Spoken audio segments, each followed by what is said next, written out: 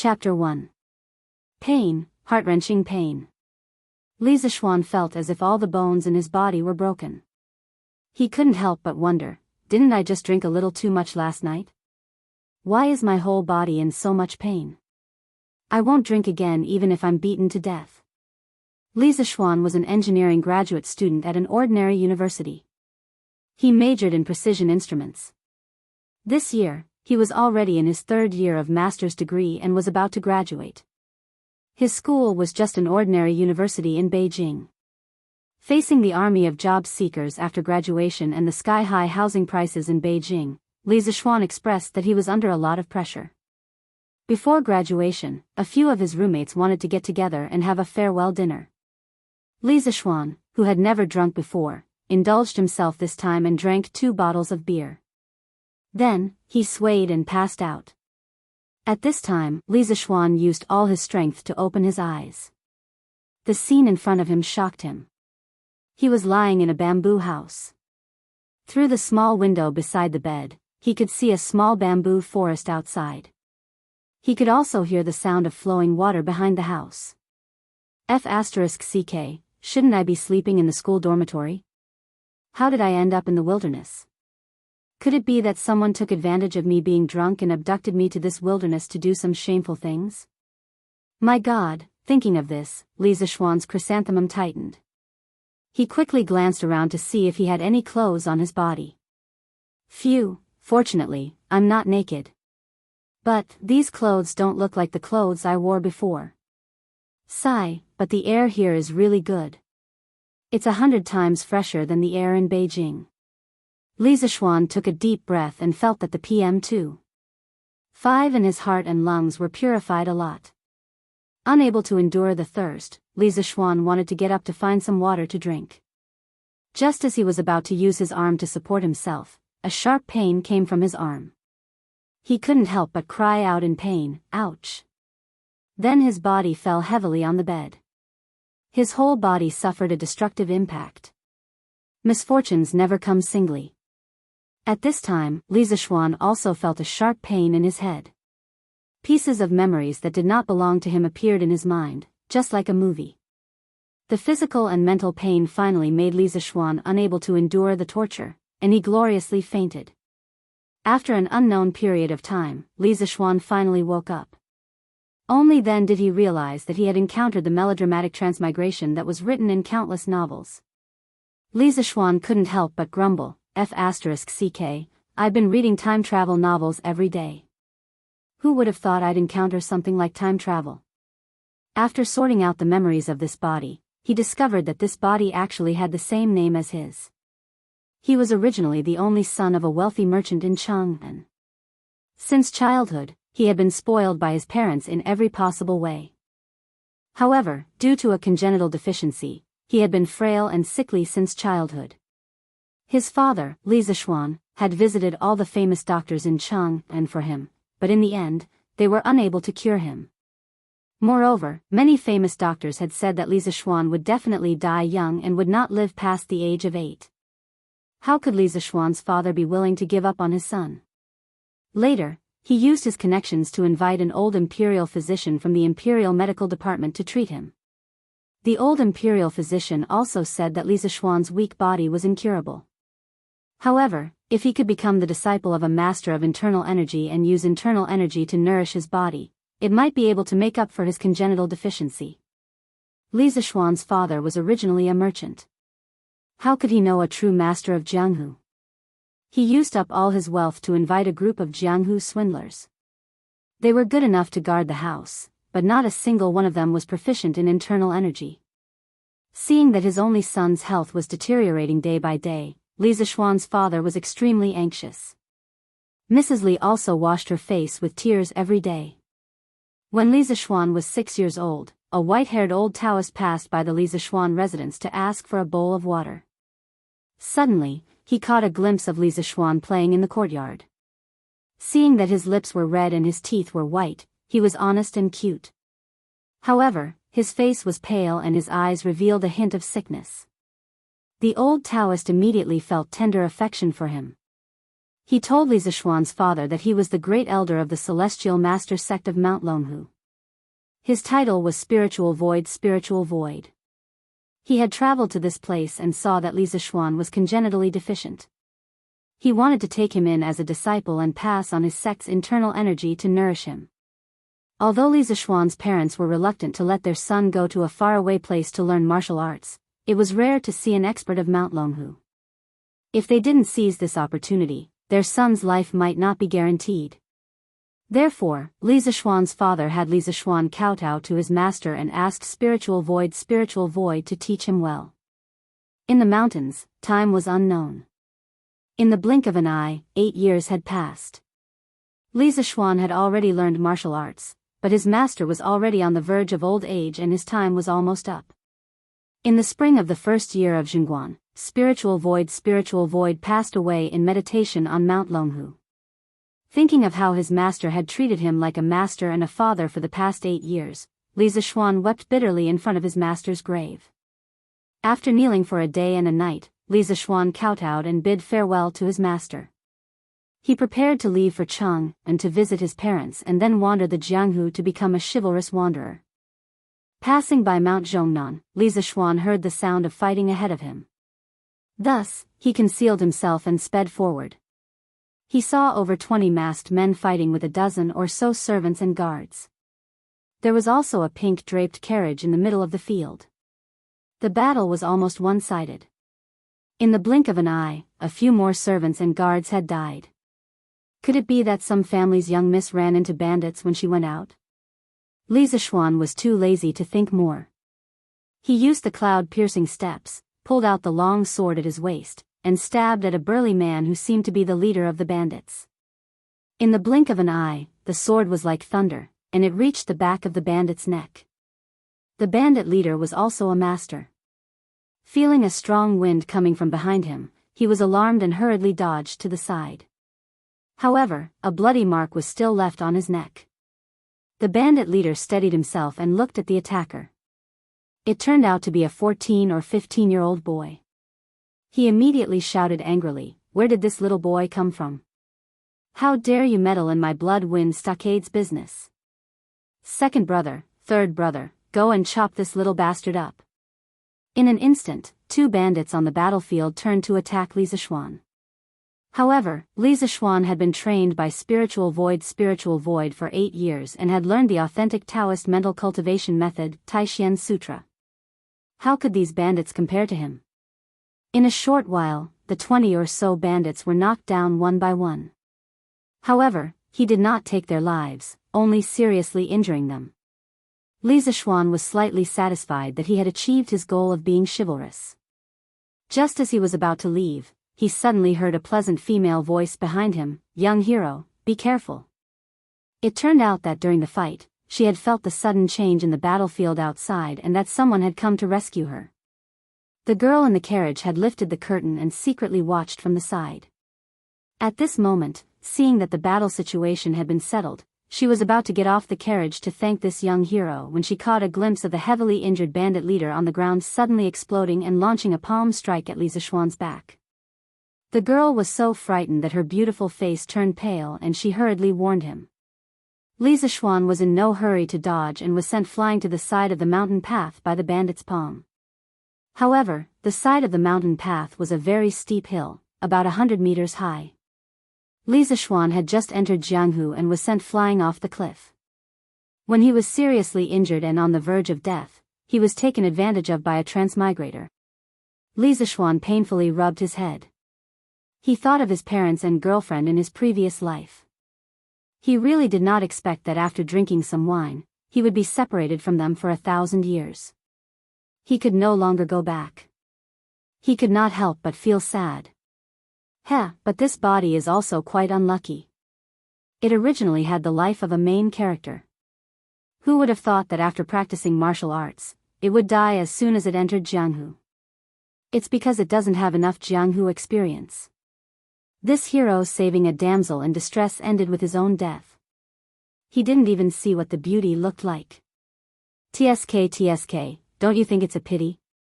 Alright, regarding the previous owner of this body, Li Zixuan felt that this child had experienced enough twists and turns.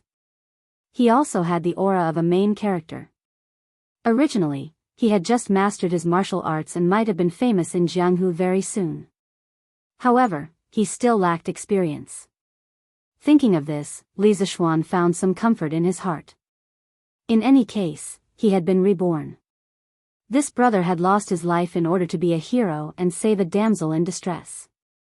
He was much more miserable than he was. At this time, there was a sound of footsteps outside the house.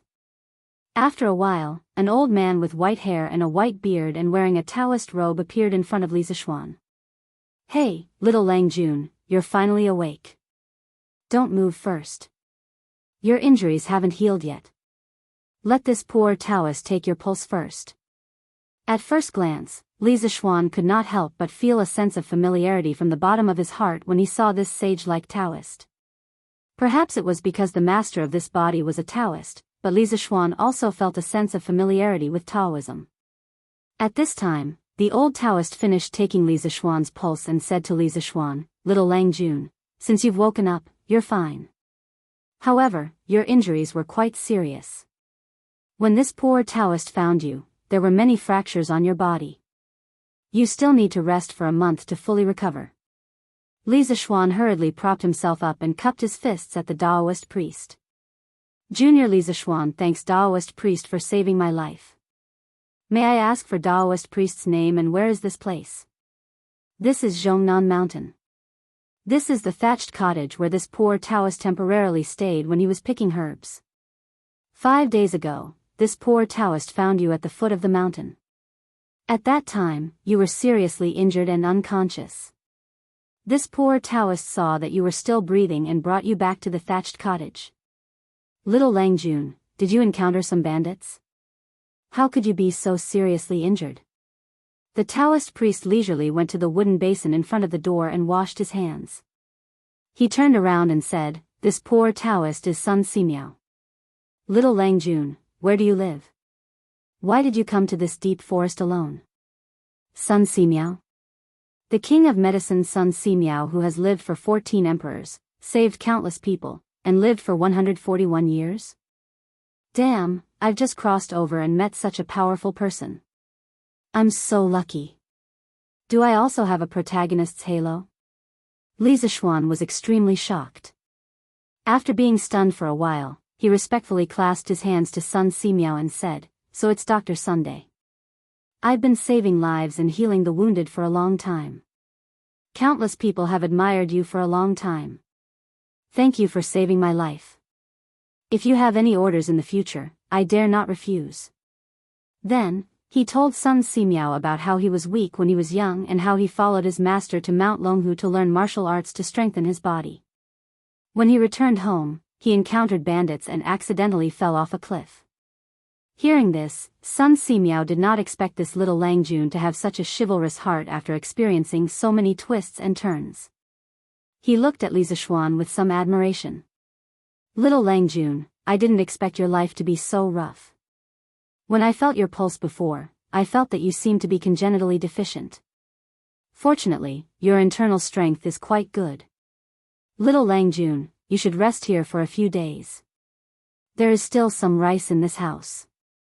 I was summoned by His Majesty yesterday and will go to Chang'an today. Little Lang Jun, you can leave on your own after you've recovered. Don't worry, Taoist priest. I've mostly recovered and can take care of myself. In the future, Zixuan will definitely repay you for saving my life." "Huh, it's nothing. Little Lang Jun, you don't have to worry about me. I'll go first." Sun Simiao laughed heartily and turned to carry the medicine basket out of the door. Chapter 2. Phew, it's so hard to learn how to speak like an ancient person. Li Zixuan sighed as he watched Sun Simiao leave. According to the memory of his predecessor, Li Zixuan was currently living in the first year of Zhengguan. Li Zixuan was still looking forward to this era.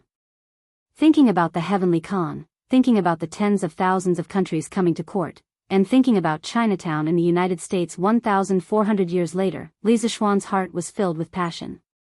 He couldn't wait to see this feudal dynasty that the Chinese people were most proud of.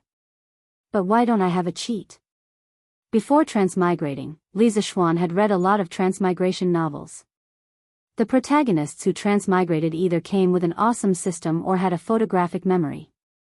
They were familiar with many poems from the Tang dynasty and Song dynasty. When they had nothing to do, they would recite a poem and then countless beauties would throw themselves at them. TSK, thinking about it made Li Zixuan salivate all over the floor. But, why don't I have anything when I transmigrated? Li Zixuan was an engineering nerd in his previous life. After the college entrance examination, he returned all the poems from the Tang dynasty and Song dynasty to his language teacher. He could only vaguely remember some of the famous poems. Apart from writing programs, he usually went online to chat and play games. His girlfriends were all from the internet. Sigh, without a cheat, how can I survive in the Tang dynasty? Without a cheat, I have martial arts. Li Zixuan suddenly remembered that this body had been learning martial arts from a master for 8 years. Li Zixuan was energized. He forced himself to sit cross-legged on the bamboo couch and tried to meditate according to the method in his memory. Originally, he just wanted to give it a try. Who knew that the process would be so natural? He even recited the Taishan Sutra without any awkwardness. At this time, Li Zixuan felt as if countless small flames had sprung up in his lower abdomen. As he circulated the martial arts, these small flames seemed to have received instructions. They followed a specific path over and over again, swimming in his limbs and bones. Li Zixuan felt warm all over his body. The places where his arms and knees were fractured were a little itchy, making him want to scratch them. Resisting the urge to scratch the itch, Li Zixuan continued to use the method in his memory. After 36 cycles, Li Zixuan opened his eyes and spat out a mouthful of turbid air. He looked up and saw that the sky was already dark. He couldn't help but sigh at how fast time passed. Feeling his body's condition, he could not help but widen his eyes in shock. His limbs no longer hurt as much as before, and he even felt his body brimming with strength. Didn't they say that it would take 100 days to recover from a serious injury? I fell down from the mountain and suffered multiple fractures. How could I recover in a few days? Could it be that running the Taishan Sutra could speed up the recovery of the injury? Unable to find any other reason, Li Zixuan could only attribute the recovery of his injuries to the miraculous Taishan Sutra. As a young man from the 21st century, Li Zixuan really didn't think that martial arts really existed. According to the memories of his predecessor, the Taishan Sutra was the top internal cultivation method in Jianghu. It was divided into 10 levels. Li Zixuan had practiced martial arts for 8 years and had already reached the 5th level. Just like that, his strength alone had the strength of 1,000 pounds. Li Zixuan's master, spiritual master Ling Su, had already reached the 9th level. His strength was one of the top masters in Jianghu. Phew, I didn't think that there would really be martial arts masters in this world like in TV dramas. Then I can be considered a hero in the future, haha. Li Zixuan excitedly thought. This Taishan Sutra is really a good thing. I have to practice diligently in the future and reach the 9th level as soon as possible. Then I can also go up and down. When I have nothing to do, I can go peek at some rich family's young lady. Hee hee. Goo goo. At this time, his stomach suddenly made 2 sounds of protest. Hey, I have to get up and get something to eat. Let's see what old son has here. Li Zixuan got up and walked towards the kitchen. There's only some flour and vegetables. There's no rice, no eggs, no chicken, duck, or fish. Good Lan Ru, looks like I can only eat 2 bowls of noodle soup. In his previous life, Li Zixuan was a child from the countryside. His family's conditions were not very good. As the saying goes, the children of the poor take charge of the family early. Li Zixuan had no problem cooking. Usually during the holidays, when he was with his little girlfriend, Wuxia, he would cook because she liked to eat his cooking.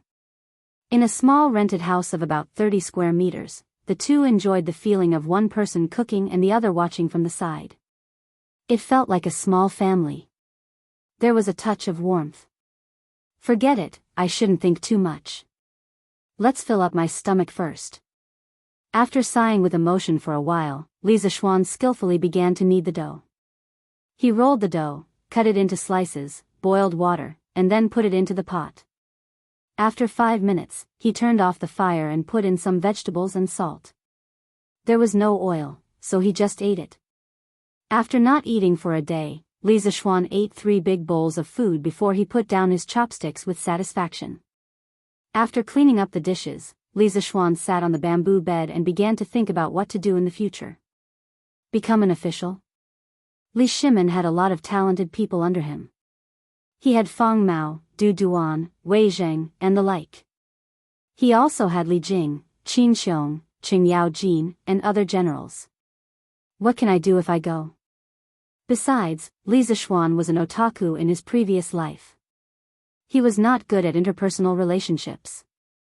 If he wanted to mix well in the government, how could he do it without some tricks of the world? Become a wanderer? This body's wish when he was alive was to go home to visit his parents and then roam the Jianghu to help the weak. Although his martial arts were not bad, there was always someone better than him. What if he met an old monster in the Jianghu who slapped him and made him die? It was not easy to be reborn, so he had to cherish his life. Besides, there were no trains or planes in this era. Going out was bumpy and tiring. Running back and forth was tiring. After thinking about it, Li Zixuan still felt that it was better to go home and be a rich family son. After being reborn, Li Zixuan had lost the love and affection of his previous life. He cherished everything he had now even more.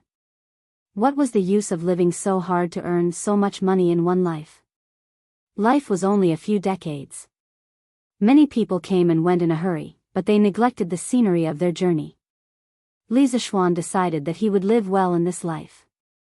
He would protect the people he cared about and live happily for the rest of his life.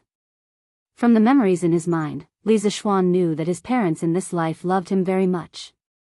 In order to treat his illness when he was young, they did not hesitate to use up all their wealth. This made Li Zixuan very touched. Parents in the world were pitiful. The most selfless love in the world came from parents. Their love for their children was really unconditional. He could not help but think of his parents in his previous life. His father faced the yellow soil with his back to heaven and earth, digging for money in the soil to support his education. For more than 10 years, his father had never complained of hardship or tiredness. However, time was like a butcher's knife, urging people to age. No matter how much his father persevered, time still made his father's hair turn white and bent his waist. Thinking of his aging father, Li Zixuan felt as if a knife was being twisted in his heart. Alas, it was not easy being a parent. Brother, go in peace. I will be filial to your parents. Dad, Mom, your son will not be able to go back. Take care of yourself over there. You don't have to support my education anymore. You don't have to work so hard. You have to live for yourself for the rest of your life. Zixuan is sorry. After making up his mind, Li Zixuan lay on the bamboo bed and fell into a deep sleep. Chapter 3. In the early spring morning, the moist morning breeze crept in through the window, gently caressing Li Zixuan's handsome cheeks. Birds chirped happily outside the window, as if they were telling the joy of waking up early.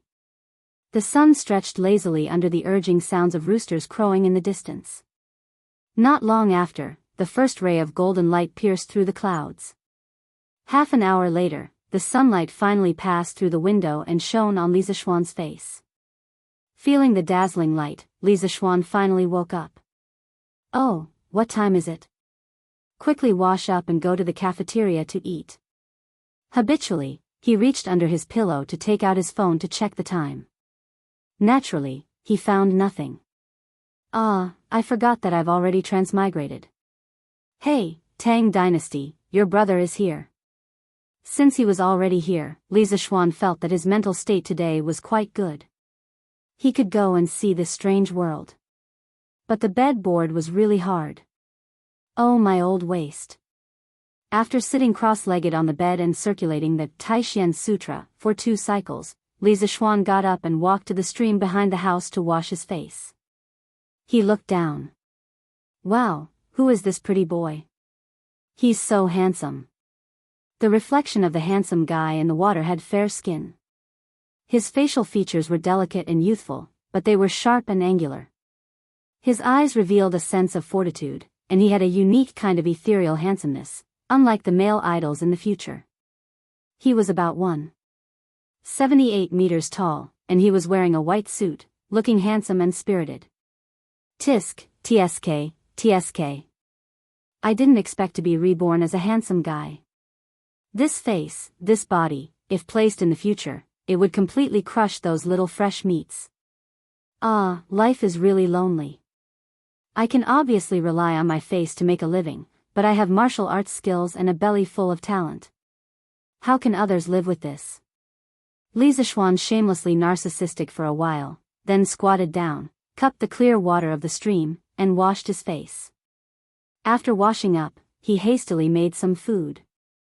After breakfast and cleaning up the dishes, Li Zixuan picked up his long sword and went out.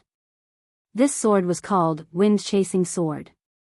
The sword was 3 feet long and weighed 42 pounds. It was made of extraterrestrial iron and could really cut iron like mud. Compared to the current smelting technology of the Tang dynasty, this sword had an absolute advantage. Wind-Chasing Sword was originally obtained by his master, spiritual master Lingxiu, in his later years when he traveled in Jianghu. Later, when Li Zixuan reached the primary level of the Taishan Sutra, his master passed the wind-chasing sword to him. Seeing this sword, the sword. If only his master was still here. In the early spring, Zhongnan Mountain was lush with greenery and beautiful scenery. Walking on the mountain path, one could feel the vigorous vitality of the entire mountain forest after the harsh winter. Li Zixuan rushed toward Chang'an city according to the direction in his memory. Well, I don't have a horse. This Mount Zhongnan should be at least 100 miles away from Chang'an. It would take more than a day to walk. The Tang dynasty seemed to have a curfew. If I can't reach Chang'an before dark, I can only stay outside the city for a night. Thinking of the curfew in Chang'an, Li Zixuan couldn't help but feel anxious. Although this season wasn't as cold as the winter, the early spring nights were still quite cold. Yes, I'm someone who knows martial arts. How could I forget? Patting his head, Li Zixuan became excited again. His way of thinking was still stuck in the modern world. He had to adapt quickly. It was a good opportunity to try out the feeling of the martial arts masters in the TV series using Qigong. Everyone had a martial arts dream when they were young. They hoped that one day they could easily jump 2 feet high, walk on snow without leaving a trace, and float on water with their iron palms. I digress. Li Zixuan used all his strength to use the cloud-piercing steps. The trees on both sides quickly retreated. This speed is too fast. This should be equivalent to the speed of a motorcycle. I think I'll reach Chang'an by noon. Feeling the speed of the wind, Li Zixuan was overjoyed. He secretly used the Taishan Sutra to recover his inner breath. At noon, Li Zixuan finally saw the majestic Chang'an city in front of him.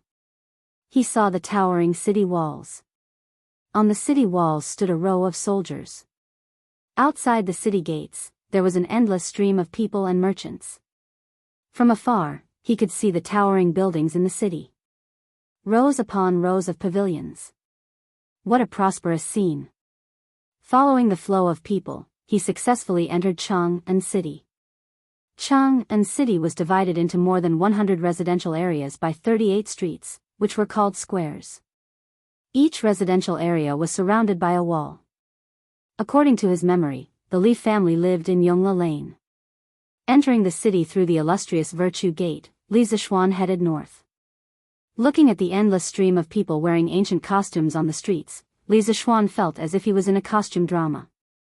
Wow, the girl in front of me has such a beautiful figure. The girl in front of him had long hair that reached her waist. Her waist was slender and her hips were full. She wore an orange open-collar dress that reached her ankles. As the dress was low, he could vaguely see the deep cleavage of the girl's breasts. Beauties in ancient costumes are still the best. Li Zixuan loved beauties in ancient costumes in his previous life. He even bought a similar open-collar dress for his girlfriend. His girlfriend looked even prettier in it. Looking at the beauties along the way, he rushed to Yongla Lane. Half an hour later, Li Zishuan entered the gate of Yongla Lane and walked towards his home. At the same time, in the backyard of the Li family. Miss, slow down. A 13 or 14-year-old maid was chasing a little girl who was pulling a kite. The little girl was about 5 or 6 years old. She had bright eyes and white teeth. She looked like she was carved from jade. Her hair was tied in 2 pigtails. She was pulling a butterfly kite and running happily. Not far away, a couple was looking at the little girl lovingly. Master, look, Lan is always like a crazy girl. She can't stay idle. The older man patted the woman's shoulder and smiled. Madam, Lan is still young. It's fine as long as she's happy. This old man's biggest wish in life is for Madam and the children to be happy.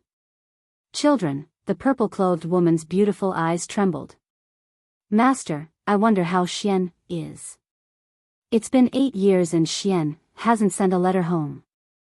I wonder if this child's body has recovered. That's right, this couple was Li Zishuan's parents. Li Zishuan's father was Li Jingma and his mother was Yi Yuzhu. Li Jingma's heart trembled when he heard his wife's words. A trace of sadness appeared on his face but was immediately concealed. Yuzhu, you don't have to worry. I've asked around these years. Spiritual Master Ling Su is a true expert. I heard that he's one of the top internal experts in Jianghu. It's a rare opportunity for Xian to be his disciple. If he can't save Xian I don't think anyone else in this world can. At this moment, a young servant hurriedly ran over and bowed. Master, Madam, there's a young man outside the manor. He says he's Li Zishuan and wants to see you. Who? What did you say that young man was called? Madam Li asked the young servant with a face full of excitement. Her voice trembled. He said he was called Li Zishuan. The servant was also frightened by his wife's excitement and replied reflexively. Xian my Xian Madam Li ran excitedly to the manor door. At this moment, she didn't care about anything else. She just wanted to see her child as soon as possible. Even Li Jingma couldn't keep up with her speed. Sometimes, a mother's love could make a mother burst forth with immeasurable strength. The little girl called Lan also noticed the commotion. Seeing her mother leave in a hurry, she hurriedly followed behind. Chapter 4. A quarter of an hour ago, Li Zishuan had been standing in front of the Li mansion for a long time. His emotions were complicated. He was excited to return home, but he was also worried about meeting his parents in this life. Although his soul didn't belong to this era, he couldn't give up the family bond of blood. In this life, Li Zishuan had been away from home for 8 years. Now that the soul of another era was in his body, Li Zishuan was worried that his parents in this life might notice something. Li Zishuan paced back and forth in front of the Li mansion for a long time. The servants in front of the gate looked at him strangely. If it weren't for the fact that Li Zishuan was handsome and didn't look like a vicious person, they would have taken him to the authorities long ago. Li Zishuan finally calmed down and walked toward the gatehouse, as if there was another force in his body pushing him into the Li mansion. Is your master and madam home? Li Zishuan didn't remember seeing this gatehouse before. He probably entered the Li mansion after he left home when he was young. Even if this gatehouse was an old member of the family, he probably wouldn't recognize Li Zishuan after so many years. Seeing Li Zishuan's stately appearance, the gatekeeper was afraid that he was a young master of some family, so he didn't dare to be rude. He said, "My master and madam are here." What business does young master have with my master and madam? This humble one will go and inform them. My name is Li Zishuan. I have something to discuss with your master and madam. You can go and inform them. Not long after, a beautiful woman in purple walked quickly to the gate. Looking at the woman in front of him, time didn't leave many traces on her face. However, many strands of silver could be seen in her beautiful hair. Blood was thicker than water. Mother and son were connected by heart. Even if their souls didn't belong to this era, Li Zixuan could still feel the silent call in his heart. He was very sure that this was his mother. Mrs. Li was also very excited at this moment. Looking at the handsome young man in front of her, she could vaguely see the shadow of his childhood on his face. More importantly, her intuition told her that this was her son, and she didn't need any other proof. After staring at each other for a long time, Li Jingma finally caught up. Li Zixuan looked at the weathered couple in front of him and saw the deep love in their eyes. He thought of his parents in his previous life. He couldn't help kneeling on the ground and holding back the tears that were about to fall. Father, mother, your son is unfilial. I left home for 8 years and was unable to serve you both. With tears in her eyes, Madame Li Zixuan hurriedly knelt down and hugged Li Zixuan. My Xian, it's good that you're back, it's good that you're back. My son has grown taller, but your face is still the same as when you were young. It's just that you've lost some weight. As she spoke, she stroked Li Zixuan's cheeks with both hands. Li Jingma's face was also filled with excitement. He kept turning his head and using his long sleeve to wipe his tears. He kept muttering, it's good that you're back, it's good that you're back. The family of 3 played out a heartwarming scene of mother and son reuniting in front of the door. The servant who went in to report just now was dumbfounded. He didn't expect this young man to be his young master. He thought to himself, I've never heard that master and madam have a son. But fortunately, I didn't treat the young master rudely. Otherwise, I'm afraid I won't be able to stay in the Li family anymore. The little servant couldn't help but feel proud of his quick-wittedness. Father, mother, who is this uncle? Uncle is already so old and still crying. Shame, shame, shame, Lan didn't cry when I was 4. A childish voice suddenly interrupted this heartwarming scene, causing the warm atmosphere to become stifled. It turned out that Lan's legs were too short to keep up with her parents' speed. Now that she finally arrived at the door, she saw her mother and a young man hugging and crying. This man was obviously much older than Lan and was also much taller than Lan But why was he crying at such a big age? Lan was puzzled. But she remembered that her parents had taught her to be polite when meeting outsiders. Thus, she said that sentence. Cough, cough.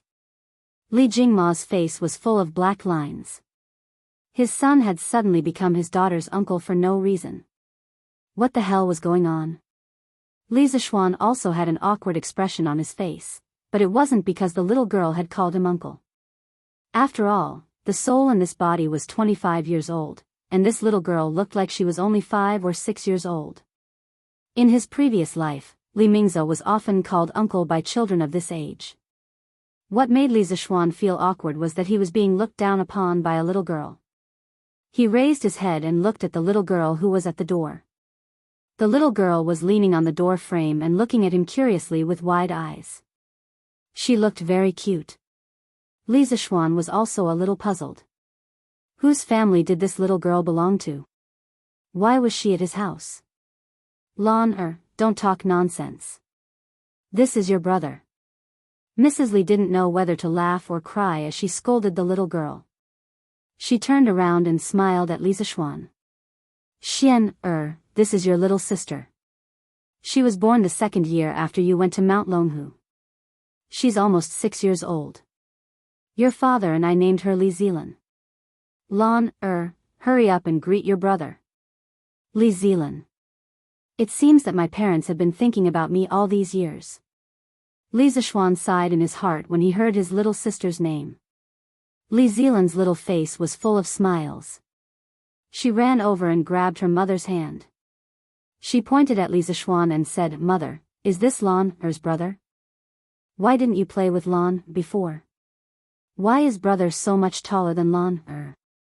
Li Zixuan's 1.78-meter height didn't look like a 14 or 15-year-old boy. Looking at this cute little sister in front of him, Li Zixuan's heart also melted. He also secretly blamed the previous owner of this body.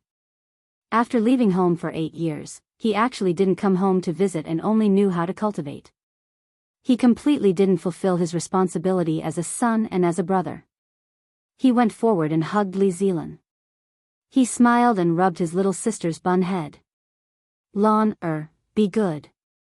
I'm Lan, big brother. Big brother used to be busy and couldn't come home. Now that I'm back, can you play with Lan, every day? And, Lan can also grow to be as tall as big brother if I eat more. Hearing that there was someone to play with her in the future, Lan excitedly waved her hands. Really? Lan wants to fly a kite.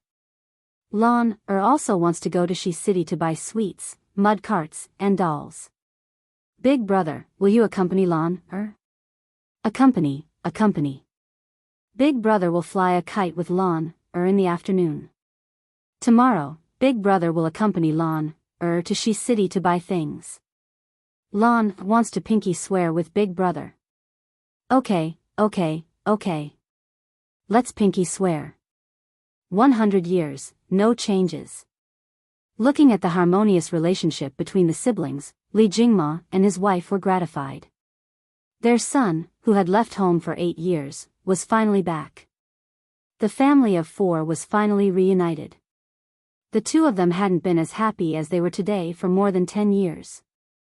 Their faces were glowing, as if they were a few years younger. Xian, quickly go in. Tell your mother how you've been all these years.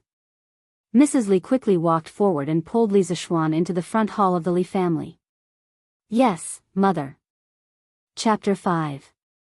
In the front hall of the Li estate. Xian, how's your body? Do you still need to go to Mount Longhu to cultivate after you return? Li Zishuan's mother asked hopefully as she held on to Li Zishuan's hand, afraid that her son would leave her again in a few days. Mother, I've already made some progress in my cultivation. Master said that my weak body is no longer a problem and that I don't need to go to Mount Longhu anymore. I can just cultivate at home. That's great. Master, Xian's body is fine. He doesn't need to leave us anymore. Li Jingma's mother said happily, tears welling up in her eyes. Li Jingma was also very happy and couldn't help but want to laugh to the heavens, but he forced himself to hold it in. However, the slight smile on his lips betrayed the uncontrollable joy in his heart. He held on to his wife's hand and patted it lightly, trying to calm her down.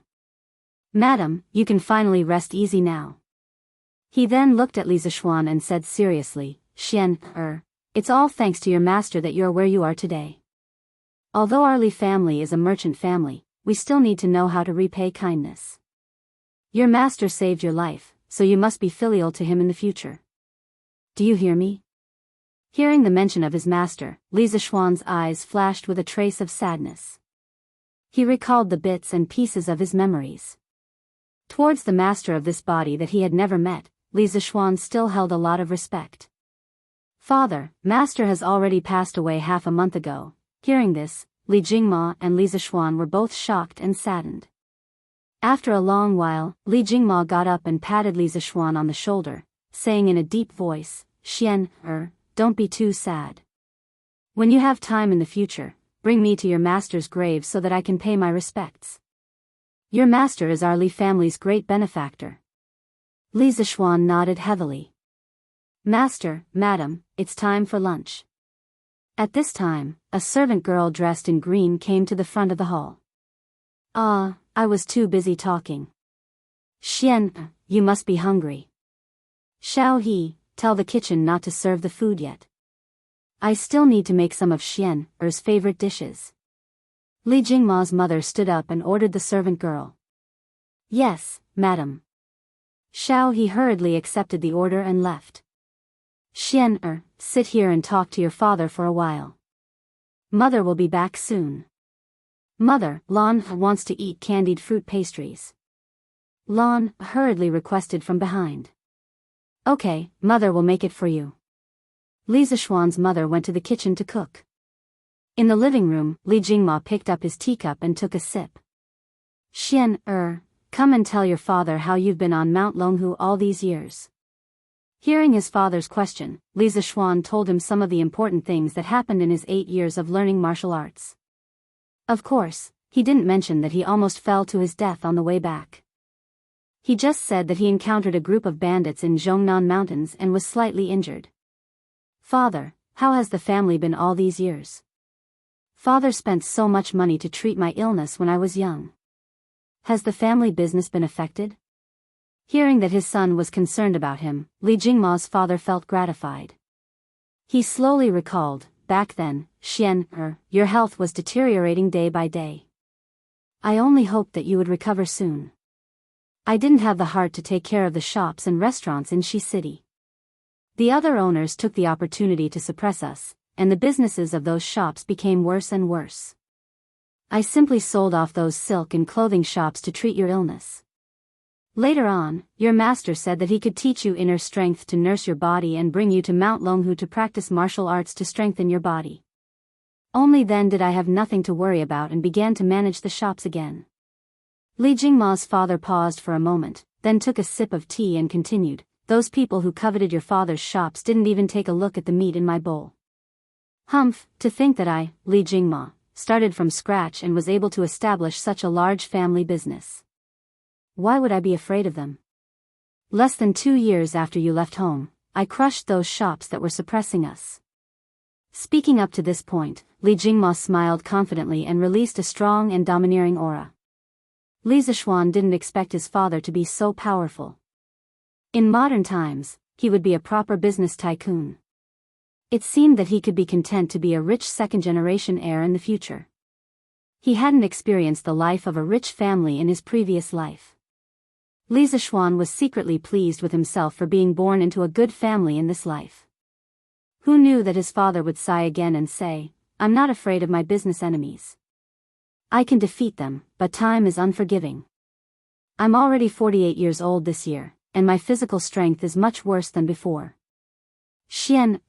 I still need you to take care of this family business in the future.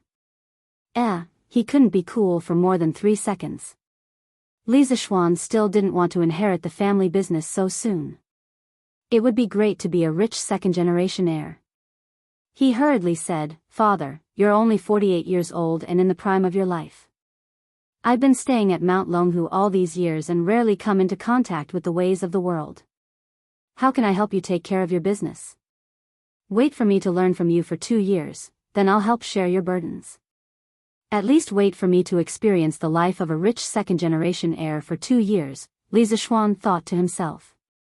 Father Li thought for a while and felt that his son's words made sense. He said, all right, then we'll wait for 2 years.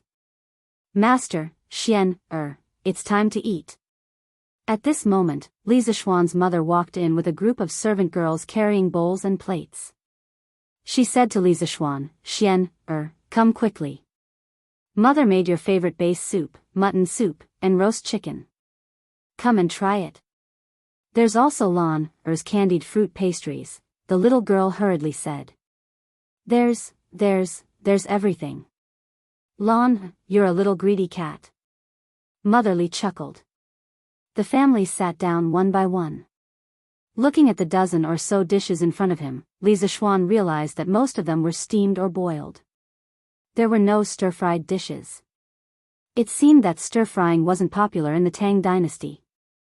In fact, stir-frying had been invented long ago, but it hadn't been popularized. One of the main reasons was the lack of edible vegetable oil, mainly sesame oil. The earliest introduction of sesame oil could be traced back to the Western Han dynasty, but it hadn't been popularized. The main cooking methods of the Tang dynasty were still roasting, steaming, and boiling. Although they weren't stir-frying, these dishes smelled pretty good. Li Zishuan hadn't eaten properly when he was unconscious for a few days. Seeing these dishes stimulated his appetite, he lowered his head and began to eat. Big brother, try Lan's candied fruit pastries. Mother's candied fruit pastries are delicious. The little girl picked up a piece of candied fruit pastries and stood up. It took her a lot of effort to place it in Li Zishuan's bowl. Of course, there was a trace of reluctance on her face, like a child giving away her favorite food to someone else. It was very cute. Thank you Lan. What do you want to eat? Big brother will help you get it. Looking at the candied fruit pastries in the bowl and the expression on his little sister's face, Li Zishuan was very happy. It was good to be home. Lan also wants to eat fish. Mother's fish is also very delicious, but there are bones in the fish. It will hurt Lan Er's throat. Lan Er looked at the fish on the table. She had an expression of wanting to eat it, but she was also afraid. Hey, what's so difficult about that? Look at Big Brother. Li Zishuan picked up a piece of fish breast. There were fewer bones here. He infused his internal energy into the chopsticks. With a light shake, a few fish bones flew onto the table. Then, he dipped the fish into the fish soup and placed it in his little sister's bowl. Here, Lan Er, eat quickly. This piece of fish has no bones. The maids and servants at the side opened their mouths in shock. Lan Er looked at her brother with eyes full of admiration. She clapped her hands excitedly. Wow, Big Brother is so awesome. Father Li and Mother Li were also dumbfounded. Using internal energy to eat a meal. The two elders really didn't know what to say. Since ancient times, there had probably been no one who ate fish like this. If spiritual master Ling Su saw Li Zishuan using his martial arts here, he would probably climb out of his grave in anger and beat him up. However, Li Zishuan didn't care about this. As long as he could make his little sister happy, this was nothing. This young master had martial arts, so he was willful. Chapter 6. After the meal. Mother, I'm going to take a bath and take a nap. Last night, old son's bed was too hard, and Li Zishuan did not sleep well. He started to feel sleepy after eating and drinking to his heart's content. Li Zishuan tried to convince himself. Isn't there a saying that spring fatigue leads to autumn fatigue and hibernation? Yes, Xian Er. Mother has been getting people to tidy up your courtyard every day for the past few years. You can go there directly. Mother will assign 2 of my maids to your side and let them serve you. Xiao He, Xiao Shi, did you hear that? In the future, the 2 of you must serve Xian Er with all your heart. Mother Li said to the 2 pretty maids beside her. Yes, madam. The 2 maids hurriedly bowed and agreed. Their eyes were filled with joy. Their young master's martial arts was strong and he was handsome. All the maids in the residence were lining up to serve their young master. They didn't expect madam to send them. Li Zishuan wanted to refuse, but after thinking about it, he didn't say it. He was used to living a poor life. In the past, it was always him serving his girlfriend. Now that he suddenly had 2 pretty maids serve him, he was really not used to it. However, this was a feudal society. He didn't want to be too different. Besides, he didn't want to reject his mother's good intentions over such a small matter. Of course, there was another reason. These 2 maids were really beautiful. Li Zishuan also didn't want to reject them. Although they couldn't be eaten, the 2 maids were only 13 or 14 years old. Li Zishuan wasn't that beastly, they were still pleasing to the eye. Of course, the cold and inwardly passionate Li Zishuan would never admit that the last reason was the main reason. Yes, mother. I'll go back to my room. Li Zishuan turned around and said to his little sister, Lan Er, I'll go back to my room.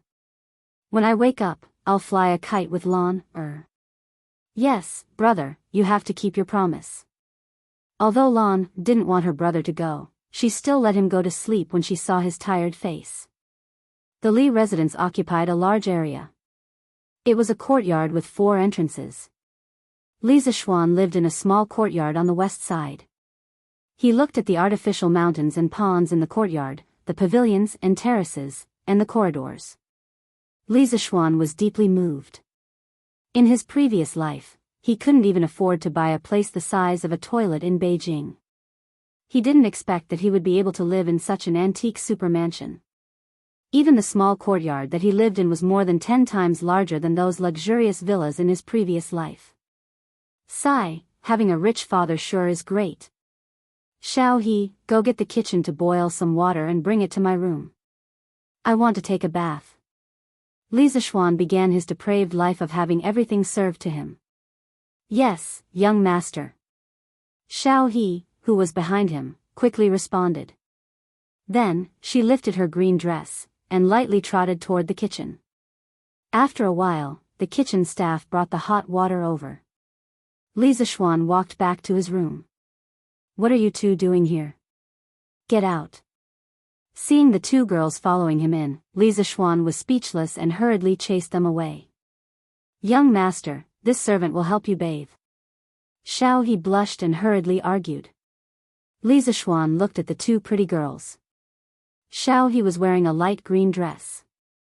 Her two big eyes were very cute. Her chest was rather low, but he couldn't see her cleavage. He could only see the outline of two little buns. They hadn't started to develop yet. Xiao Shi was wearing a light yellow dress. There was already a faint cleavage on her chest. At this moment, her face was blushing. Heh, this is a shy girl. Facing these two cute little girls, Li Zishuan, who had always liked to look at beauties in ancient costumes in his previous life, really wanted to let them in at this moment. Forcefully suppressing the desire in his heart, Li Zishuan still drove the two little girls out. Go, go, go. I'll bathe myself. He was really afraid that if he let them in, he wouldn't be able to resist eating them up. Although he wasn't a lullicon, he couldn't resist such temptation.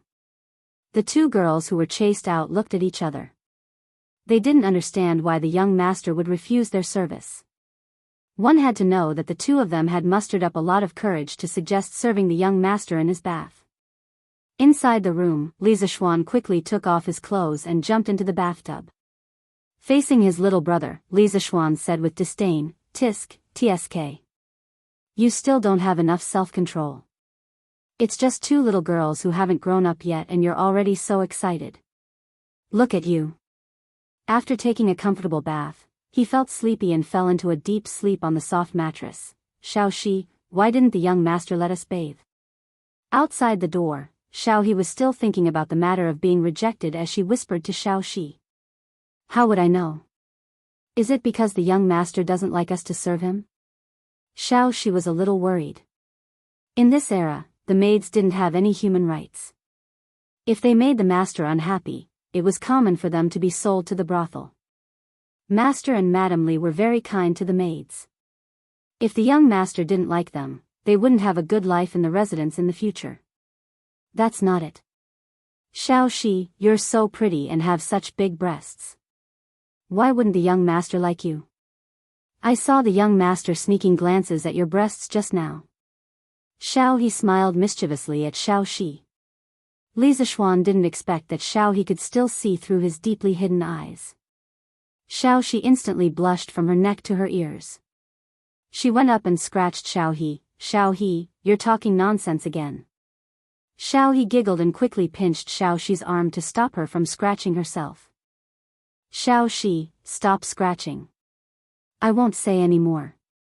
Let's be quiet and not wake the young master up. Don't worry. I think it's not that the young master doesn't like us. He's just shy. I saw the young master blushing just now. Li Zishuan had a dream. In the dream, his girlfriend was crying. No matter how he coaxed her, she wouldn't stop crying. He was so anxious that he was sweating. His heart ached. In his previous life, Li Zishuan was neither tall nor handsome. He was also poor. However, his cute and petite girlfriend never left him. She was very attached to him. He was very grateful to her. They were together for 5 years. He had always doted on his girlfriend. Even if they quarreled sometimes, Li Zishuan would definitely apologize to his girlfriend and make her happy within an hour. Looking at his girlfriend in front of him crying without saying anything, Li Zishuan was really heartbroken. He couldn't stop his tears anymore. Brother. Why are you crying again? Brother, don't cry. Lan will give you all my delicious food. A crisp and tender voice woke Li Zishuan up from his dream. It turned out that Lan was bored by herself. She was very excited when she thought that her brother would accompany her to fly a kite in the afternoon. However, when she saw that her brother hadn't woken up yet, she came over to take a look. Who knew that her brother's eyes were closed but he was still crying? Lan immediately became anxious. Looking at his cute little sister in front of him, Li Zixuan realized that he was just dreaming. He couldn't help but think of the dream just now. He thought of his girlfriend's helpless crying. Perhaps that dream was real. He had transmigrated to the Tang dynasty.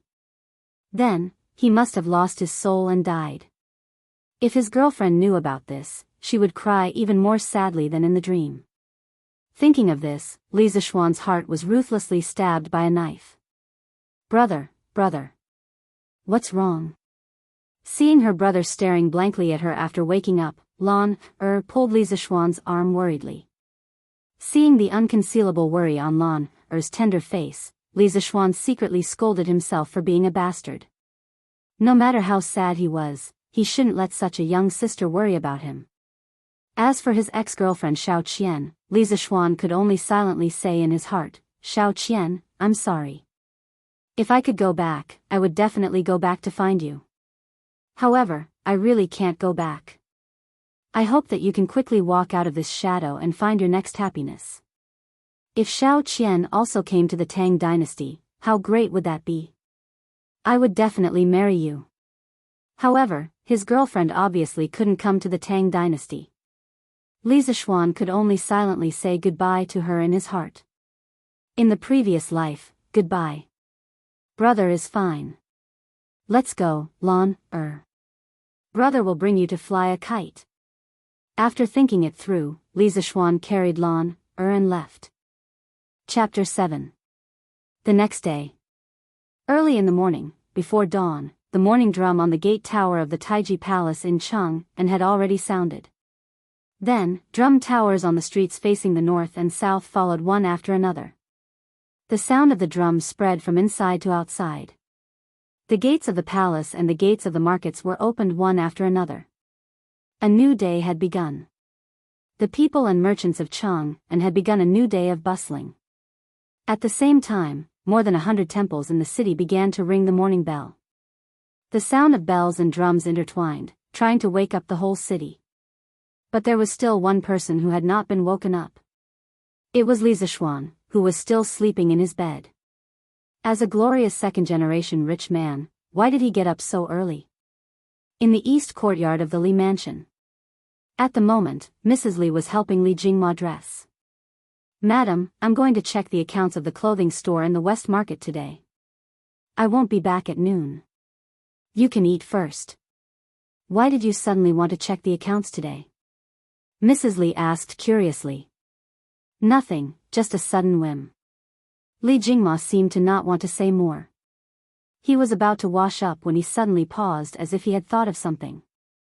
He frowned and said, Why hasn't Xian gotten up yet? Isn't he a martial artist? Shouldn't he get up early to practice martial arts? Would his master allow him to get up so late? Hey, why are you pinching me? What a scandal. Humph, Xian has suffered so much outside for so many years. What's wrong with enjoying life when he finally comes back? Are you still his father? You don't know how to care for your son at all. Mrs. Li pinched Li Jingma's soft waist with hatred. Okay, let go of me. I won't ask any more, okay? Let the brat sleep for as long as he wants. Li Jingma finally escaped from the clutches of the devil. He immediately walked out of the door, muttering as he walked. Unreasonable. Since ancient times, loving mothers have spoiled their sons. Mrs. Li naturally ignored Li Jingma. Since she had taken advantage of him physically, she would let him take advantage of her mouth. Otherwise, he would feel unbalanced, Mrs. Li thought. Late in the morning, in the west courtyard of the Li mansion. Li Zixuan, who was sleeping soundly, suddenly felt his body sink as if something heavy was on him. He hurriedly opened his eyes. What he saw was a little angel in a pink dress sitting on top of him. Big brother is such a lazy bum. It's already so late in the morning and he's still not awake. Lan is already awake. As she spoke, she stretched out her small hand to pull Li Zixuan's cheek, giggling mischievously. Alright, since Lan dares to ride on Big Brother, let's see how Big Brother will deal with you. After saying that, he straightened his body and put his hands under Lan's armpits, throwing her high into the air. Then, when she was about to fall onto the bed, he used his hands to cushion her fall. Lan immediately screamed in fright. She used her hands and feet to move around. After landing on the bed, Lan immediately got off the bed. She pouted and frowned. She shouted at Li Zishuan, "Smelly brother, Lan will never talk to you again." After saying that, she was afraid that Li Zishuan would throw her again, so she quickly ran away. This little girl. Amused by Lan's cute expression, Li Zishuan began to get up and put on his clothes. At this moment, Xiao He and Xiao Shi hurriedly walked in from the outer room. There was a trace of a smile in their eyes. It was obvious that they had heard the sound of the siblings fooling around outside. "Young master, let us servants help you put on your clothes." Not allowing Li Zishuan to reject, the two little girls came up and got busy. Xiao He supported Li Zishuan's arms from behind while Xiao Shi helped him put on his clothes. As he was much taller than the two little girls, Xiao Shi had to stand on her tiptoes to be able to stand on his shoulders. Li Zishuan could even see the beads of sweat on Xiao Shi's nose. This little girl must be very nervous at this moment. After putting on his outer clothes, Xiao Shi bent down to help Li Zishuan fasten his belt. As she was bending over, Xiao Shi's well-developed body revealed a deep ravine. Li Zishuan's eyes inadvertently glanced down and saw this bloody scene. Seeing such an erotic scene early in the morning, this little brother naturally had to show his respect. Seeing the little tent below, Xiao Shi's tender face was so red that it was about to bleed. Before a servant was sold to a rich family by a broker, they would naturally be exposed to some kind of education. Li Zishuan was also extremely embarrassed at this moment. Cough cough, it's a natural reaction, a natural reaction. Xiao Shi, don't think too much. You have to keep your thoughts pure like this, young master. With this, Xiao Shi became even more flustered. When Xiao He heard her young master's strange words, she curiously looked at Xiao Shi. Xiao Shi immediately hurriedly helped Li Zishuan fasten his belt and hurriedly ran away. "Young master, why did Xiao Shi run away?" Seeing her good sister running away in a sorry state, Xiao He curiously asked. Cough cough, nothing much. She was probably captivated by this young master's handsome appearance. Of course, Li Zishuan could not tell the truth. How beastly would he be if he had a reaction towards a 13-year-old girl? He could only shamelessly explain to Xiao He. Xiao He could not help but laugh out loud. Although her young master was indeed very handsome, who would praise himself like this? Her young master's skin was really thick. Xiao He silently cursed. If Li Zishuan could hear her, he would definitely spit out a mouthful of blood. I am still a pure and innocent little virgin. How am I thick-skinned? Is it really okay for you to secretly talk about your young master like this? After breakfast, he greeted his mother and went to find Lan. He had promised to bring her to Shi City yesterday, so he could not go back on his words.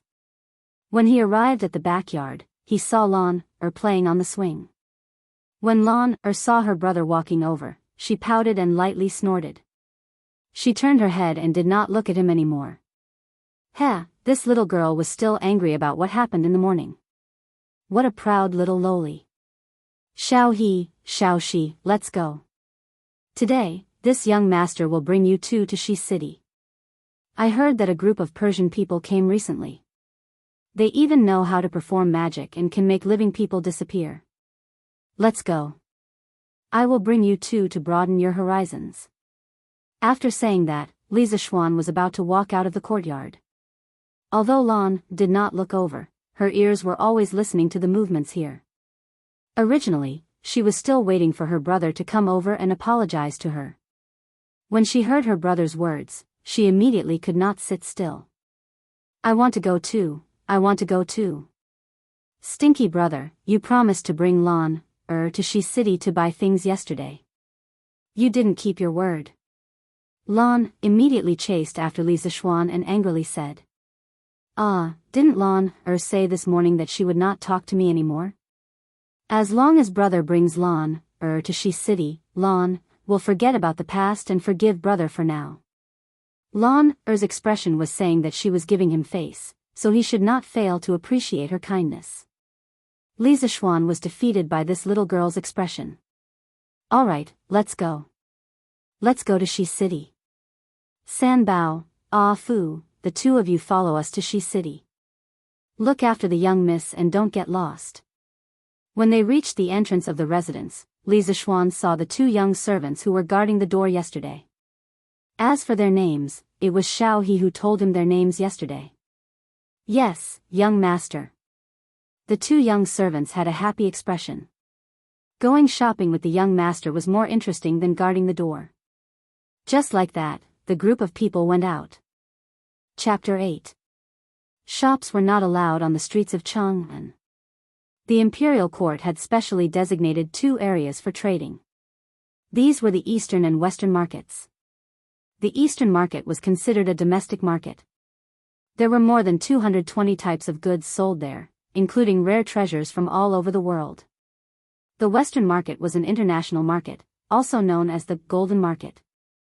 There were close to 1,000 shops that traded goods. It was the largest and most prosperous international market at that time. Yongla Lane, where the Li family lived, was closer to the eastern market than the western market. They had to pass through 5 lanes. Fortunately, they had nothing to do. Li Zishuan led a group of people to the western market. At the same time, they could admire the authentic ancient architecture of the Tang dynasty. Brother, Lan Er is tired. After walking for a short distance, Lan Er grabbed Li Zishuan's hand and refused to move forward. Li Zishuan, who was admiring the ancient architecture on both sides of the road, was speechless. They had only walked for a short distance, less than 2 miles, and this little girl was already complaining about being tired.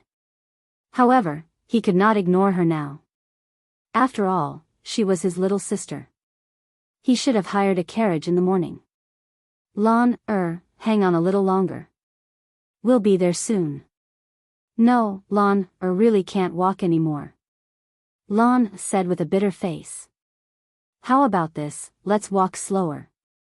As we walk, I'll tell Lan Er a story, okay? Li Zishuan slowly tempted her. He had no choice. There was no way to hire a carriage here.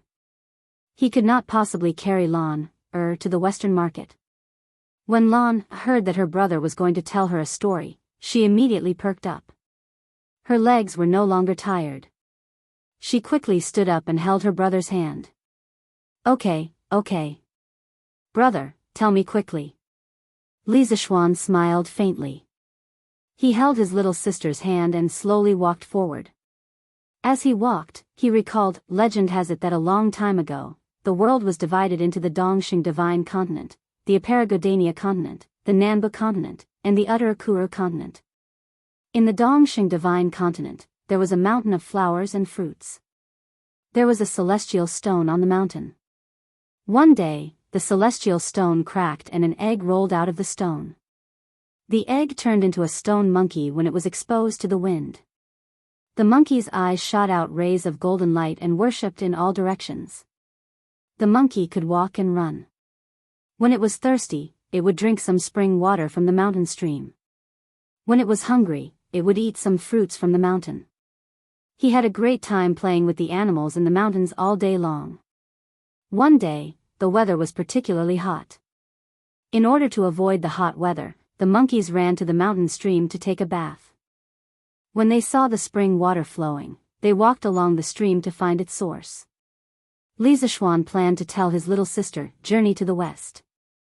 He had watched it countless times when he was a child, and he could still remember many of the plots very clearly. Moreover, the story was very long, and he could make it a long-term serial for his little sister. This way, he wouldn't have to worry about how to coax his little sister for a long time. Of course, he couldn't tell Lan Er and the others everything according to the original novel. After all, it was the Tang dynasty now, and Tang Xuanzang still existed.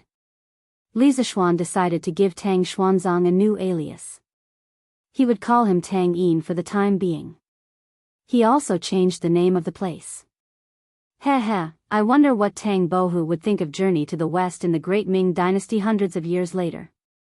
Li Zishuan thought so mischievously. Just as he was talking about how the great sage equaling heaven wreaked havoc in the heavenly palace and was imprisoned in the 8 trigrams furnace by Taisheng Lao Jun, they had arrived at the West Market. Alright, let's stop here for today. Let's go. Big brother will bring you to buy sweets and watch the juggling. Li Zishuan was prepared to experience this ancient market.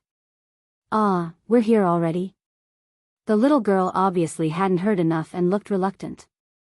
Behind her, Xiao He, Xiao Shi, Ah Fu, and San Bao obviously didn't have enough and looked regretful.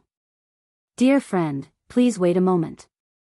May I ask which story you told me earlier came from? My little sister likes this story very much. Suddenly, an 11 or 12-year-old boy quickly walked out from behind him. Beside him was a 6 or 7-year-old girl. He cupped his hands and said to Li Zishuan. In fact, Li Zishuan had already noticed that there were 2 people following them for a long time. After all, his kung fu wasn't for nothing.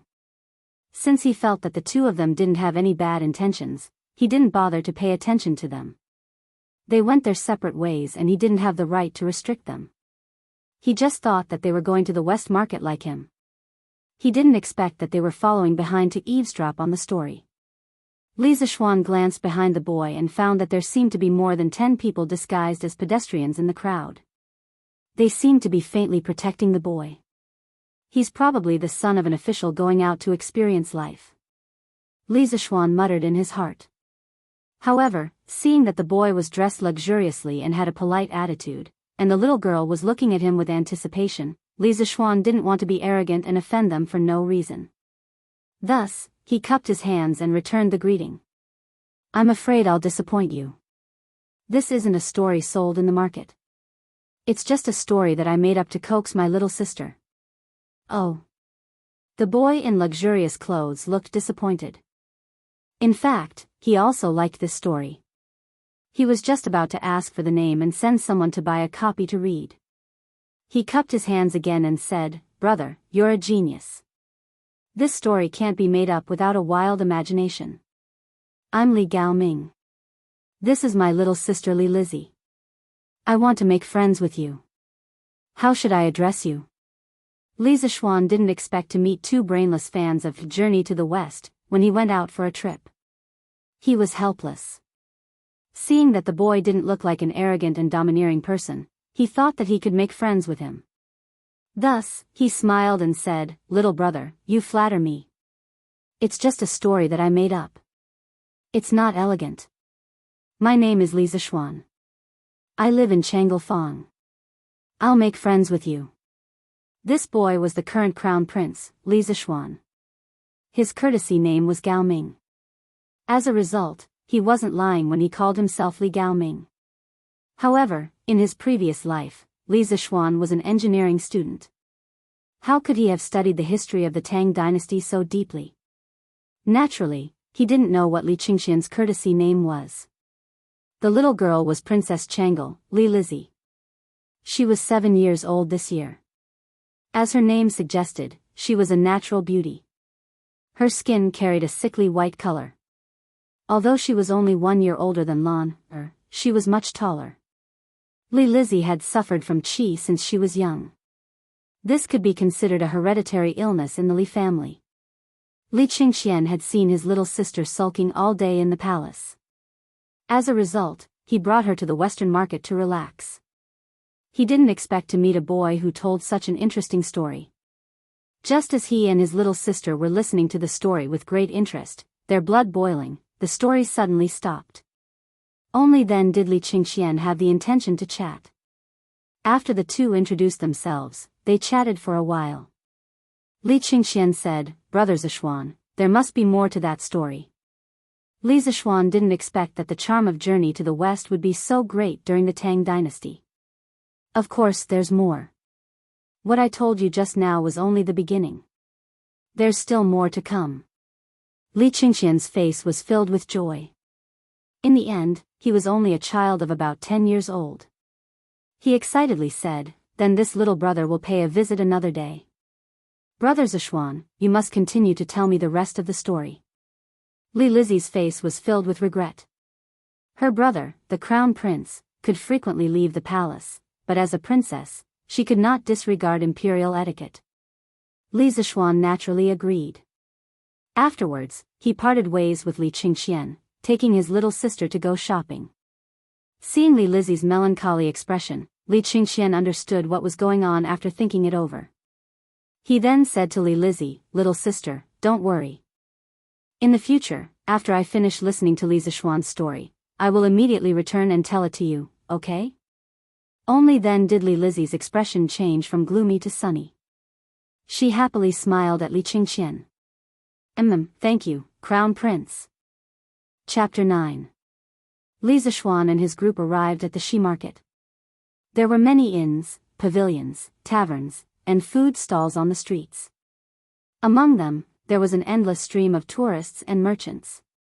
In the distance, there were also some, who were from the western regions, Central Asia, and West Asia who came to Chang and to do business through the Silk Road. Some were selling gold, silver, and jewelry, while others were buying silk, porcelain, and so on. Looking at the bustling market in front of him, Li Zishuan was also a little shocked. One must know that the entire Tang dynasty only had a population of 20 million, far less than later.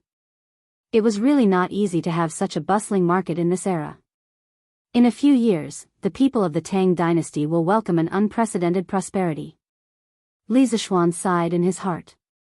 He accompanied Lan to buy sweets, dolls, and her favorite toys.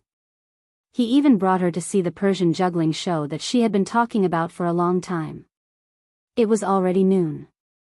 After walking for half a day, Li Zishuan was also very hungry and wanted to find a restaurant to eat. Xiaohe, which restaurant nearby has good food? Not knowing which restaurant to choose, Li Zishuan decisively threw the question to Xiaohe, a native of the Tang dynasty. "Young master, Xiaohe also doesn't know. Xiaohe rarely leaves the residence and has never eaten here before." Xiaohe blinked her eyes and said carefully. Li Zishuan patted his head and thought that it was true. How could this little maid be willing to spend money to eat in a restaurant in the Shi market? "Young master, why don't we go to the Drunken Immortal restaurant opened by old master?" Xiaohe suggested. My father opened a restaurant in the Shi market? Li Zishuan was very surprised. "Pfft, young master, how come you don't even know about your family's business?" Xiaohe could not help but laugh. Li Zishuan was also quite embarrassed. "Okay, then let's go to the Drunken Immortal restaurant. Does anyone know where it is?" "Lead the way." "Lan knows. Father brought Lan here last year," Lan said enthusiastically. The little girl was excited when she heard about food. She was simply a little foodie. He bought so many snacks for her in the morning and she was still not full. Li Zishuan was a little puzzled. "Then let's go." The group of people arrived at the Drunken Immortal Inn under Lan's lead. This was a 5-story restaurant. It was very conspicuous among the low-rise shops. Just by looking at it from the outside, it looked quite grand. TSK, Dad is really rich. This is equivalent to a 5-star hotel in the future, and this is one of the family's businesses. TSK, I only knew that Dad was rich, but I didn't expect him to be so rich. Looks like the path of a rich second-generation prodigal has a long way to go. How can he spend so much money? Li Zishuan was just a poor loser in his previous life. He really didn't know how to spend this much money. When they entered the restaurant, the manager of the restaurant was a fat man in his 40s. When he saw Lanner, he immediately came up to her and smiled like a Maitreya Buddha. Miss, why are you here today? Please come upstairs." He had never seen Li Zishuan before, so naturally, he didn't know that this was his young master. "Shopkeeper Lu, this is my family's young master. He just returned from Mount Longhu yesterday. Why don't you greet him?" Xiaohe said angrily when she saw that shopkeeper Lu ignored her young master. Young master, please don't blame me. I was blind. Young master, please come upstairs." When shopkeeper Lu heard this, he repeatedly apologized to Li Zishuan. He had also heard that his young master had a son who went to Mount Longhu to learn martial arts. He didn't expect to bump into him as soon as he came back. He couldn't help but feel that he was unlucky. You don't have to be so polite, shopkeeper Lu. Uncle Lu, you've worked hard to help my father manage the restaurant all these years. Li Zishuan patted shopkeeper Lu's shoulder and tried to be as gentle as possible. After all, shopkeeper Lu was considered one of the upper management of the Li group. He had also made a lot of contributions. A few words of encouragement would let him continue to contribute to the Li group. There was no need to make things difficult for him over such a small matter. Li Zishuan wasn't such a petty person. Li Zishuan expressed that he was still very magnanimous. Young master, what are you talking about? This is what I should do. When shopkeeper Lu heard Li Zishuan's words, he was so happy that the fat on his face jiggled. I feel disgusted looking at him. Li Zishuan quickly turned his head away. He was afraid that he wouldn't be able to eat later. The group went up to the 4th floor and entered a private room. After shopkeeper Lu served some of his signature dishes, Li Zishuan and Lan sat down to eat. 2 maids and 2 servants stood by the side to serve them. You guys should sit down and eat together. Why are you standing? Li Zishuan expressed that he couldn't eat when others were looking at him. He quickly waved his hand to the 4 people beside him. Young master, how can we do this? How can servants sit and eat together with their masters? Xiao Shi hurriedly waved her hand and said.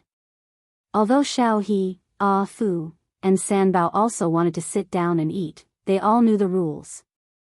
When they heard Xiao Shi's rejection, they nodded their heads in agreement.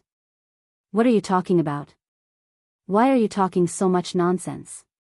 Since I asked you to eat together, then quickly sit down and eat. Li Zishuan said impatiently. He still didn't understand the concept of class. Seeing that their young master was about to flip out, the 4 of them looked at each other and carefully sat down. With no one staring at him, Li Zishuan picked up his chopsticks and wanted to try the dishes of this 5-star hotel's chef. In the end, he was disappointed. It was not as good as the shark fin soup made by his mother yesterday. Li Zishuan cursed in his heart. It couldn't be helped. The main reason was that the Tang dynasty's cooking method was too simple. Li Zishuan ate a few chopsticks and didn't want to eat anymore. After eating these dishes every day, his mouth was getting bland. He had to think of a way to improve his diet. He planned to go to the kitchen of the hotel and see if he could get the chef to make something delicious. What should he make? Let's make KFC. It was suitable for both young and old.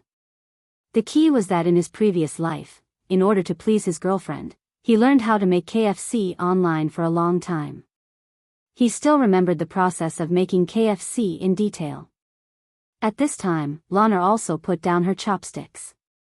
She had eaten too many snacks in the morning. At this time, Li Zishuan said to Lana, Lana, Big Brother will go to the kitchen and ask the chef to make something delicious that you have never eaten before. Do you want to eat it? What is it? Lan opened her big cute eyes and asked expectantly. Lan, you will know in a while. Li Zishuan laughed and left. He went to find shopkeeper Lu and said that he wanted the chef to make something new. He asked shopkeeper Lu to bring him to the kitchen of the hotel. Wang Eru, come here. Come and greet the young master. The young master wants you to make something new. Do whatever the young master asks you to do. Do you hear me? Shopkeeper Lu waved his hand at a fat young man in his 30s. Yes, yes, yes, shopkeeper. Wang Eru quickly replied. Shopkeeper Lu hurriedly bent over and said to Li Zishuan with a smile, Young master, this Wang Eru is the best chef in our hotel. If you need anything, just ask him. Well, sorry to trouble you, shopkeeper Lu. If you have something to do, go ahead. Don't worry about me. Li Zishuan waved his hand at shopkeeper Lu. No hurry, no hurry. I also want to see what kind of new food the young master wants to make. Whatever. You can have a look if you want. The dish I want to make is called Kentucky Fried Chicken. Li Zishuan said indifferently. Then, he ordered Wang Eru, get me 20 pairs of chicken legs. Since he had already made it, he might as well make more. After a while, Wang Eru brought back a large pile of chicken legs. Li Zishuan continued to instruct. First, cut each drumstick into 3 equal pieces. Then, add some sugar, salt, and ginger to each piece. You can estimate how much to add. If it tastes good later, your salary for this month will be doubled. If it doesn't, I'll deduct your salary. Wang Eru suddenly felt a lot of pressure. His forehead was secretly sweating. He carefully controlled the ratio of seasonings with his years of cooking skills. Seeing that Wang Eru was done, Li Zishuan continued to instruct. Pour half a pot of wine into it. Yes, that's all. Well, bring it over and steam the chicken cubes first. After half an hour, the chicken cubes were steamed. Li Zishuan ordered again, roll the chicken cubes in the starch. Okay, go and beat 4 more eggs. Mix them well and add more eggs to the chicken cubes. After a while, Wang Eru was done. Do you have sesame oil? Li Zishuan remembered that there should be sesame oil in the Tang dynasty. Yes, how much do you want, young master? A pot. Half a pot will do. Ah. So much? Young master, sesame oil is very expensive. Wang Eru was a little distressed. It's okay. Go ahead. I don't lack money. Li Zishuan said that he was so poor that he only had money. Wang Eru had no choice but to get the sesame oil. Under Li Zishuan's instructions, he poured the sesame oil into the pot and boiled it. After that, he put the chicken cubes in and fried them until the skin was golden brown. Suddenly, a fragrant and crispy chicken smell filled the kitchen.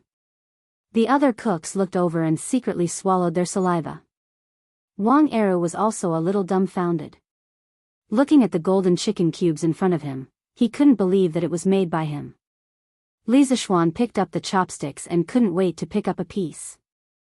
It was crispy on the outside and tender on the inside. The key was that it was neither salty nor bland. The taste was just right. It was not much different from KFC in the future. He happily patted Eru's shoulder and said, Eru, well done. Manager Lu, Eru's salary will be doubled in the future. Eru, work hard in the future. My Li family will not treat you unfairly. Don't think about changing jobs. I can give you what other families can give you. Li Zishuan valued a talent like Eru very much. After saying that, he ignored Eru's continuous declarations of loyalty and left with the KFC. Passing through the hall on the first floor, the fragrant smell of the fried chicken cubes immediately attracted the attention of all the diners. They all looked at the food plate in Li Zishuan's hand. They all fiercely sniffed and secretly swallowed their saliva. Seeing that Li Zishuan was about to go upstairs, a dark and thin young man stood up and said, Wait a minute, little brother. What food are you holding in your hand? Why haven't I seen it in the Drunken Immortal restaurant? Li Zishuan heard this and stopped. He looked at the dark and thin young man and said, This is KFC. It's a new dish from the Drunken Immortal restaurant. It will be available tomorrow. Today is only a trial. If you want to try it, you can try it tomorrow morning. In a while, I'll ask Manager Lu to add this dish to the restaurant's menu. Perhaps it will increase the restaurant's income. Li Zishuan was inwardly pleased with himself as he thought to himself, this can be considered as increasing my dad's income. After saying this, Li Zishuan ignored everyone's reaction and quickly went upstairs. His little sister was still waiting for him. Chapter 10. In the private room on the 4th floor. Li Zishuan pushed open the door and entered. Instantly, the gazes of the few people in the room all gathered on him. The smell was really too fragrant, and the appearance was also very good. Wow, is this the new delicious food that brother made? It looks delicious, Lan wants to eat. Lan excitedly went forward to take the chicken with her hands. Li Zishuan quickly pushed Lan's hands away. Go, it's hot, use chopsticks. Come, Xiao He, Xiao Shi, Ah Fu, San Bao, try it too. After saying that, he placed a large plate of fried chicken on the table. Lan impatiently picked up a piece of chicken and put it into her mouth. Her small mouth bit on the fragrant and soft chicken, and her cute big eyes narrowed into a line. While eating, she exclaimed, it's really delicious. Brother, what's the name of this? Brother named this food Kentucky Fried Chicken. Lan, don't speak when you eat, be careful not to choke. After saying that, he dotingly rubbed Lan's little head and said to the other 4 people, don't just stand there, come and try it. There's so much, Lan can't finish it all by herself. Don't care about so many rules, follow young master and you will have meat to eat. Xiao He, Ah Fu, and Sanbao impatiently picked up a piece of chicken and began to wolf it down. Only Xiao Shi was more reserved, and she ate in small bites. This little servant girl had always been more gentle and quiet, but from her slightly raised lips, it could be seen that she was eating happily.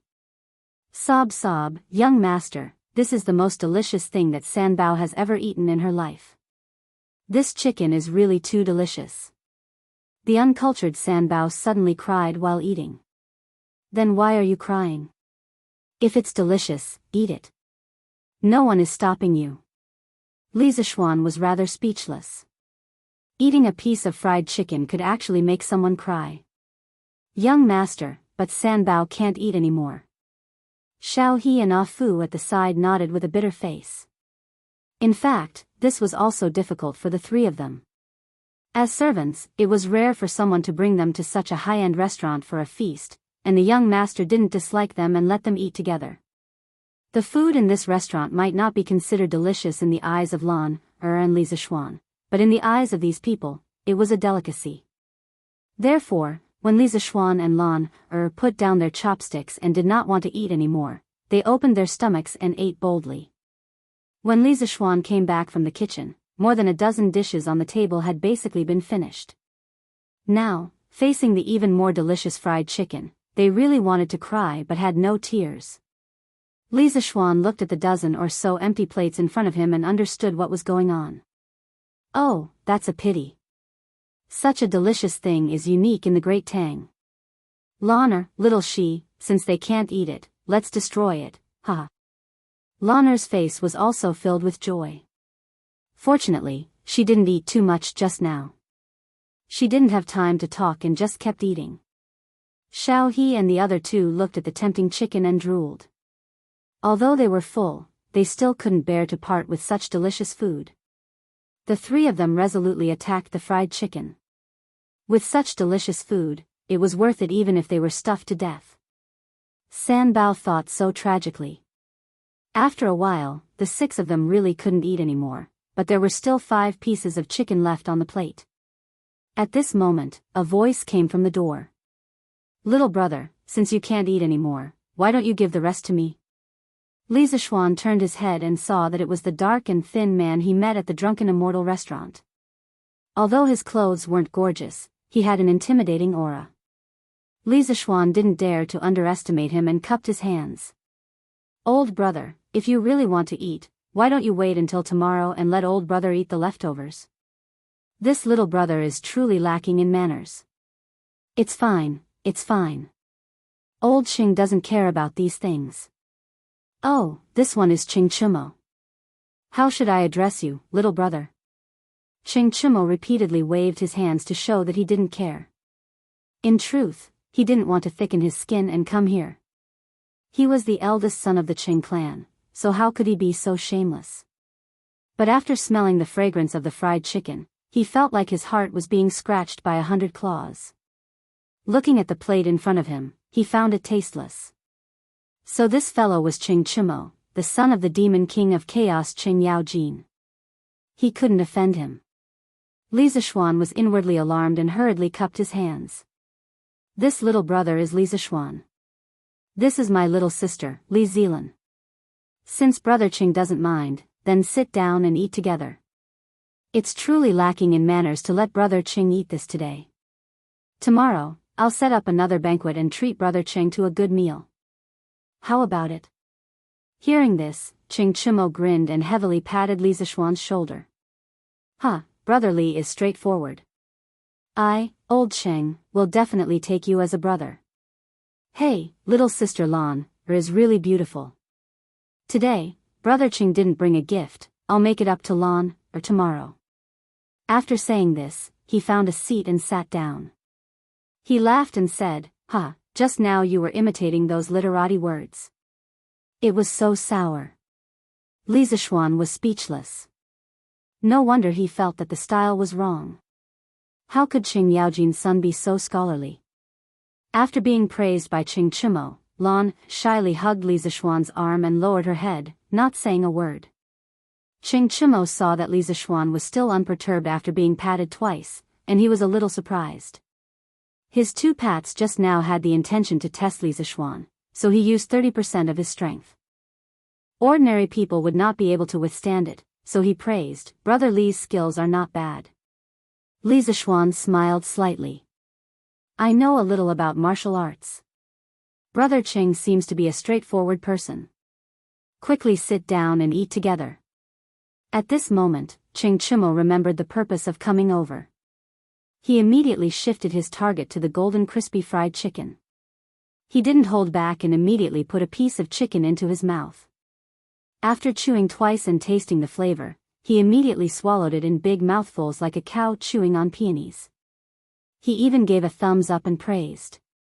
"This is really a delicacy. I've eaten so much food for so many years for nothing." Not long after, the pieces of fried chicken were completely devoured. Qing Chimo obviously wanted more and said, "It's really delicious. This is the most delicious thing I've ever eaten in my life." Then he asked doubtfully, "Brother Li, why did the Drunken Immortal restaurant let you taste the new food they released today?" After eating the delicacy of his dreams, this guy's intelligence finally returned to normal and he thought of the crux of the problem. Li Zishuan smiled and said, "I won't hide it from Brother Cheng. This Drunken Immortal restaurant is my father's business. Today, this little brother suddenly had an idea and taught the chef to make this new food. I wanted to try it and see if it was delicious. Oh, so that's how it is. Brother, next time you make a new food, don't forget about me, haha." Qing Chimo patted Li Zishuan and said. At this moment, shopkeeper Lu came in and cupped his hands towards Li Zishuan. "Young master, this old man just tasted the chicken. It's really a delicacy. I just don't know if young master can sell this chicken in the Drunken Immortal restaurant." Old Lu looked at Li Zishuan with a hopeful expression. When Li Zishuan left, he impatiently asked Wang Eru to make some fried chicken for him. After tasting it, he almost swallowed his tongue. He had eaten many delicacies over the years, but he had never eaten anything that could be compared to this fried chicken. Thus, old Lu thought that if this chicken was sold in the Drunken Immortal restaurant, it would definitely cause a great sensation. Thus, he eagerly ran over and asked for Li Zishuan's opinion. "Yes, Uncle Lu, I was just about to talk to you about this matter. Tomorrow, you can put this KFC on the restaurant's menu. There will be a limit of 200 servings per day. It's first come, first served." Yes, young master is wise. Old Lu had been doing business for many years. He immediately understood Li Zishuan's intentions and his face was full of admiration. Then he asked, "Young master, how much is the price of this chicken?" Li Zishuan thought for a moment and asked, "Uncle Lu, do you have a rough estimate of the cost of each serving?" Only then did shopkeeper Lu notice Qing Chimo in the room. He hesitated for a moment. Li Zishuan waved his hand and said, "Don't worry. This is my brother. If he comes to the Drunken Immortal restaurant in the future, Uncle Lu, you must treat him well." Qing Chimo was touched.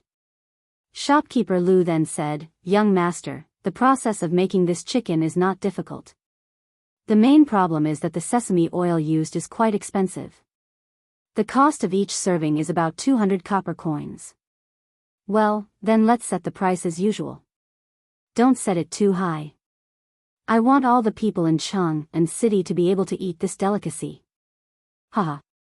Everyone in the room was speechless. A serving of this chicken was not expensive. Do you think all the people in Cheng and city are as rich as you? Shopkeeper Lu thought carefully. Such a delicacy could be eaten with money. It was indeed not expensive. He happily flattered, "Young master is so benevolent. But why is this dish called chicken nibbled? It's so strange." He muttered in his heart, "Why does this chicken need to be nibbled? Can't it just bite it with its mouth?" Li Zishuan also knew that the ancient people would find the name Kentucky Fried Chicken strange, but he did not expect old Lu to think so far. He said, "Kentucky Fried Chicken is quite good. Let's use this name. Well, we must respect the originality." What else could shopkeeper Lu say? He could only express his agreement and then leave. In the room, he chatted with Ching Chimo again. Feeling that it was time to leave, he asked Lan, "Do you still want to go to Shi City?"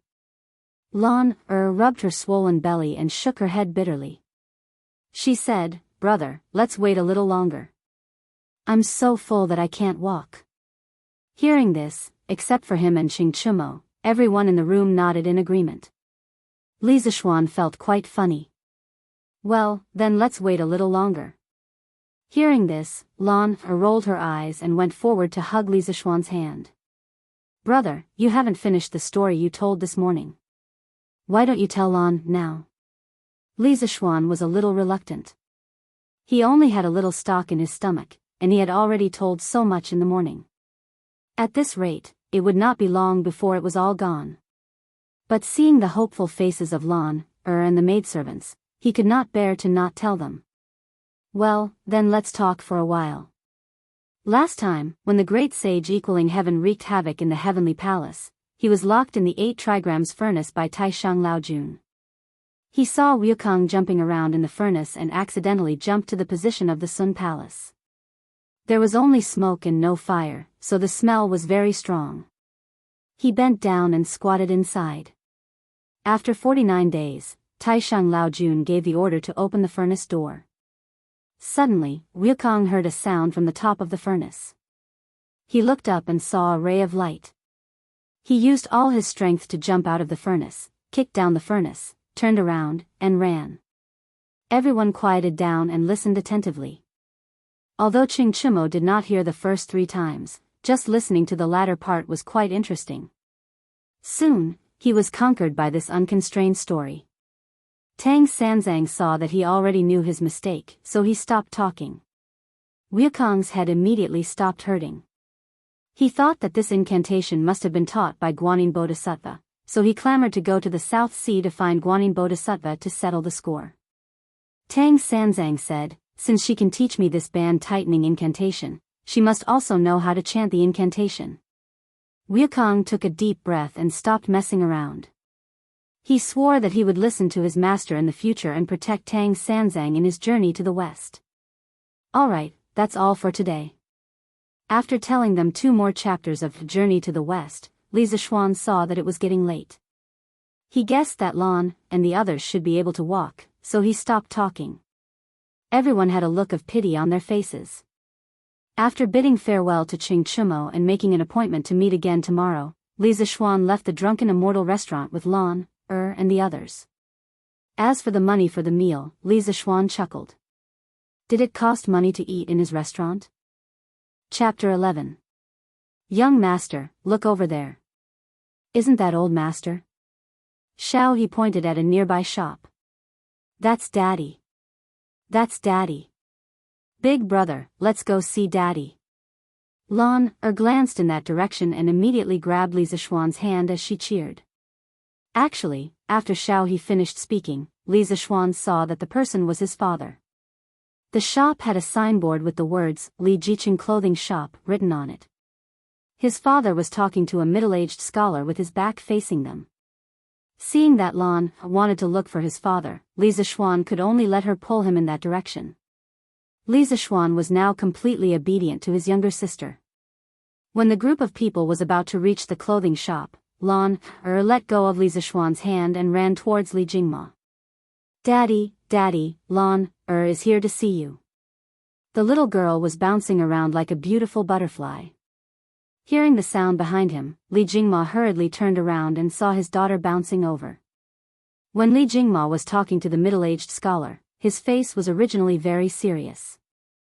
However, when he saw his daughter, his face instantly melted and a smile blossomed on his old face.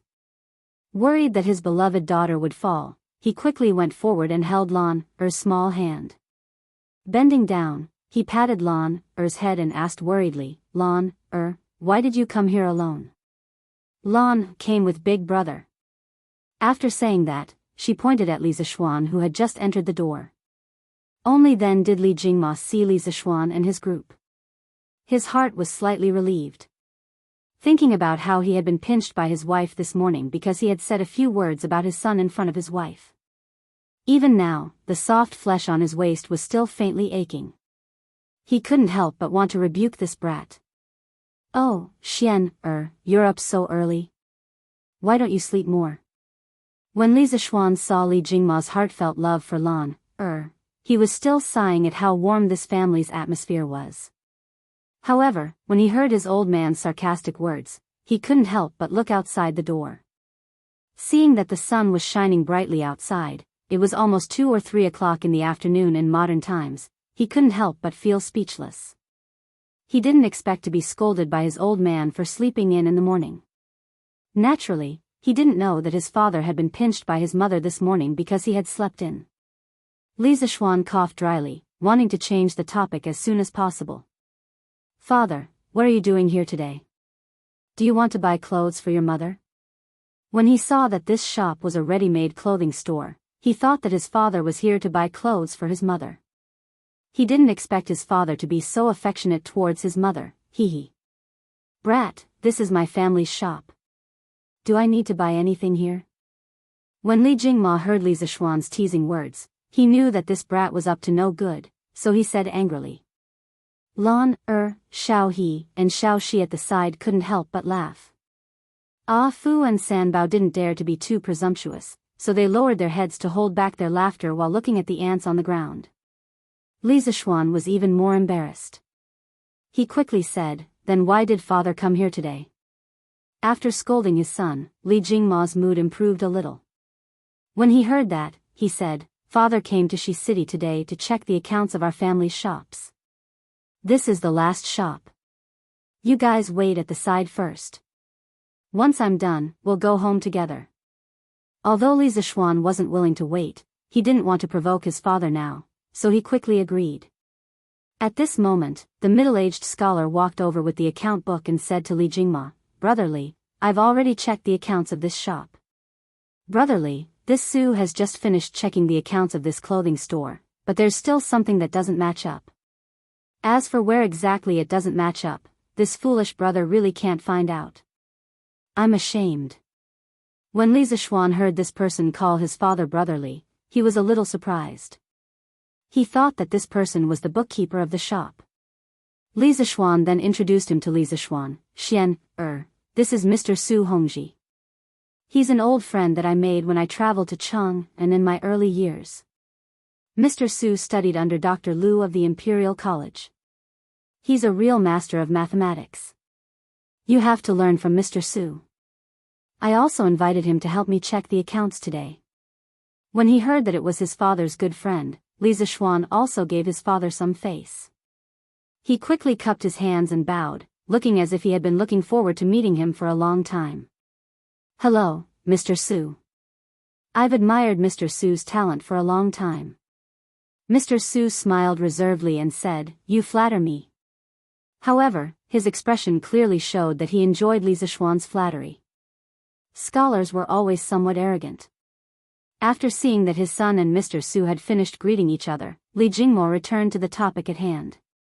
He frowned and said to Su Hongji, Even Mr. Su can't find out where the problem is. What should we do? Su Hongji was a little ashamed at this moment. His old friend trusted him, but he had failed him. He explained, the person who made the accounts is also a master of mathematics. I have little talent and knowledge. It's really difficult for me to find the loophole in the accounts in such a short time. I've really failed Brother Li. I'm ashamed. When he heard this, Li Jingma hurriedly said, Sir, please don't blame yourself. It's all that old thing's fault for making fake accounts. After saying this, he angrily said to the middle-aged man in gray standing by the door. Wang Zhengkuan, how dare you? This old man handed this shop over to you to manage, but you falsified the accounts to fool this old man. Master, I've been wronged. I've been wronged. How could I dare to deceive you? When the middle-aged man in gray heard this, he immediately bent over and complained tearfully. Li Jingma clearly knew that there was a problem with the accounts, but he couldn't find any evidence. Since the other party refused to admit it, he couldn't beat him into a confession. Li Jingma was very depressed. Father, let me take a look at the accounts. At this moment, Li Zishuan suddenly came forward and said. His father could make up a few things in private, but he couldn't stand others maliciously deceiving his father. Li Zishuan still respected and loved his father very much. Seeing that the old man next to him wanted to use this number game to fool his father, Li Zishuan couldn't help but sneer in his heart.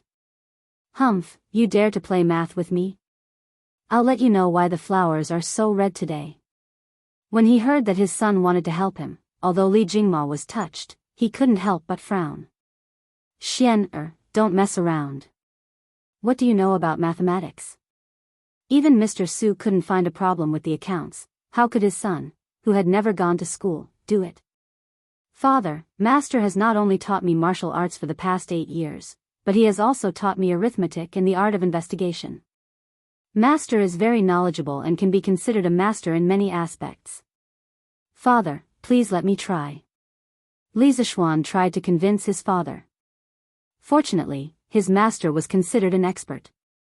Ordinary people rarely came into contact with him, so no one knew what his master was capable of.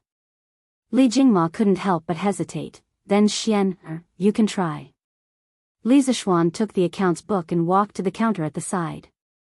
Shao Shi, come and grind the ink for this young master. In his previous life, Li Zishuan's father was only a farmer with a junior high school diploma, but his calligraphy was very good. When he was young, all the couplets at home were written by his father.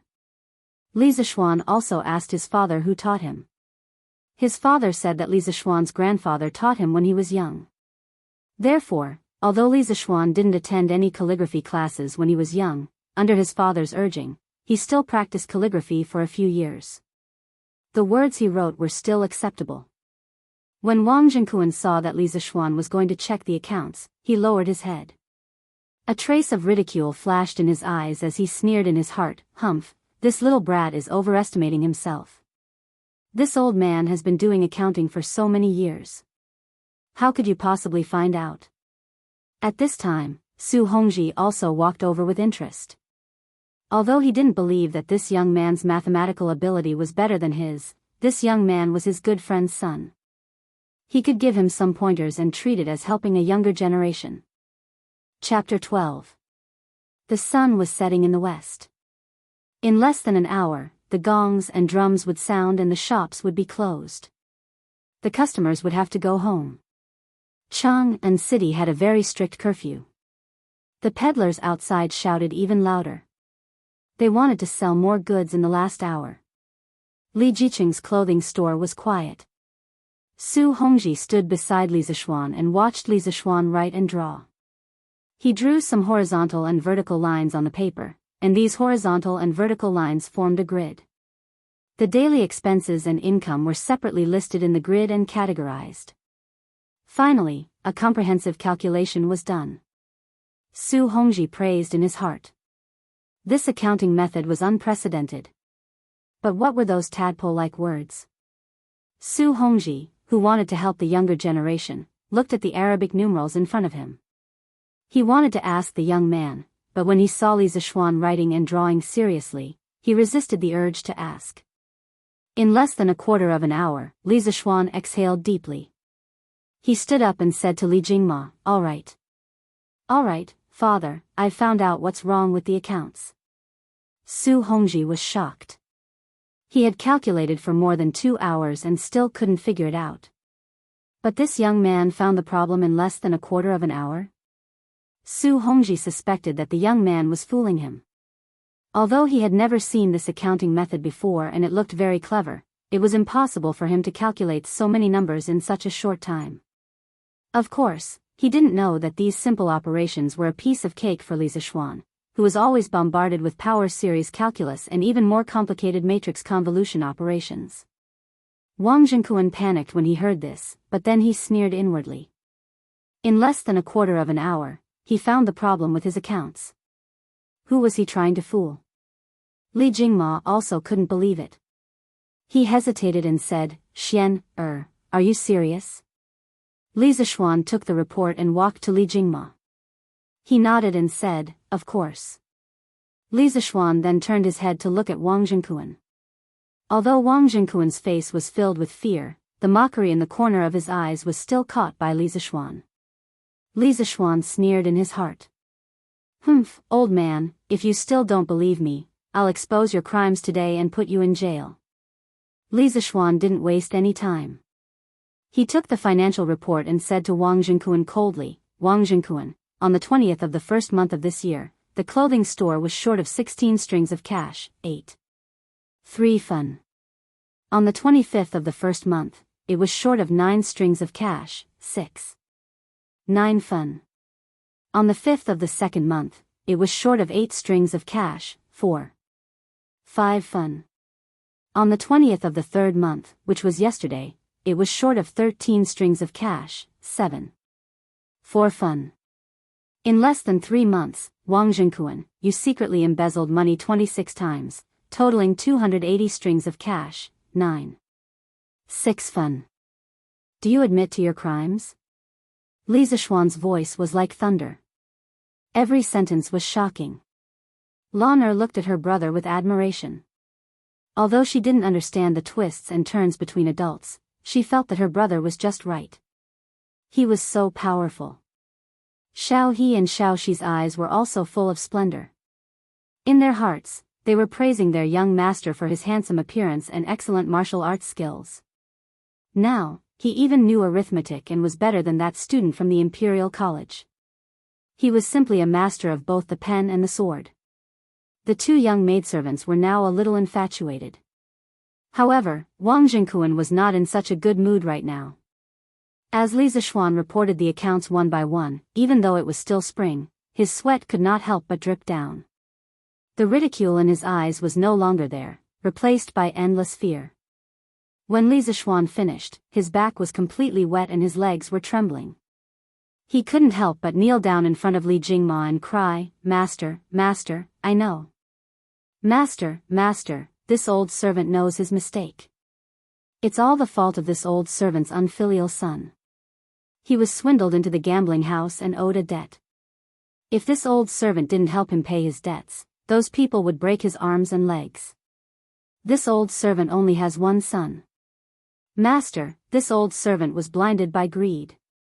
Master, please forgive this old servant this time for the sake of this old servant's conscientious work in the clothing store." At first, Su Hongji didn't believe that Li Zishuan found the problem with the accounts. However, seeing Wang Jingquan like this, it was obvious that Li Zishuan was right. He was shocked and eager to try. He wanted to grab Li Zishuan and ask him about his accounting method and the strange words. However, it was obviously not the right time. His old friend still had family matters to deal with. Li Jingma saw Wang Jingquan pleading guilty and was very surprised by his son's arithmetic ability. He was angry at Wang Jingquan's malicious deceit. If it wasn't for his son's help today, he would have been deceived by this old servant. He was very angry and was about to send this old servant to the officials. However, after hearing Wang Jingquan's words, he was a little soft-hearted. He also had a son. As a father, he sympathized with Wang Jingquan's experience. However, since he embezzled so much money, it would be unreasonable to not send him to the officials. Seeing that Li Jingma was a little soft-hearted, Li Zishuan hurriedly said, "Father, don't be soft-hearted. Father, please don't be soft-hearted. Even if he wants to repay his son's debt, he can't harm the interests of the boutique. He can borrow money from you. Taking money without permission is stealing. He falsified the accounts to avoid responsibility. If he really knows that he was wrong, he should have taken the initiative to admit his mistakes when you questioned him just now. He shouldn't have waited until the irrefutable evidence to admit his mistakes. If the price of committing a crime is so low, then who will abide by the law in the future? A pitiful person must have something hateful. Father, you should send him to the officials. You should choose another honest shopkeeper for the clothing store. Su Hongji nodded repeatedly as he listened. When Li Zixuan finished speaking, he said to Li Jingma, Brother Jingma, what your son said is true. People like Wang Jingquan must not be condoned. After that, he looked at Li Zixuan and praised Li Jingma, Brother Jingma, you have a good son. Your son is knowledgeable in mathematics and is sensible. His reasoning has impressed even your foolish brother. It's true that a hidden dragon in the abyss will turn into a dragon when it encounters the wind and clouds.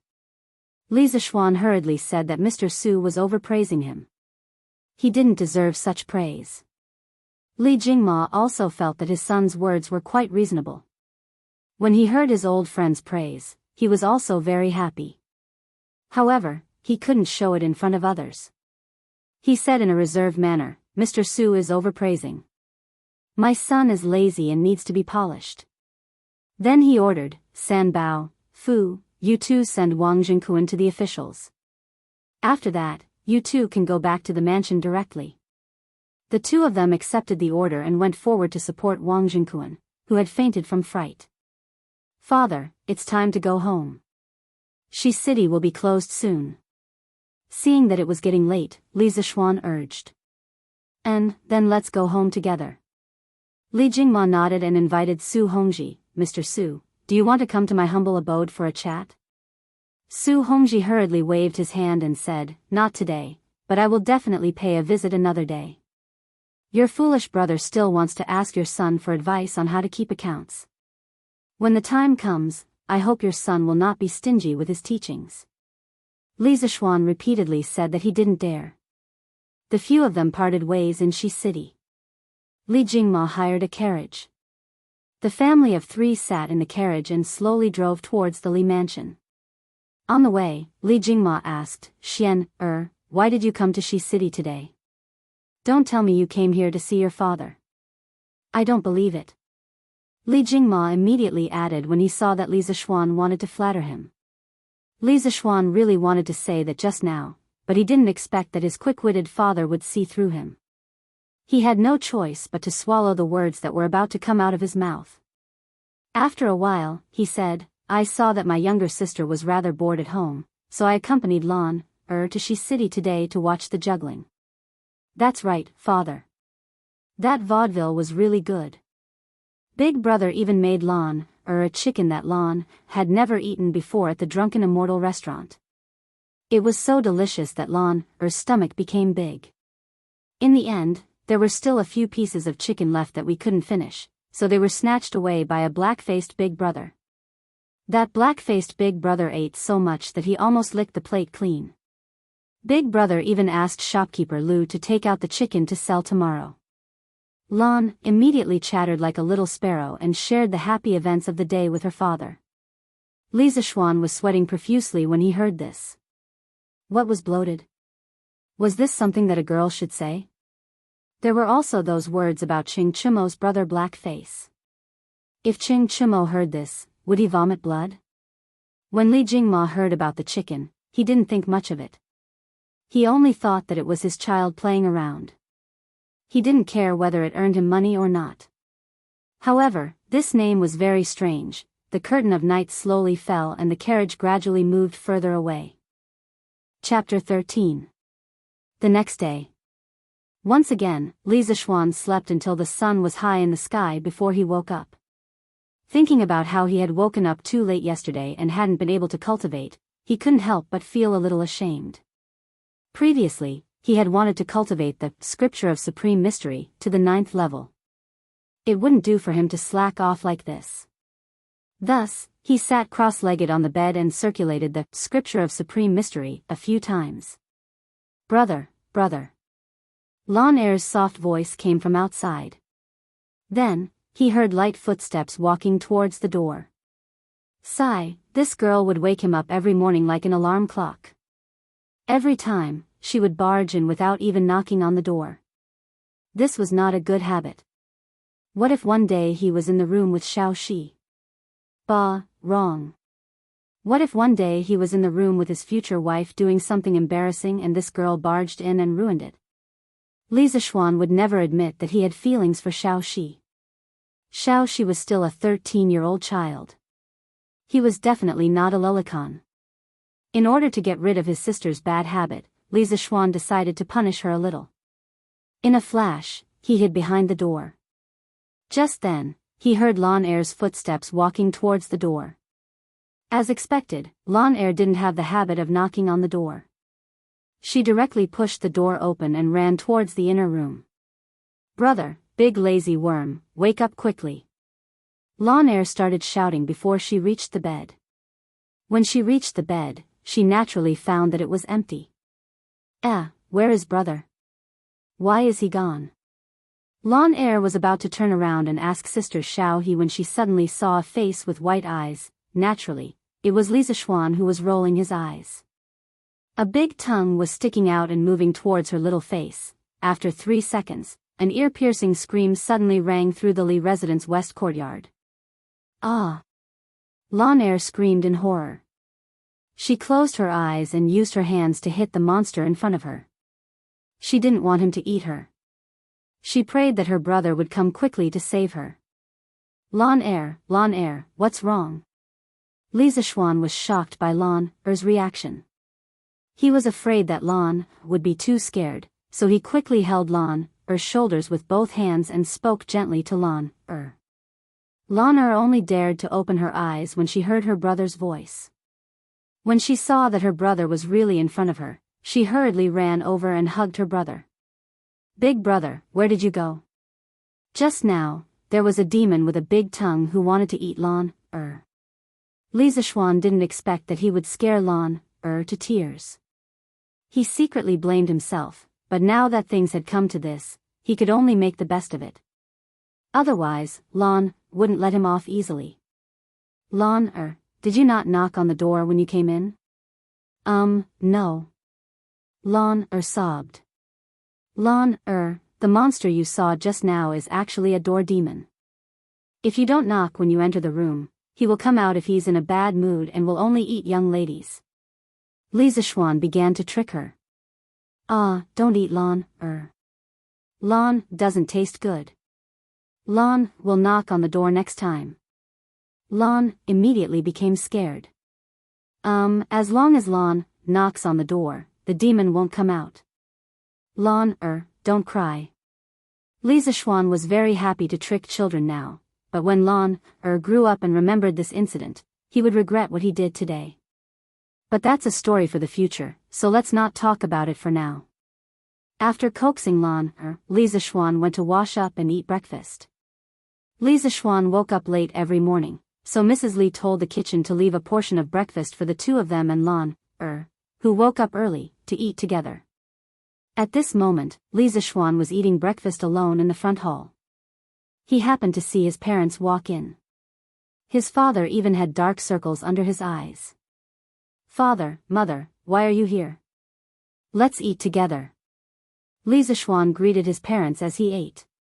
"Xian Er, hurry up and eat.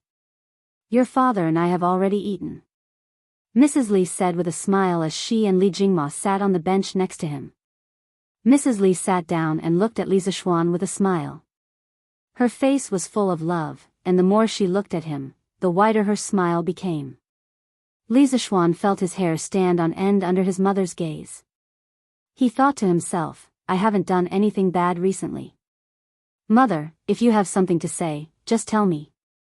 I can't eat with you staring at me like that," Li Zixuan said helplessly. He really couldn't eat with his mother staring at him. It's nothing. I just came to ask if you're short on money recently." Li Zixuan was stunned. He didn't expect that his parents were here to give him pocket money.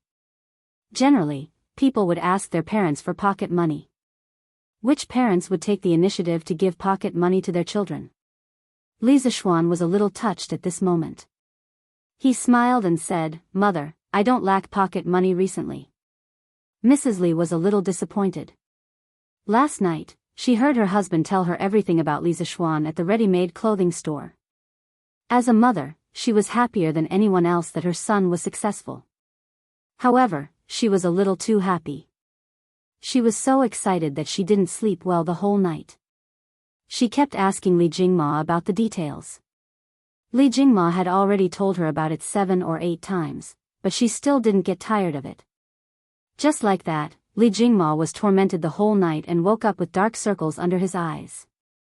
Hearing that her son had woken up, Mrs. Li hurriedly pulled Li Jingma over. She wanted to give her son some motherly love. After all, her son had been away from home for so many years. As a mother, she was trying her best to treat her son better. Xian, if you're short on money, just tell me. You have to spend money to eat and drink with your friends. Don't embarrass yourself. Don't worry about money. Your father has plenty of money. He earns so much money for you to spend. Don't be afraid of spending money. Mrs. Li got up and patted Li Zishuan's back. Her face was full of love as she encouraged him to be a prodigal son. Hearing this, Li Jingma almost spat out a mouthful of blood. Just as he was about to object, he was glared at by Mrs. Li. Of course, Li Jingma didn't dare to glare back. He could only glare fiercely at his son. He thought angrily in his heart. Ever since this brat came back, his status in the family had plummeted. Yesterday, he told Mrs. Li that this brat knew how to do mathematics. After that, this brat's status rose again. Now, he was the ancestor of the family. In the future, he definitely couldn't tell Mrs. Li about this kind of thing. Li Zishuan was also dumbfounded after hearing his mother's words. What does this mean? Is she telling me to quickly become a prodigal son? Li Zishuan felt that the world was changing too quickly. He couldn't understand it. He muttered to his mother. Thank you, mother. If I'm short on money, I'll ask mother for it. Seeing that his father didn't say a word, Li Zishuan thought that his father was unhappy because he was only talking to his mother. He shamelessly struck up a conversation with his father. Father, why didn't you go to the shop today? Li Jingma originally planned to go to the shop in Shi City this afternoon to take a look. After all, the clothing shop hadn't found a new shopkeeper yet. He was also a little worried. However, after hearing his son's words, he remembered that Mrs. Li had just said that she earned so much money for Li Zishuan to spend. Suddenly, his motivation to earn money was not as strong as before. His old face darkened as he said in a bad mood, "Why do you need to care? I'm not going today. I think there's nothing going on at the shop today, so I don't plan to go." It was Li Jingma's father who felt the slight murderous intent in his wife's eyes. He changed his words and used a gentle tone to speak. Li Jingma's father felt that he couldn't stay in the front hall any longer. He hurriedly put his hands behind his back and went back to sleep in the east courtyard. Li Zishuan could see that his father was afraid of his mother. His father's status in this family was really low. He even sympathized with his father. He didn't know what was wrong with his mother today for her to suddenly be so enthusiastic, but he couldn't be bothered to care about it now. Under his mother's loving gaze, he hurriedly finished his breakfast and fled to the backyard to play with Lan. Chapter 14. In the backyard of the Li residence. Li Zishuan was pushing Lan on the swing when Xiaohe suddenly ran over and said to Li Zishuan, "Young master, Qing Chimo, who ate with us yesterday, is here. He is waiting for you in the front hall. He said that you owe him a meal and is waiting for you to treat him." Speaking of this, Xiaohe couldn't help but laugh. Li Zishuan was stunned. He almost forgot about this. However, Qing Chimo was really interesting. Who would run to someone's house and ask them to treat him? However, Li Zishuan also quite liked this guy's straightforward temperament. At least he was better than those who appeared to be amiable with you on the surface but stabbed you in the back. This kind of brother was worth having. Li Zishuan brought Lan to the front hall and saw Qing Chimo sitting there casually drinking tea. Hey, this guy really didn't treat himself as an outsider. "Oh, brother Chonyo, why are you here today?" Li Zishuan pretended to be confused and said. Qing Chimo heard this and stared at Li Zishuan. This guy clearly owed him a meal and yet he pretended to be confused. He didn't believe that the servant girl didn't say why he came today when she went in to report. He really didn't expect him to be so thick-skinned. Li Zishuan's skin was even thicker than his. He could say in private that Li Zishuan owed him a meal. After all, everyone in Jianghu knew that he, Ching Chimo, was a straightforward guy. However, he couldn't say in front of others that he was here to ask them to treat him to a meal, right? Ching Chimo huffed and puffed there for a long time. He didn't know what to say and his face turned red. Li Zishuan didn't want to tease him anymore and hurriedly said, "Oh, I was just about to invite Brother Ugly Bull to eat KFC at the Drunken Immortal restaurant yesterday. I almost forgot. My bad, my bad. Let's go to the Drunken Immortal restaurant now. Today's KFC is limited for others, but for Brother Ugly Bull, you can eat as much as you want."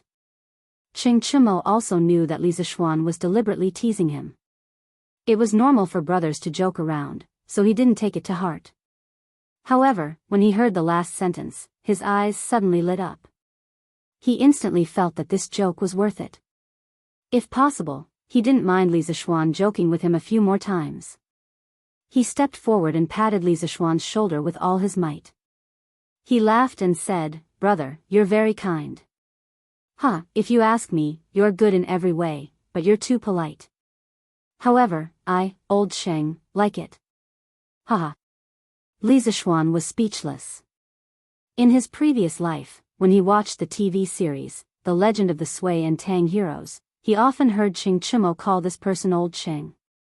He didn't expect that his son also liked to call himself Old Sheng. Li Zishuan wondered if Ching Chimo would still dare to call himself Old Sheng if Ching Chimo was here. Putting aside these messy thoughts, Li Zishuan brought Lan, and Ching Chimo out of the house. They saw a strong black horse at the door. "Brother Ugly Bull, you came here on a horse." Li Zishuan originally wanted to walk over with everyone, but when he saw that Ching Chimo came here on a horse, he suddenly felt awkward. "Aren't you talking nonsense?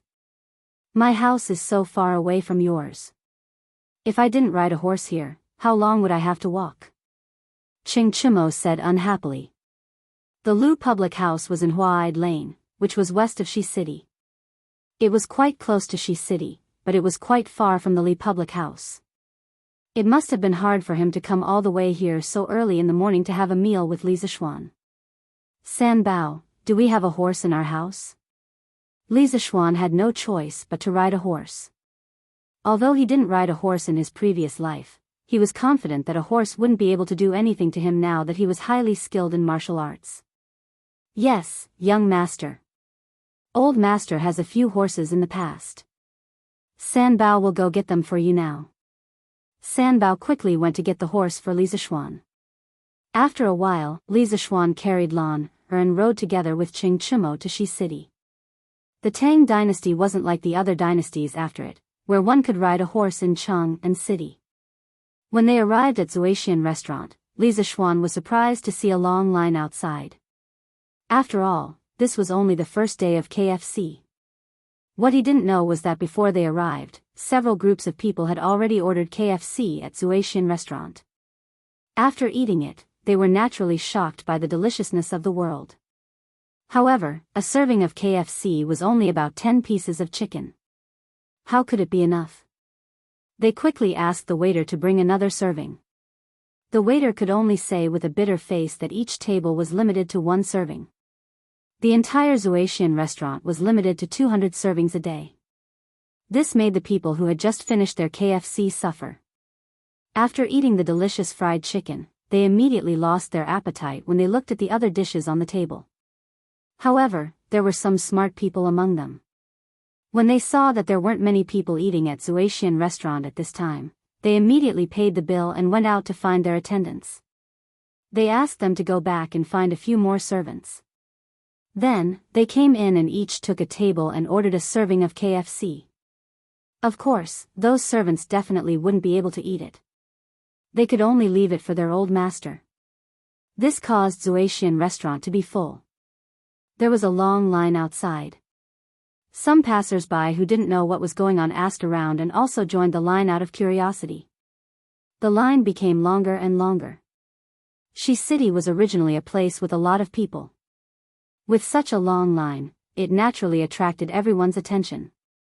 1 spread to 10, 10 spread to 100. Just like this, KFC became completely popular on the first day of its launch. Ching Chumo looked at the long line and couldn't help but be dumbfounded. He secretly rejoiced that he found Li Zishuan to eat with him.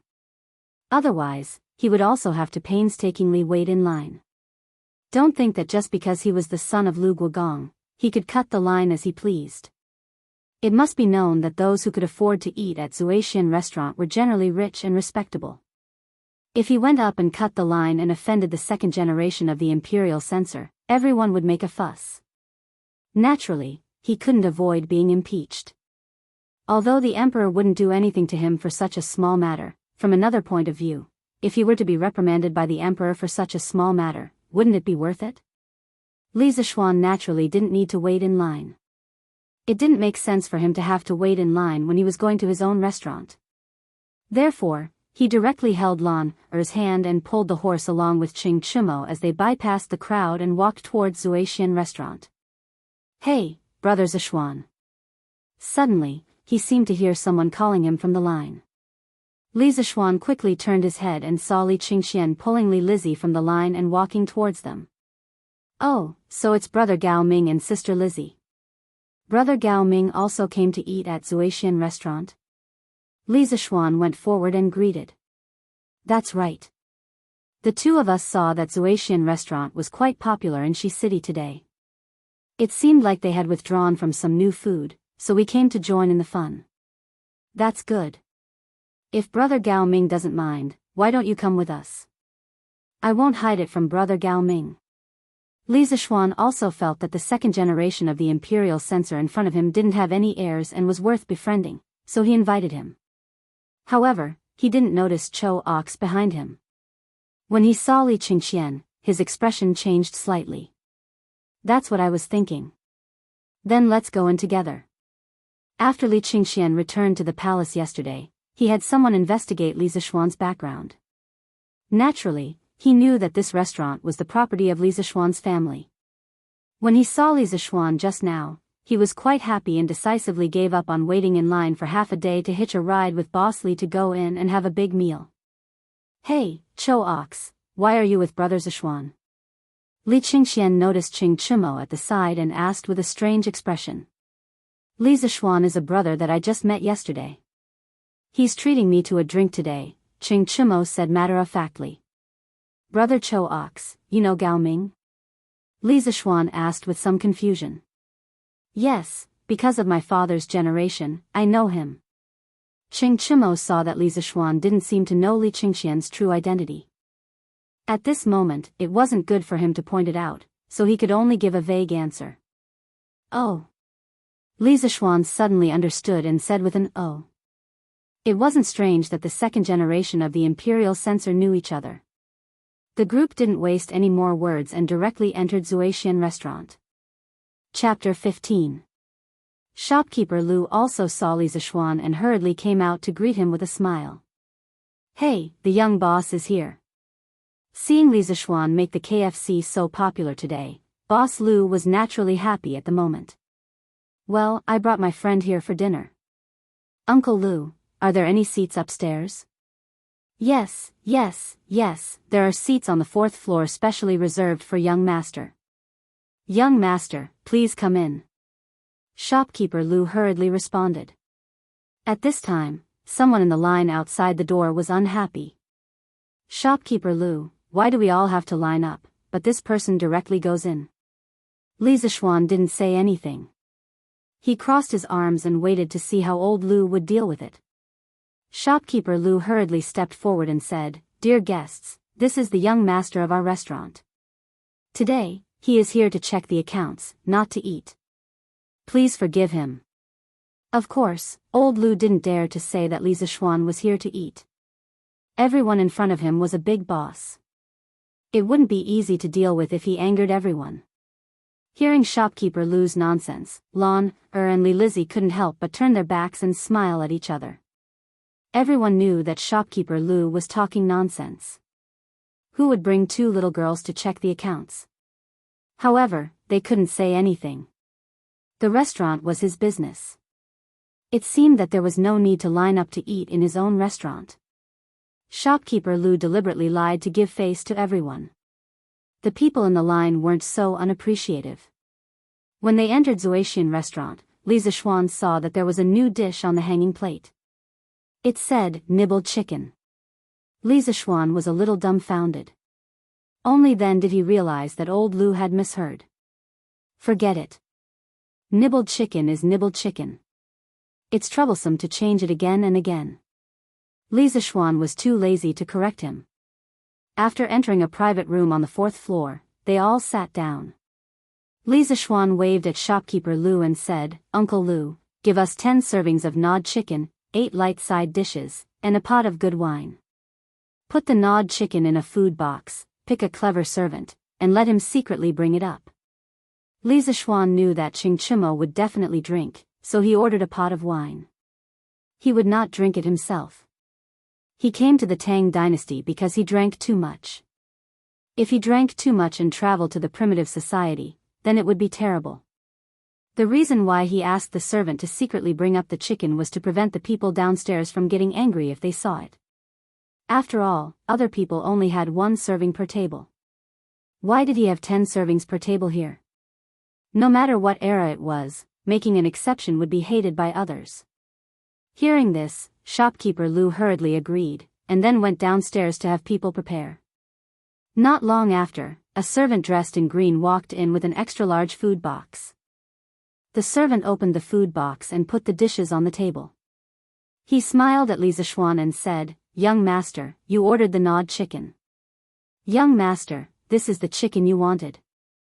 Because there were too many of them, 1 plate couldn't fit all of them, so I packed 4 plates for you. I was very careful when I came up so no one noticed. Well done. I'll ask shopkeeper Lu for a reward later. Li Zixuan praised. In modern times, he was used to not bringing money when he went out, so he didn't have any money on him now. It was not good for him to reward people directly, so he could only be generous. Naturally, the servant left happily. After a few pleasantries, everyone started to eat. It was the first time Li Qingxian and Li Lizzie had eaten the gnawed chicken. Just looking at the appearance made them drool. The 2 siblings couldn't help but pick up a piece and taste it. After tasting it, Li Qingxian couldn't stop and said that it was delicious. Although Li Lizzie also felt that the gnawed chicken was delicious, she didn't like greasy food. After eating a few pieces, she stopped eating and turned to eat the light side dishes.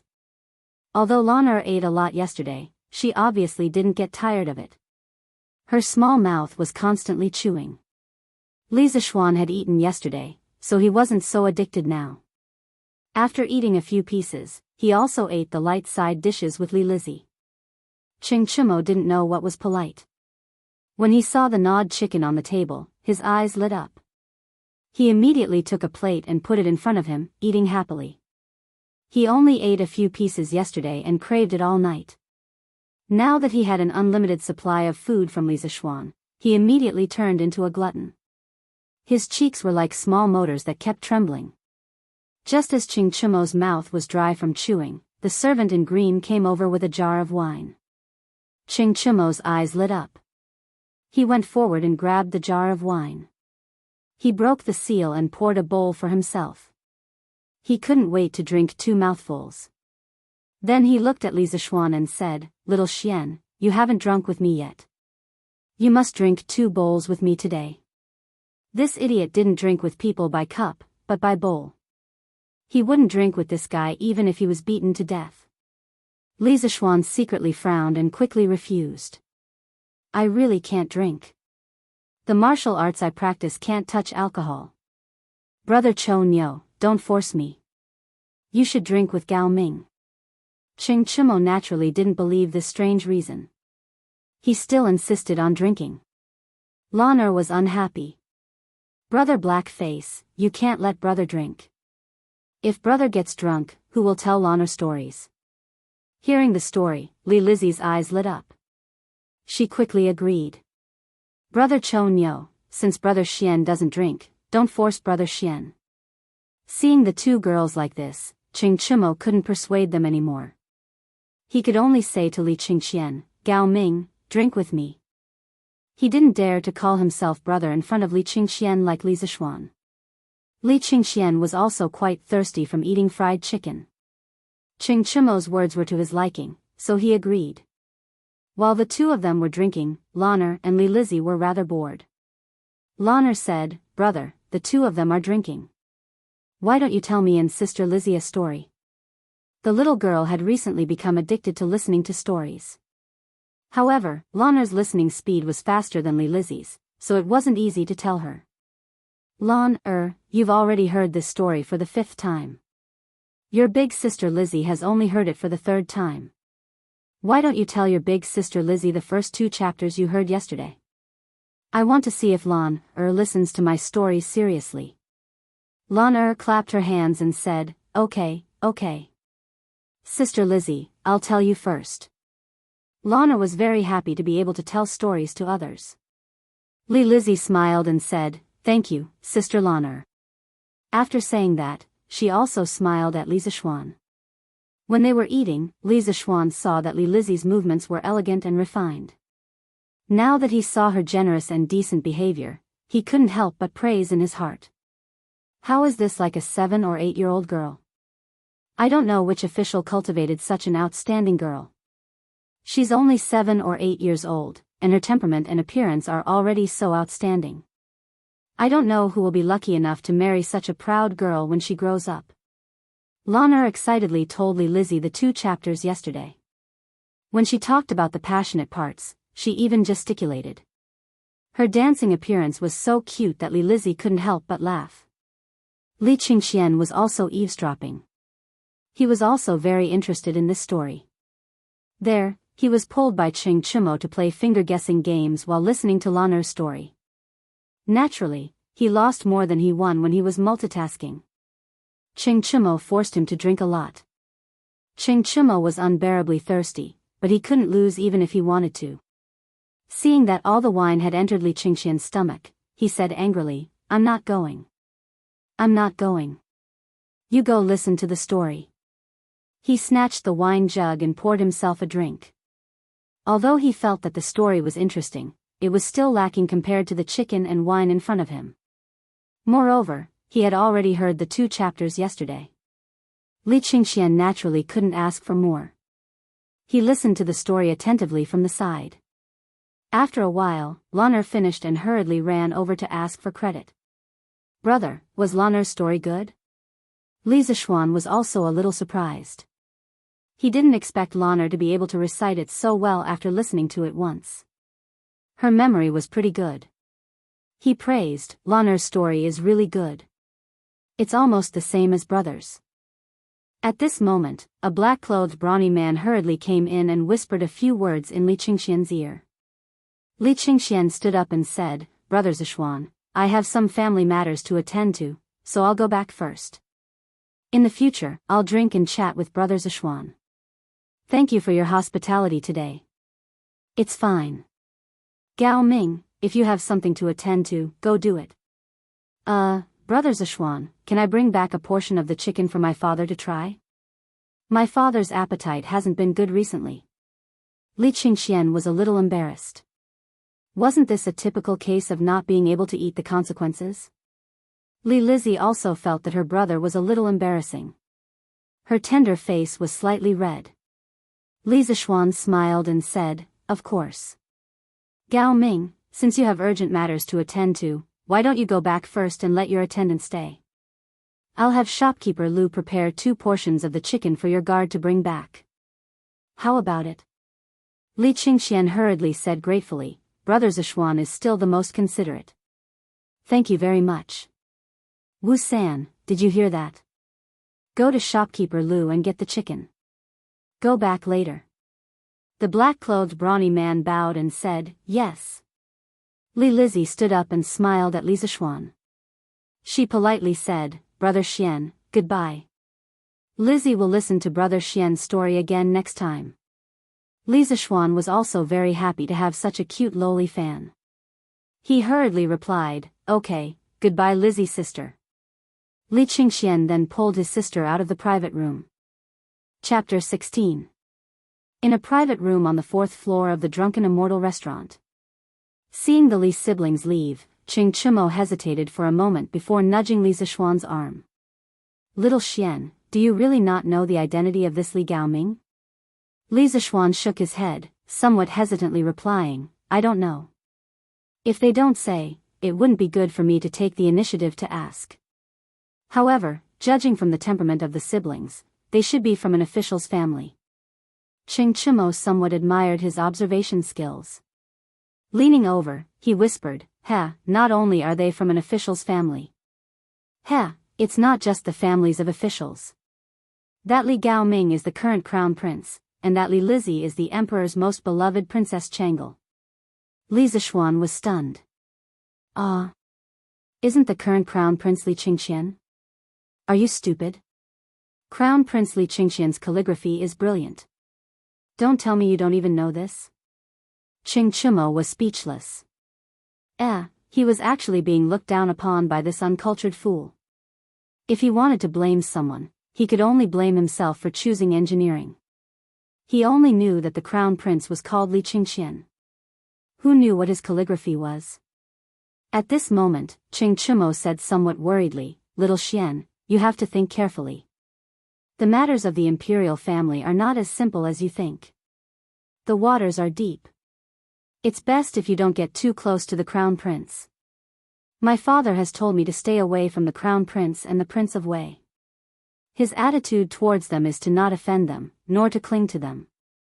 Moreover, His Imperial Majesty is still in the prime of his life. If you get too close to the crown prince, the Prince of Wei, and the others, it will not be beneficial to your future. Li Zishuan was somewhat moved. For Qing Chimo to say these words to him, it proved that he truly regarded him as a friend, a brother. Smiling, he patted Li Zishuan's shoulder and said, Brother Chimo, don't worry. Don't worry, Brother Cho Nyo. I've been cultivating in the mountains with Master for 8 years, and I've long since become indifferent to these fights for fame and fortune. Leaving the mountain this time, I have no intention of pursuing an official career.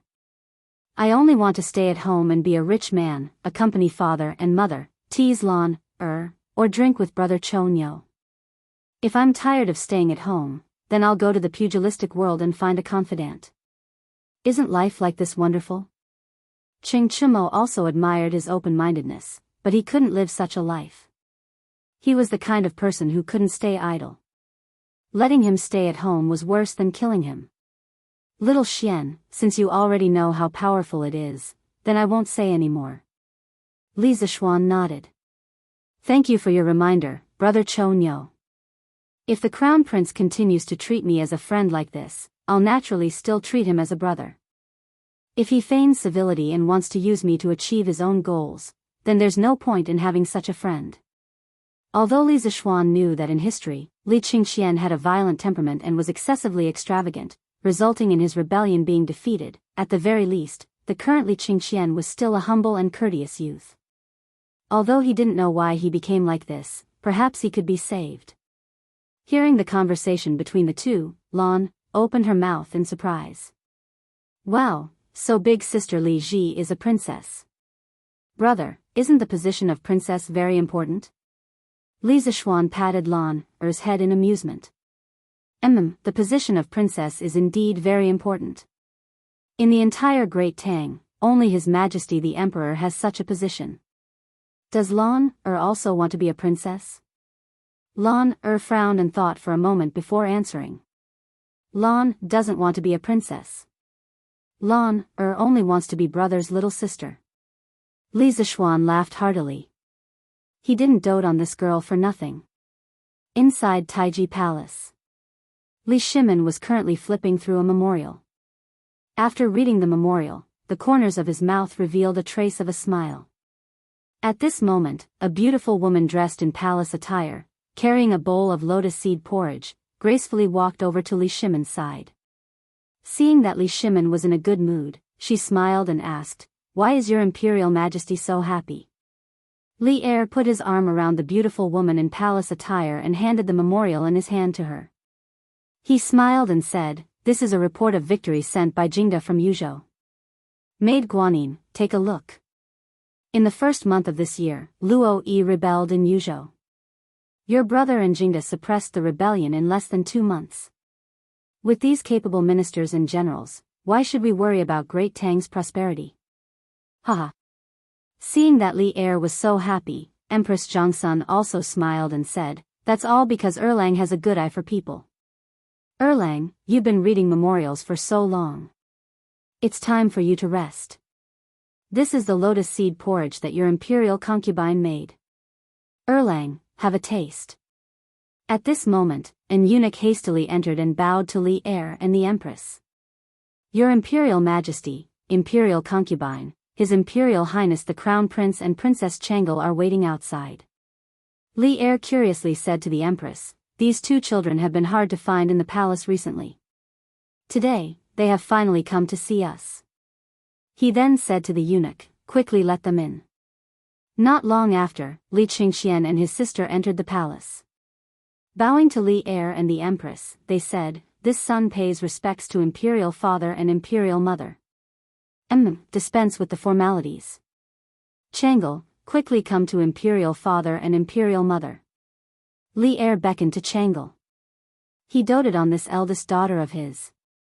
When Changel was born, Li Er viewed her as the apple of his eye and named her Li Lizzie. The history books were full of praise for Princess Changel, praising her as bright as the night moon illuminating the jasper forest, rotten as the morning glow reflecting the pearls. At this moment, Li Er saw the box of food in Li Qingxian's hand.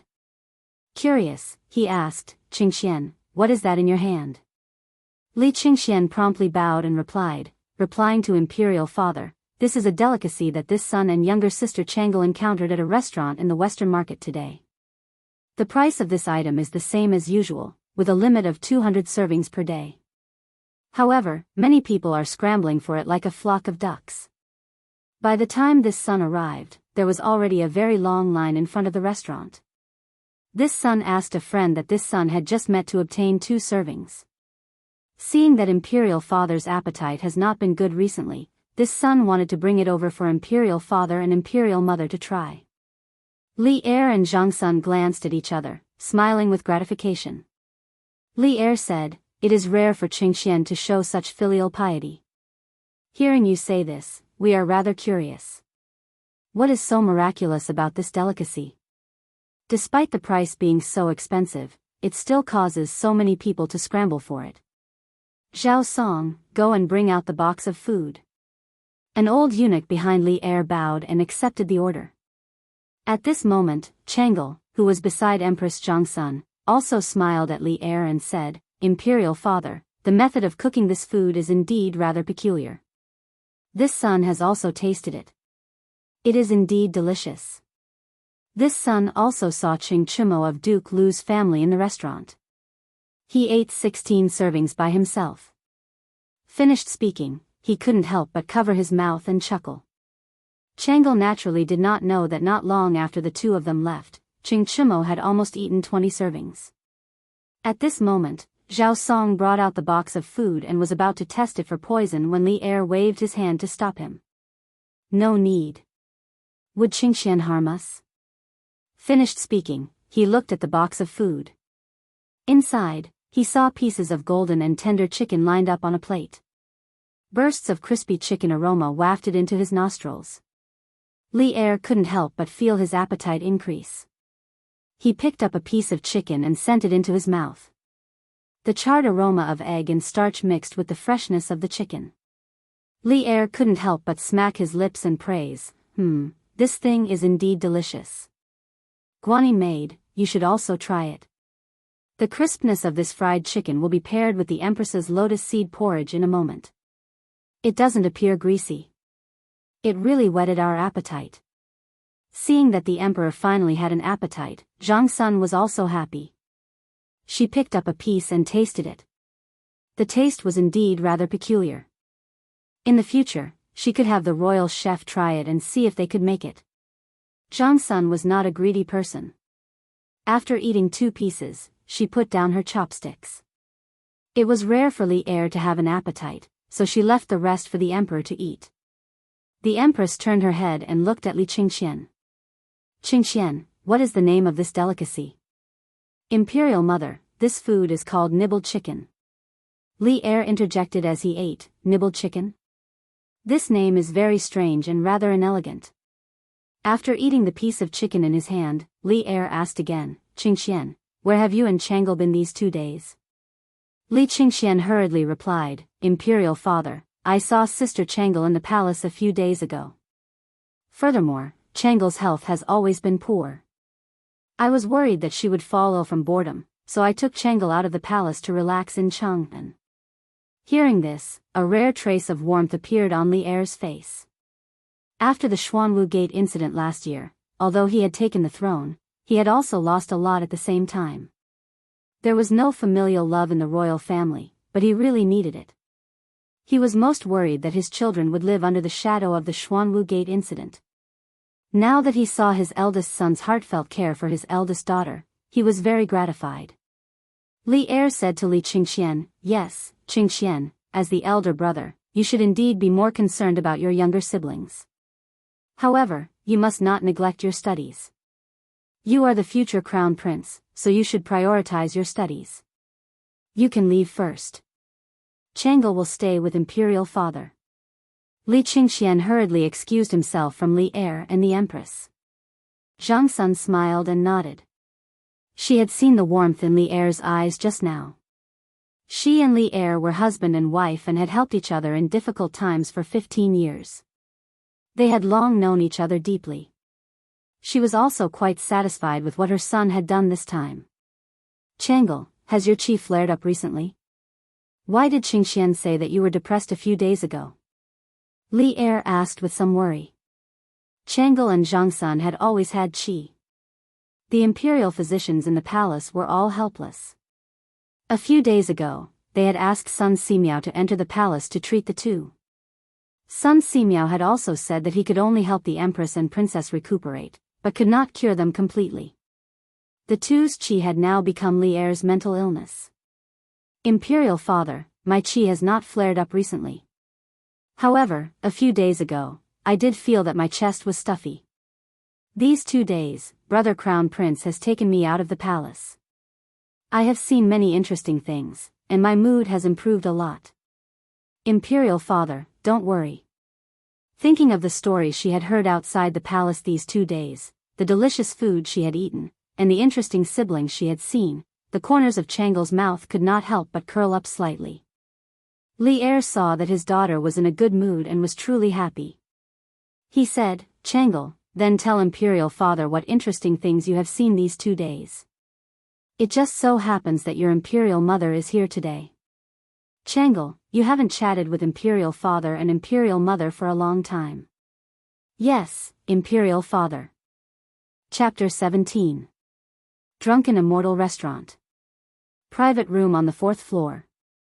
There were already a dozen plates in front of Qing Chimo. Lan and Li Zishuan had already put down their chopsticks and were watching Qing Chimo eat and drink to his heart's content. According to Drunken Immortal Restaurant's portions, 10 chicken pieces were counted as a portion. Li Zishuan estimated that Qing Chimo alone had eaten 18 portions. Without Li Qingxian and Li Lizzie by his side, he had even less scruples and ate as if he was flying. Lan asked curiously, Big brother black face, you've eaten so much. Why hasn't your stomach gotten bigger? Where did you put those gnawed chickens? Pfft. Qing Chimo had just taken a sip of wine, but upon hearing this, he choked and spat it out. Li Zishuan's figure flashed, pulling Lan to avoid this fellow's saliva. Luckily, I'm agile. Li Zishuan secretly rejoiced. Qing Chimo felt wronged. Lan you can't say that about big brother Cho Nyo. Your big brother Cho Nyo can eat so much and still not get fat. Isn't that also a skill? Pfft, big brother Cho Nyo, you're really thick-skinned. Lan giggled. Qing Chimo finally couldn't eat anymore after eating 20 portions. The three of them laughed and joked for a while before leaving Drunken Immortal Restaurant, each returning to their own homes. When they left, shopkeeper Lu looked bitterly at Qing Chimo. This fellow had eaten 20 portions of gnawed chicken by himself. When he left, he even took away 5 portions, saying that he was taking them back to show filial piety to his father. Drunken Immortal Restaurant only provided 200 portions a day, and this beast alone had taken 25 portions. Shopkeeper Lu wailed in his heart, hoping that the young master wouldn't bring this beast to Drunken Immortal Restaurant to eat next time. Taiji Palace. At this moment, Chang Sun and Chang'e were no longer present. Li Er sat alone on the dragon throne, frowning and deep in thought. The hall was silent. After a long time, Li Er's voice rang out in the hall. Zhao Song, send someone to investigate Li Zishuan's background, especially his activities in the past month. See if he deliberately approached Qingxian and Chang'e. As an emperor, Li Er was very careful in everything he did. Of course, if Li Zishuan were here, he would definitely say that Li Er had a persecutory delusion. He felt that there were always unruly people who wanted to harm his children. The old eunuch floated out of nowhere and bowed to Li Er, saying, yes. Then, in a flash, he disappeared again. Silence was restored in the hall. But today, Chang and city was not quiet. In the afternoon, the popularity of the chicken at Zhuaxian restaurant in the West Market had spread through the entire Chang and through word of mouth. Those who had eaten it naturally praised it as a rare delicacy in the world. Those who had not eaten it naturally salivated after hearing the descriptions of those who had eaten it and looked forward to buying a serving to try it the next day. Although one serving would cost a lot, there were many rich people in Chang and city who could afford it. The gnawing chicken finally became famous in Chang, and after a day of being popular, the Zhuaxian restaurant's reputation was also thoroughly established. By the time Li Zishuan and Lan arrived home, Li Jingma had also heard the news of the Drunken Immortal Restaurant eating the chicken. It was shopkeeper Lu who had sent the news to him. He really hadn't expected that it would cause such a huge commotion in Chang and also thoroughly make the name of the Drunken Immortal Restaurant famous. Even more surprising was the profit from the gnawing chicken itself. The price was 5 times the cost. Even if there were only 200 servings a day, the profit from the gnawing chicken alone was 160 strings of cash. This could be considered a huge profit. In the long run, the profit from the gnawing chicken would be an astronomical figure. During dinner, Li Jingma finally could not help but ask Li Zishuan, Xian, how did you come up with that gnawing chicken? Madame Li also knew that her son had made a new dish called gnawing chicken and that it had become popular throughout Chang and city. She was also very happy and looked at her son curiously. ****, can I say that I learned it from Baidu? Of course not. Li Zishuan could only continue to bluff. Father, I've told you before that my master is not only proficient in martial arts, but also in cooking. This gnawing chicken is one of the delicacies I learned from my master. You don't have to make a fuss about it. My master is very knowledgeable and the disciples he taught are naturally outstanding. It's just that my master's nature is indifferent and does not like to interact with outsiders, so the world does not know of my master's talent. So, father, mother, if your son has any amazing performance in the future, you too don't have to make a fuss about it. Just slowly get used to it. In order to not be questioned by his parents over small matters in the future, Li Zishuan could only throw away his face. Li Jingma unhappily glared at his son who did not have any sense of shame. Madame Li covered her mouth and laughed. Child, why are you speaking as inappropriately as your father when he was young? Did your master also teach you how to be thick-skinned? Xian, mother found that your face is much thicker than when you were young. Father Li's old face darkened. He was innocently implicated again. Li Zishuan was also embarrassed by his mother's teasing. At this moment, Lan, also jeered, brother is thick-skinned, hee. Duke Lu's estate. A black-faced man with a face full of beard was eating gnawing chicken and drinking wine in the front hall. He was extremely satisfied. Chonyo, where did you buy this thing? How come I, old Cheng, have never eaten it before? Cheng Chimo took credit and said, Father, this is a brother I just made. His restaurant just released a new dish called gnawing chicken. You don't know, but the line in front of the restaurant today was very long. Moreover, it was limited to 200 servings a day. If it was not for my brother, father, you would not be able to eat such delicacies today. Qing Yaojin laughed in a rough voice and said, yes, my Chonyo is filial. However, your brother is too stingy. He only gave me this little. It's not even enough to fill the gaps between my teeth. Later, you have to talk to him properly. How can he be so stingy to his own brother? Next time, ask your brother to send me a plate of gnawing chicken. Qing Chumo was sweating profusely. The emperor only ate 2 servings, and you ate 5 servings alone. Qing Chumo did not expect his father to be even more shameless than him. Qing Yaojin said again, Chonyo, tell your father about your brother. Old Qing is quite interested in the person who can think of this gnawing chicken. Qing Chumo knew that his father wanted to check him out. He was afraid that he would not be careful in making friends, so he told Qing Yaojin about the things that happened in the past 2 days, as well as the information he had gathered in private about Li Zishuan's situation. After a long time, Qing Yaojin nodded and said, yes, from what you said, this child is a person who values friendship and righteousness. Not bad, not bad. You said that he also knows martial arts? Yes, father. I heard that he studied martial arts at Mount Longhu for 8 years.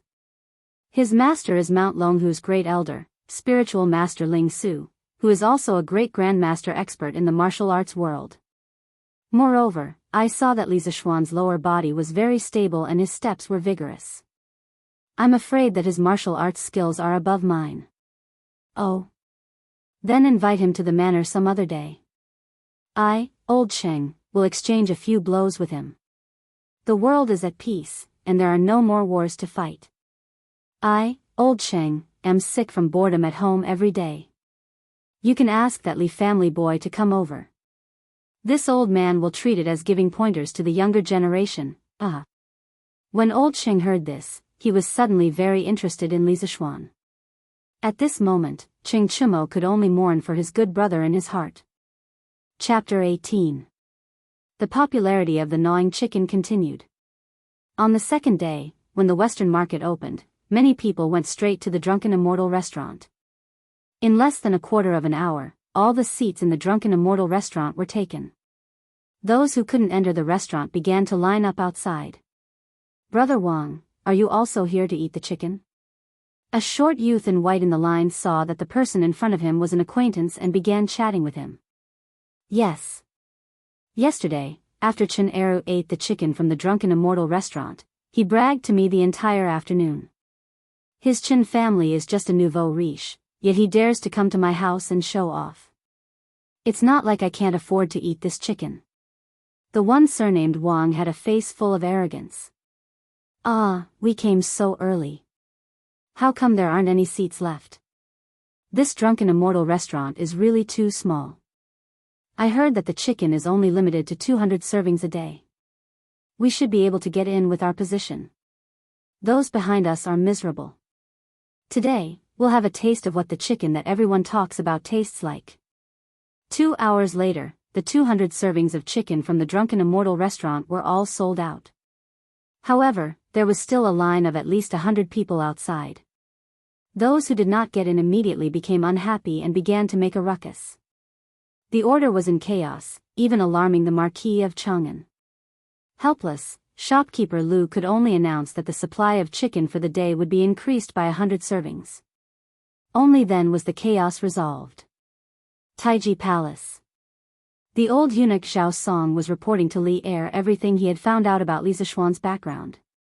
He also presented a piece of paper to Li Er. After hearing this, Li Er stood up and walked 2 steps with his hands behind his back. He said, according to what you said, Li Zishuan did not intentionally get close to Qingxian and Chang'e? Finished speaking, he picked up the piece of paper and said with interest, this Li Zishuan is actually proficient in mathematics, and even better than Su Hongji. I didn't think that this kid would have so many skills. But what are these squiggly words on the paper? If Li Zishuan was here, he would definitely recognize that the piece of paper was the financial statement he made at the ready-made clothing store that day. He didn't expect that the old eunuch would even get this. This old servant doesn't know either. According to the servant who was present at the time, Su Hongji didn't know what the word was either. Li Zishuan didn't explain either. While Li Er was still confused by the Arabic numerals, Li Zishuan was lying on a recliner in the west courtyard of the Li residence, flirting with two servant girls. No, he was telling a story. This recliner was made by carpenter Zhou from the east of the city by Sanbao 2 days ago. The blueprint was naturally drawn by Li Zishuan. Such a simple thing was a piece of cake for an engineering student like him. Li Zishuan told them Liang Shanbua and Zhu Yingtai. In fact, he didn't have many stories in his head. He only remembered some TV dramas that he had watched many times when he was young. He basically didn't watch TV dramas during his university days. He felt that they were all the same, and it was heart-wrenching to watch. If he wasn't playing games every day, he would be chatting with his little girlfriend online. Being in a long-distance relationship was also very tiring. Young master, this Liang Shanbua is so stupid. He slept with Zhu Yingtai for so long, yet he didn't know that she was a girl. How is this possible? Young master, you are making things up again. Not long after, Xiao He protested. How is it impossible? How am I making things up? Li Zishuan wasn't convinced. How could the love classics in his previous life be made up? Young master, a girl is a girl. Even if she is dressed as a boy, she can still be seen through. Young master, you must have watched too many TV dramas. Xiao He said as if she was very experienced. Who said that? Some girls dressed as boys can be easily seen through. For example, Xiao Shi. But for a girl like you, if you dress as a boy, it will be very hard to see through you. He. After Li Zishuan finished speaking, he looked at Xiao He's small chest with some bad intentions. Young master, Xiao He followed Li Zishuan's gaze and looked down. She instantly jumped up and blushed. She mumbled something to Li Zishuan for a long time, but she didn't know what to say. She stomped her feet in embarrassment, turned around, and ran away. Xiao Shi's face was also red. She didn't dare to raise her head to look at Li Zishuan again. She thought in her heart, did young master just compliment my big chest? The more she thought about it, the redder her face became. At this moment, Li Zishuan noticed a tall servant girl in green walking into the courtyard. Li Zishuan recognized this servant girl. She was his mother's servant. She seemed to be called Qing. Seeing that she was almost here, Li Zishuan stood up and said, "Why is Sister Qing here? Is my mother looking for me?" Qing nodded with a smile and said, "Madam invites young master to the front hall." After a while, Li Zishuan came to the front hall and saw his mother sitting in front of the hall. There was also a skinny old man in the hall. This person was the Li residence's housekeeper Wang.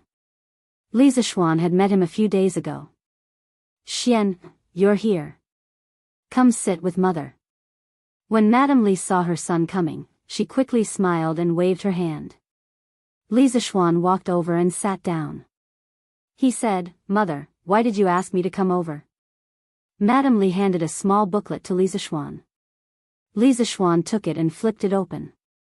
It seemed to be an account book. He asked curiously, "Mother, what is this?"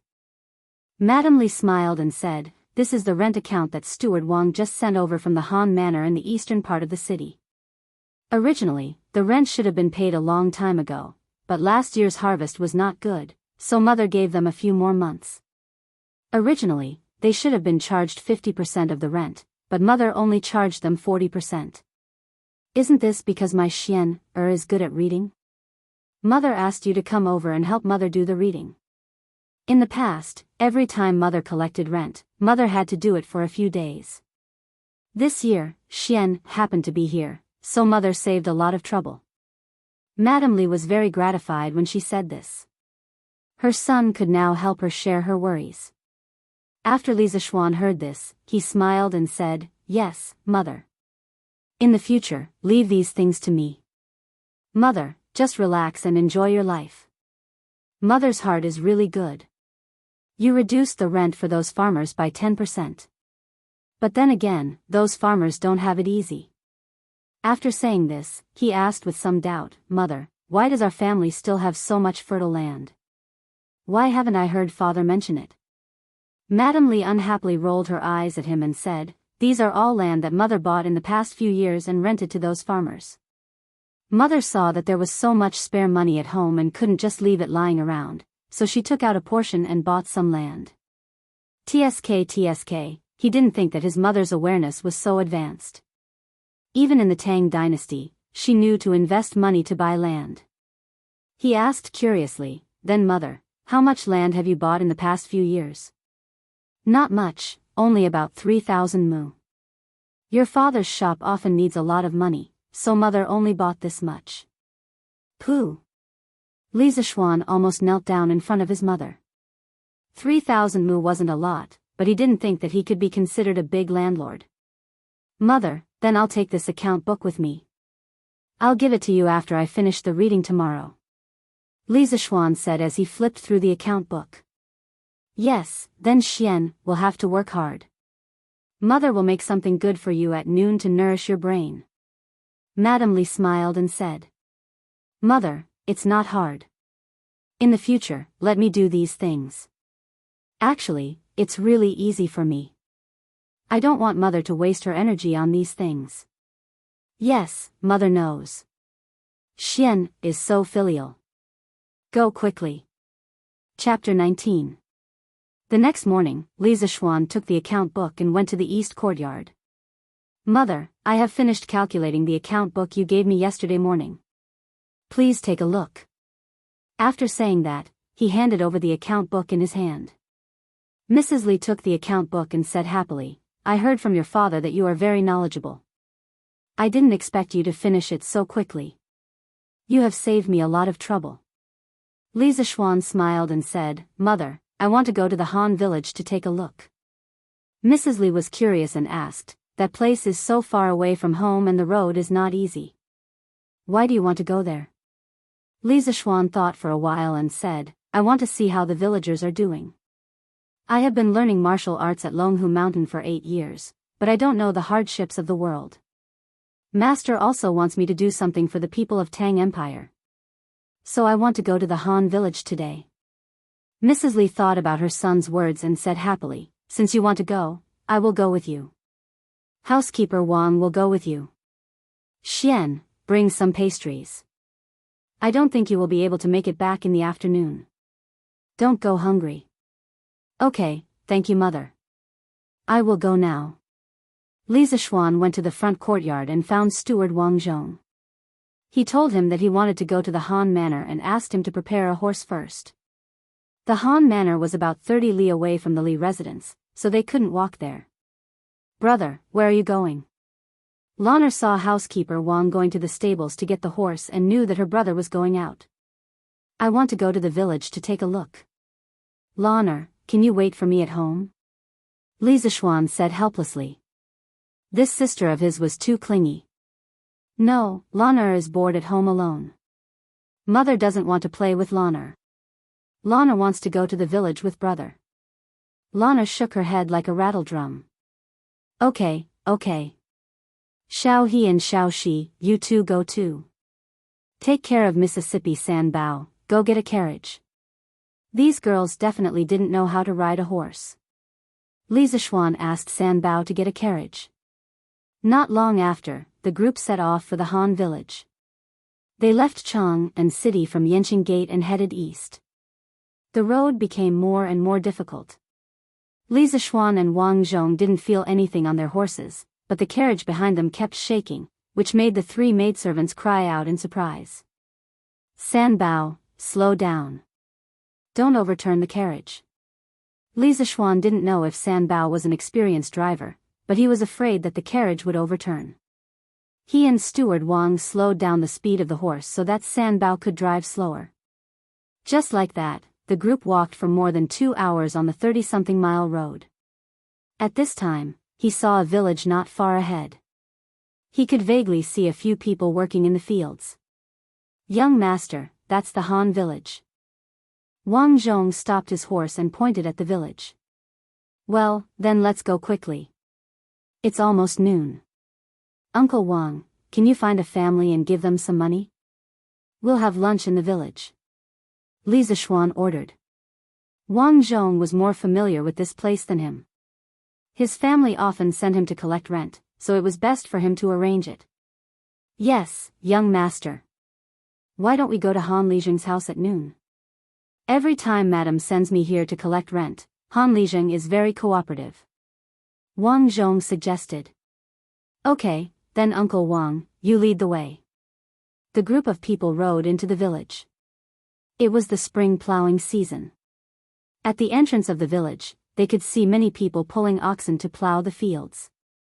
There were also 2 or 3 children chasing and playing on the ridges of the fields. Occasionally, there would be a few roosters and dogs barking in the village. Li Zishuan often saw this scene in his previous life. He was born and raised in a village. Lan was very new to this scene. She had been the little princess of the family since she was born. She had never seen such a scene in a village before. She got off the carriage and held her brother's hand, looking around as they walked. Li Zishuan left the horse and carriage at the entrance of the village and asked San Bao to take good care of them. He led the group into the village, and under Wang Zhong's lead, they went straight to Han Lijing's house. Young master, we're here. This is Han Lijing's house. After a while, Wang Zhong pointed to a rundown farmhouse in front of them. Li Zishuan was a little surprised. In his opinion, if this place was in the future, it would be equivalent to a village chief. How could the place be so run down? Since they were in front of someone's house, it was not good to say much. He immediately walked in with Wang Zhong. Oh, Butler Wang, you're here. A dark-skinned middle-aged man in the courtyard saw Li Zishuan and the group and quickly went up to greet them. However, Li Zishuan noticed that the man's right leg seemed to be a little disabled, and he was limping as he walked.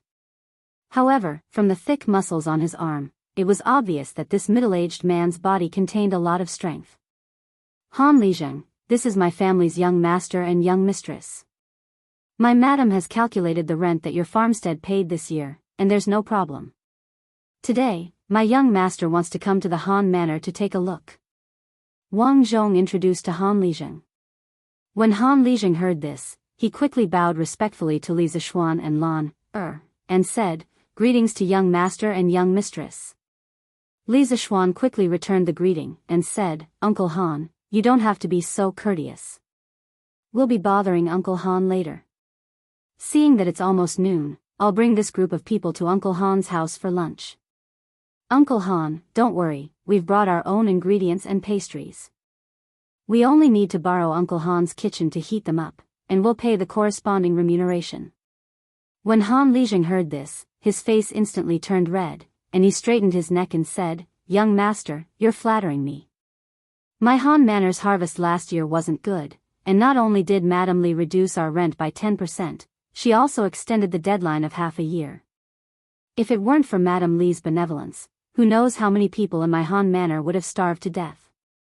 Now that young master is coming to my house for a meal, how could I let young master bring his own ingredients?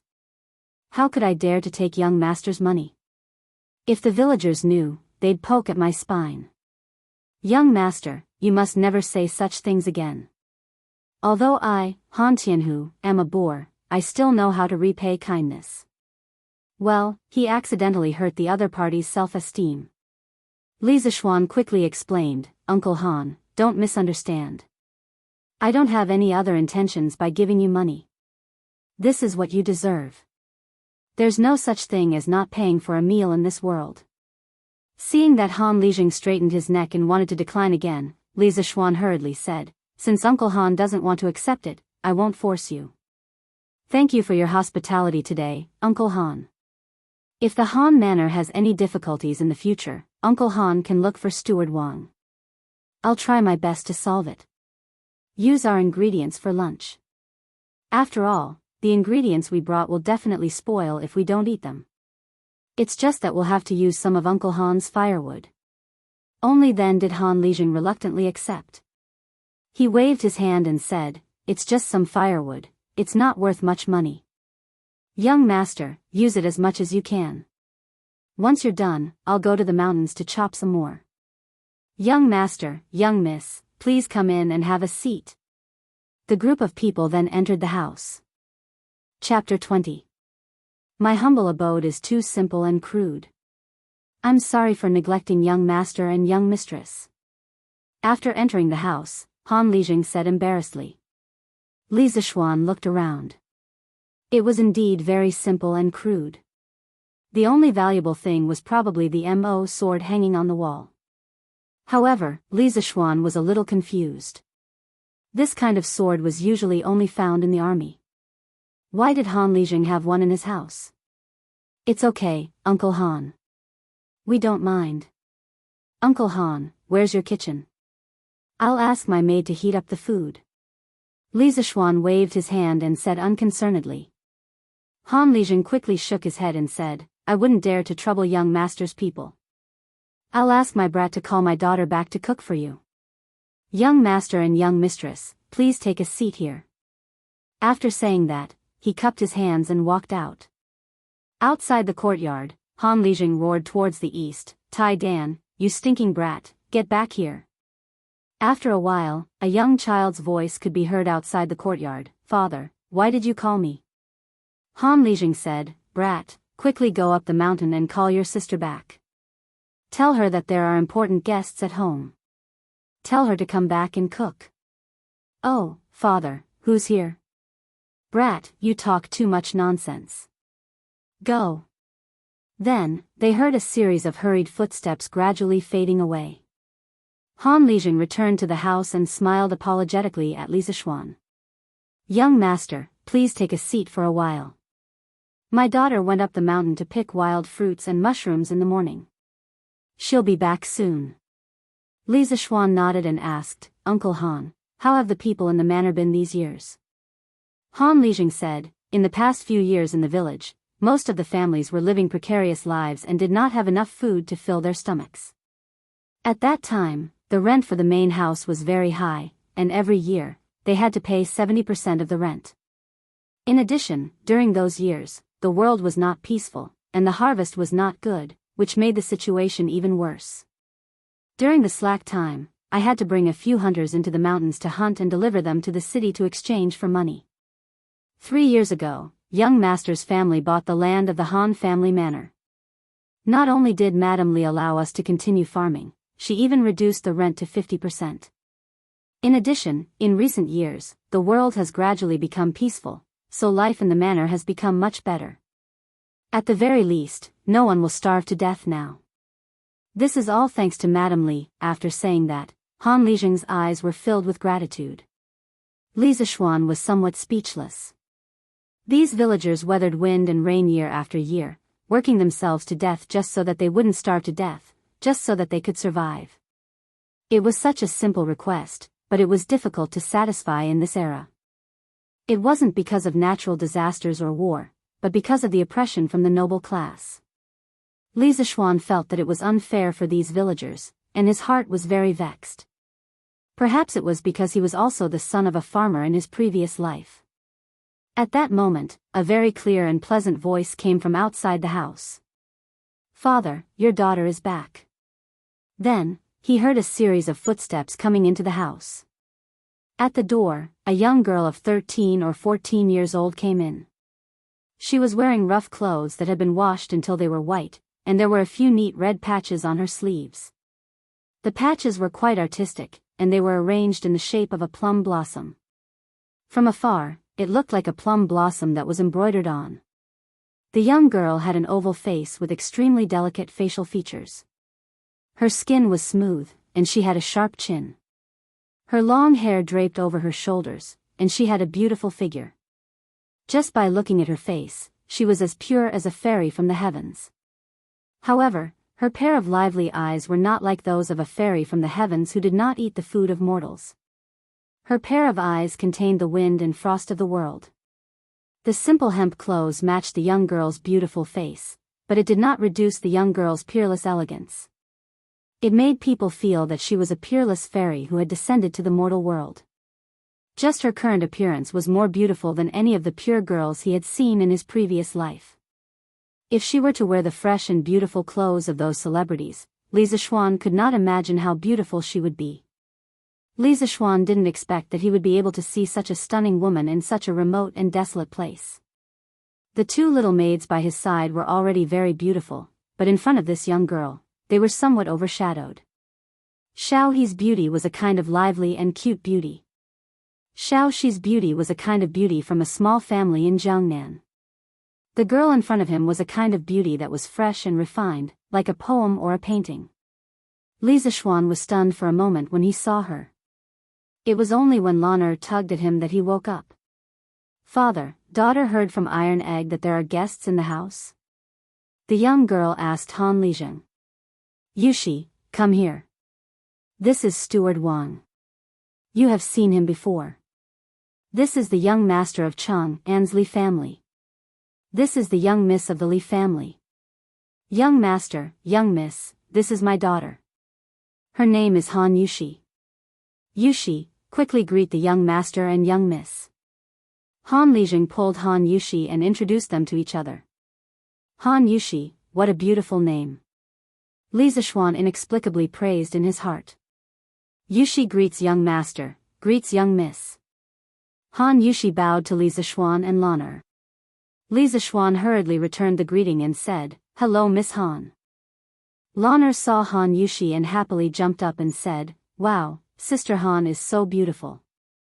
It would be great if Lan'er could be as beautiful as Sister Han when she grows up. Han Yushi was a little embarrassed by Lan'er's praise. Her pink cheeks were slightly red. However, seeing that Lana was really cute, she couldn't help but like this little girl. She squatted down and touched Lan'er's little face. She smiled and said, Young miss will definitely be 100 times more beautiful than Yushi when she grows up. Really? Really? Lan heard this and became even more excited. At this moment, Han Lijing said to Han Yushi, Yushi, young master and young miss will be having lunch at home. Father knows that your cooking skills are excellent. Quickly go to the kitchen and prepare a few dishes. Stew the pheasant that father hunted yesterday. Go quickly. Don't let the guests wait for too long. Okay, father.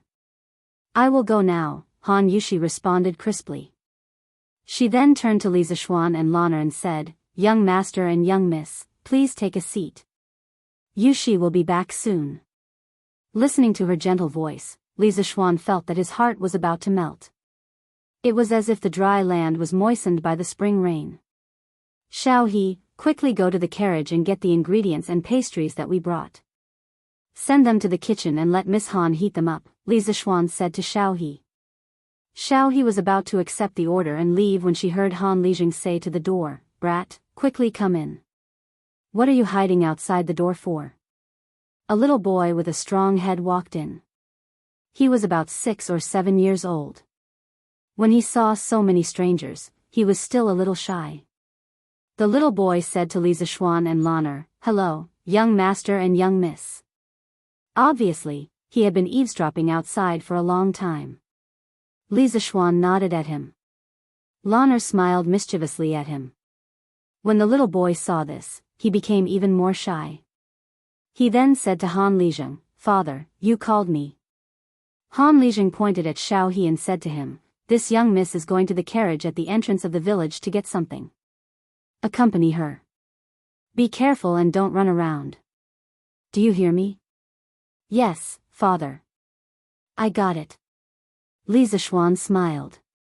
This Han Lijing was quite thoughtful. Xiao He might really get lost in the village alone. He smiled kindly at Han Lijing and said, Thank you, Uncle Han. He then said to Xiao He, quickly go with Iron Egg. Be careful. Yes, young master. Xiao He will go now. Chapter 21. After Li Zixuan chatted with Han Lijing for a while, he saw Han Yushi and Iron Egg coming in with dishes. Young master, young miss, father, it's time to eat. Han Yushi placed the dishes on a square table that was very old but very clean. She smiled and called for everyone to eat. Young master, young miss, sit down and eat. Han Lijing quickly greeted. Well, Uncle Han, you don't have to be so polite. Sit down too. Miss Han, you have worked hard cooking. Come and sit with Iron Egg, Li Zishuan said. Han Yushi was a little hesitant, but Iron Egg was very happy. He had been drooling over the pheasant meat on the table and the chicken that Li Zishuan brought over. He had not eaten meat for a long time. When he saw the golden and crispy chicken, he could not control himself. Just now, he wanted to stretch out his hand to steal a bite in the kitchen several times, but he was discovered by his sister and was chased out of the kitchen. Now that he heard Li Zishuan invite him to eat together, he could not hold back anymore. He lifted his foot and was about to walk over, but Han Lijing glared at him fiercely. He was so scared that he immediately retracted his foot. Young master, you and young miss eat first. There is still food in the kitchen. Iron Egg and my daughter can eat in the kitchen. Although Han Lijing also wanted his son and daughter to eat together, the Li family was a great benefactor to the Han village. This time, the young master and young miss could come to his house for dinner. He was also very happy. He specially asked his daughter to stew the pheasant that he was going to sell yesterday to treat the guests well. At this time, he could not be rude. How can this be? We came to Uncle Han's house to eat. Uncle Han, you did not charge us for the meal. How can we steal the limelight at this time? If Miss Han and Iron Egg do not eat together, we will not eat this meal. Li Zishuan firmly disagreed. He saw how Iron Egg looked at the table and drooled just now. He could not help but sympathize with the people of this era. They might not even be able to eat meat during the new year. Li Zishuan's abilities were indeed limited. He couldn't make the people of the world live a good life, but he could still make Iron Egg's family eat a good meal. Another reason was that it was indeed a great pleasure to be able to eat at the same table with such a beautiful woman like Han Yushi. Of course, our upright Li Zishuan would never admit this reason even if he was beaten to death. Han Lijing was helpless. He could only nod at his son and daughter. Since young master is kind, come and eat with us. Iron Egg cheered and immediately sat in the empty seat next to Lanner. Han Yushi smiled gratefully at Li Zishuan and sat beside Han Lijing, which happened to be opposite of Li Zishuan. She was not greedy, but she also hoped that she could let her little brother eat meat. Only then did the group of people take their seats and start eating. At this moment, Han Lijing suddenly patted his head as if he had thought of something. He stood up and said, I haven't brought the wine for young master.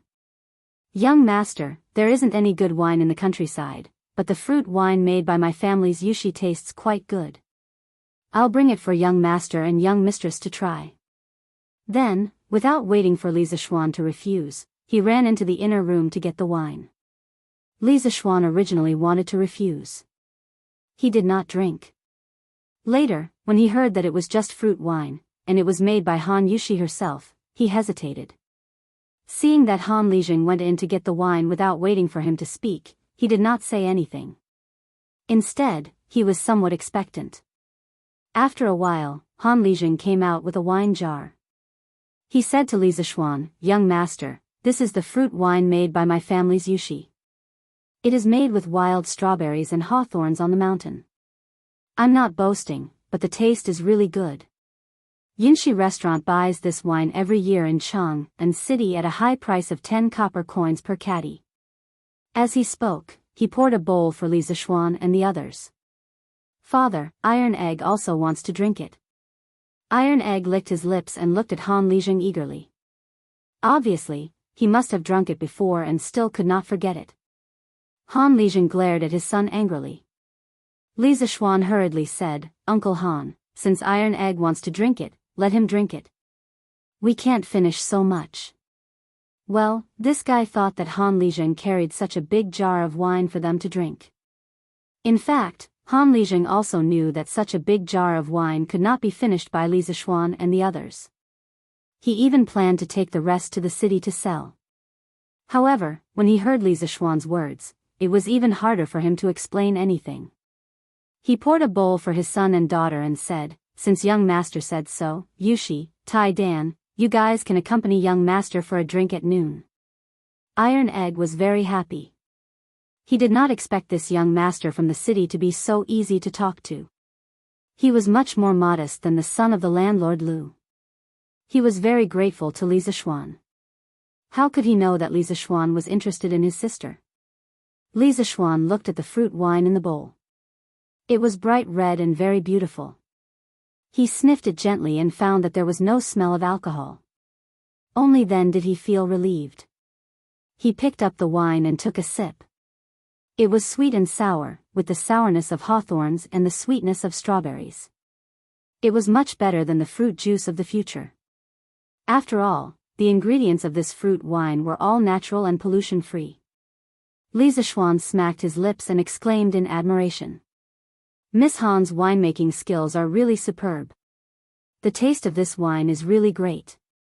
If you ask me, I'd say that Hao Xunxi has made a great bargain by selling this fruit wine for 10 copper coins per caddy.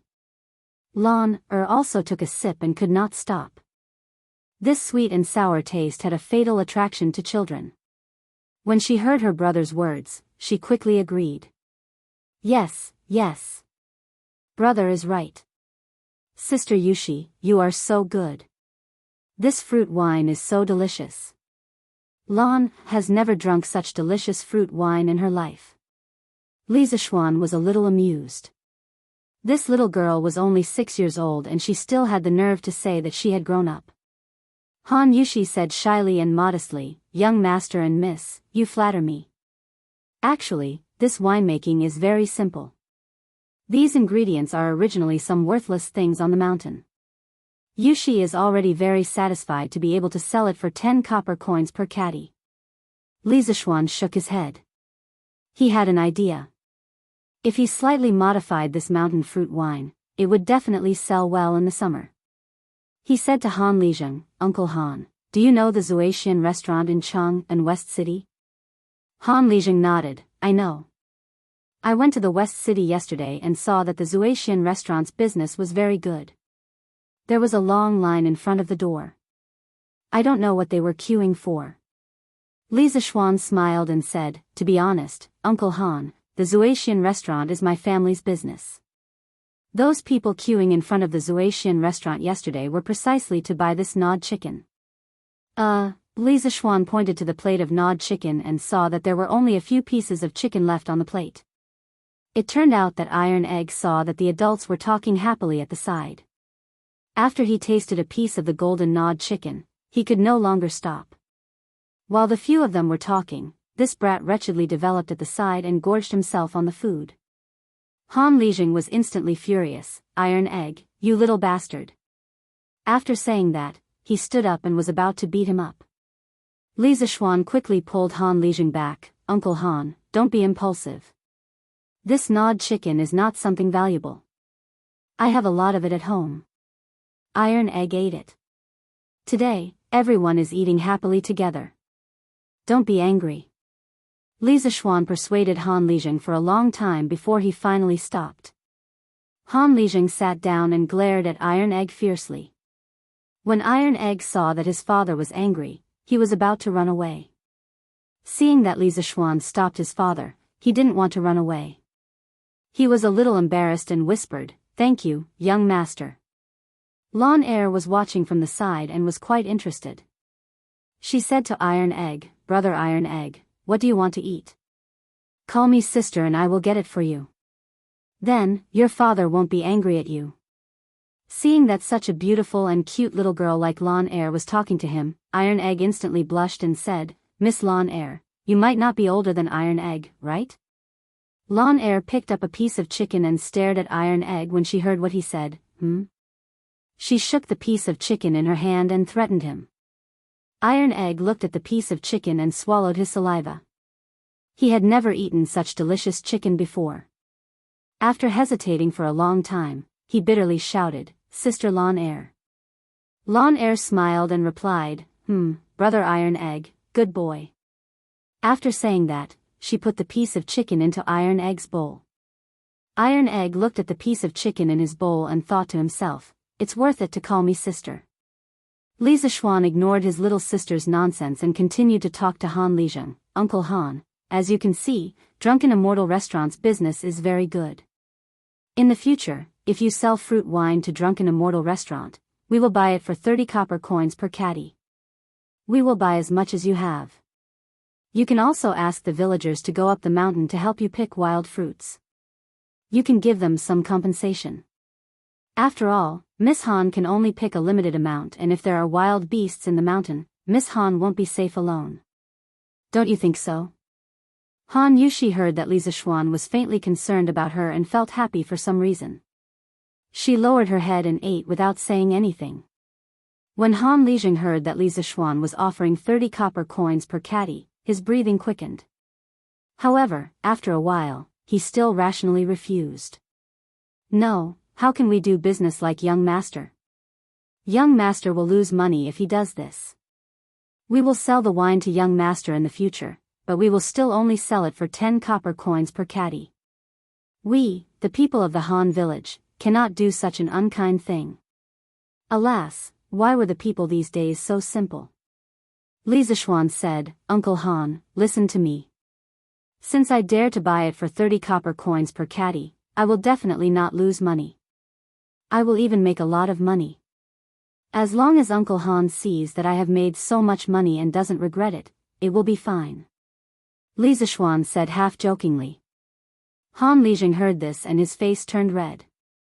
He stood up and said, Young master, how can I, old Han, be the kind of person who goes back on his words?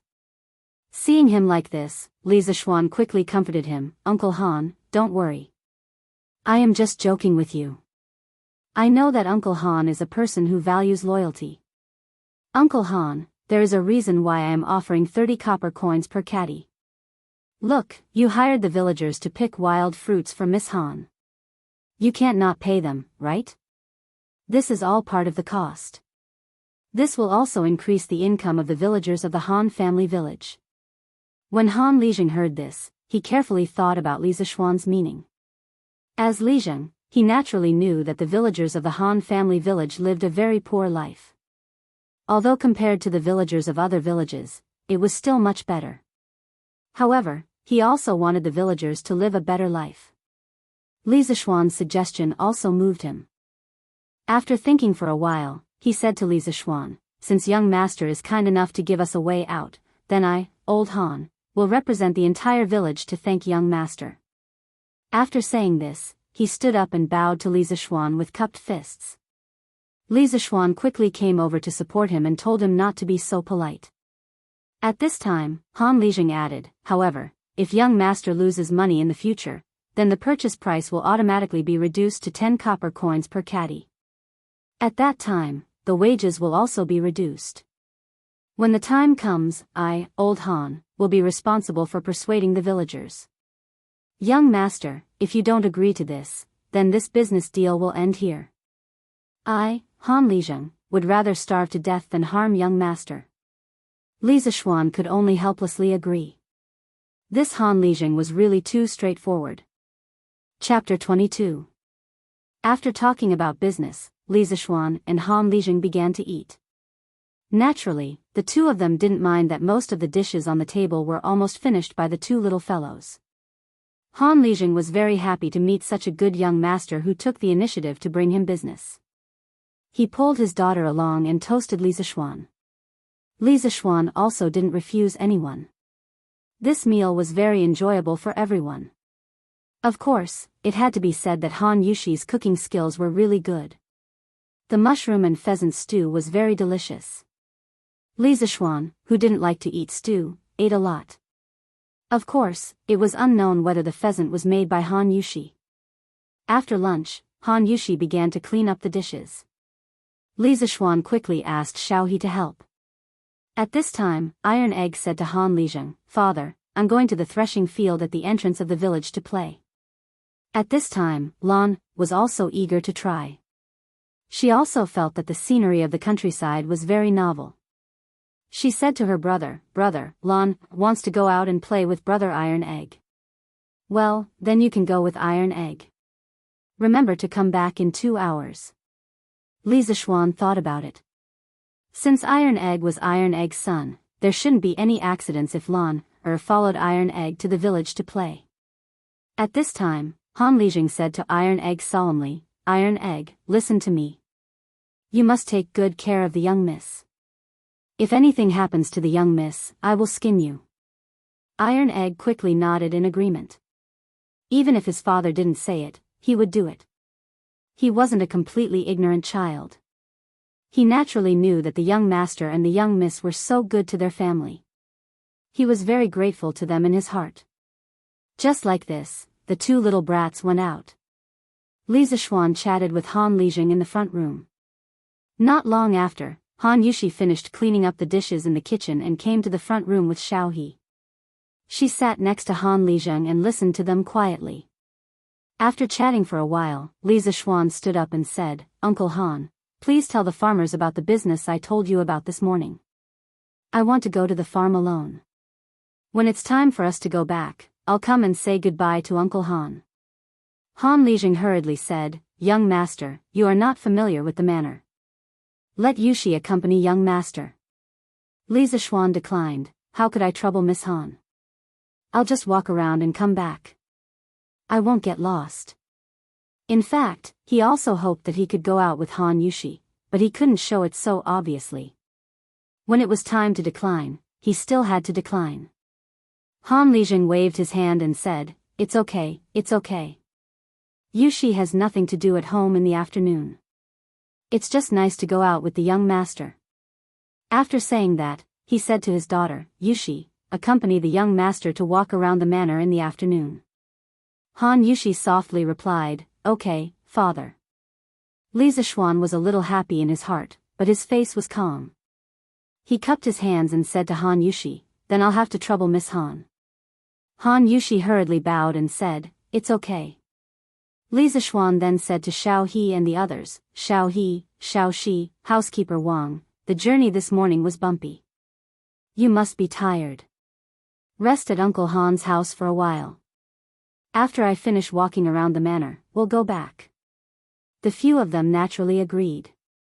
However, Xiao He looked at her young master suspiciously. The way Li Zishuan looked at Han Yushi in the morning was caught by the quick-witted Xiao He. Xiao He was wondering if her young master had deliberately shaken them off and secretly went out with Han Yushi for a rendezvous. Li Zishuan naturally didn't know what the servant girl was thinking. He brought Han Yushi out. Li Zishuan walked side by side with Han Yushi on the small road in the countryside. He breathed in the fresh air, listened to the occasional crowing of chickens and barking of dogs in the village, and watched a group of naughty children chasing each other and playing not far ahead. At this moment, his heart was incomparably peaceful. It was as if he had returned to his previous life. It was the same small road in the countryside, the same crowing of chickens and barking of dogs, and the same village urchins. He couldn't help but have a deep sense of nostalgia in his eyes. Unfortunately, I can't go back anymore. Even if I build trains and planes in this era, I can't go back, Li Zishuan muttered in his heart. Han Yushi lowered her head and walked with Li Zishuan for a while, but Li Zishuan didn't say anything. She was a little curious and raised her head to look at Li Zishuan. She saw that Li Zishuan's expression was complicated, and his eyes were confused. His gaze seemed to be nostalgic, but also seemed to be sad. When Han Yushi saw that gaze, she couldn't help but feel her heart ache. She whispered, young master, what are you thinking about?" When he heard Han Yushi's soft inquiry beside him, there seemed to be a faint trace of concern in her tone. He quickly woke up from his memories, sorted out his emotions, and tried to speak in a calm tone. "Nothing. It's just that when I saw the peaceful and comfortable scenery of the countryside, I thought of my master." Han Yushi asked curiously, "Young master, you have a master?" Li Zishuan recalled and said, "Yes. When I was young, my body was weak. All the doctors said that I wouldn't live past the age of 8. When I was 6, my master came to my house and told my father that he could cure me. He needed to take me to Mount Longhu to learn from him. That year, I went to Mount Longhu with my master. A few years ago, regardless of whether it was cold or hot, my master forced me to practice martial arts. My hands and feet were blistered, and my face was frostbitten, but my master didn't let me stop. At that time, I hated my master for being so cruel. Later, I finally learned something, but my master was old. At that time, I kind of understood my master's painstaking efforts. The conditions in the mountains were poor, but my master was always able to get me meat all these years. Before my master died, he told me that because my body was weak, I would die if I didn't practice martial arts well. He didn't want me to die, so he forced me when I was young and told me not to blame him. In fact, in the later years, I became more sensible and understood my master's painstaking efforts. I never blamed him. I became his disciple when I was 6 years old, and I spent my childhood with him. To me, he was more like a father than a teacher. For 8 years, he taught me top-notch martial arts without asking for anything in return, allowing me to live to this day. Before I could even repay him, he had already passed away. Of course, Li Zixuan couldn't tell her that he was thinking about his family more than 1,000 years later, so he told her what happened to this body when he was young. However, he spoke with sincerity. As he spoke, he couldn't help but put himself in the role of this body.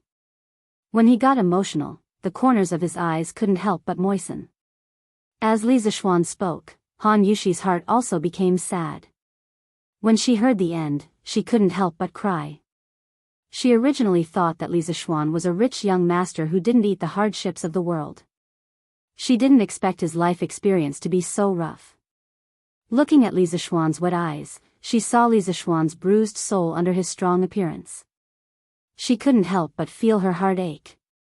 Young master, your master will definitely be very happy if he sees that you're doing well from the heavens. You said it yourself, your master treats you like a father treats his own child. Parents treat their children well, and they don't want their children to repay them. Young master, don't blame yourself. You living well now is the best way to repay your master, Han Yushi comforted gently. That's right. When parents treat their children well, why would they think about their children repaying them in the future? Their love is the most selfless love in the world. They only hope that their children will live well in the future. When Li Zixuan heard this, he couldn't help but mutter in his heart, Father, Mother, your son is unfilial and can't be filial in front of you. However, in this great Tang dynasty, I will live well. I will live well. You don't have to worry. Thank you, Miss Han. I'm fine. After thinking it through, Li Zixuan looked seriously into Han Yushi's eyes and thanked her. You're welcome. Han Yushi was a little flustered by Li Zixuan's serious gaze and hurriedly said.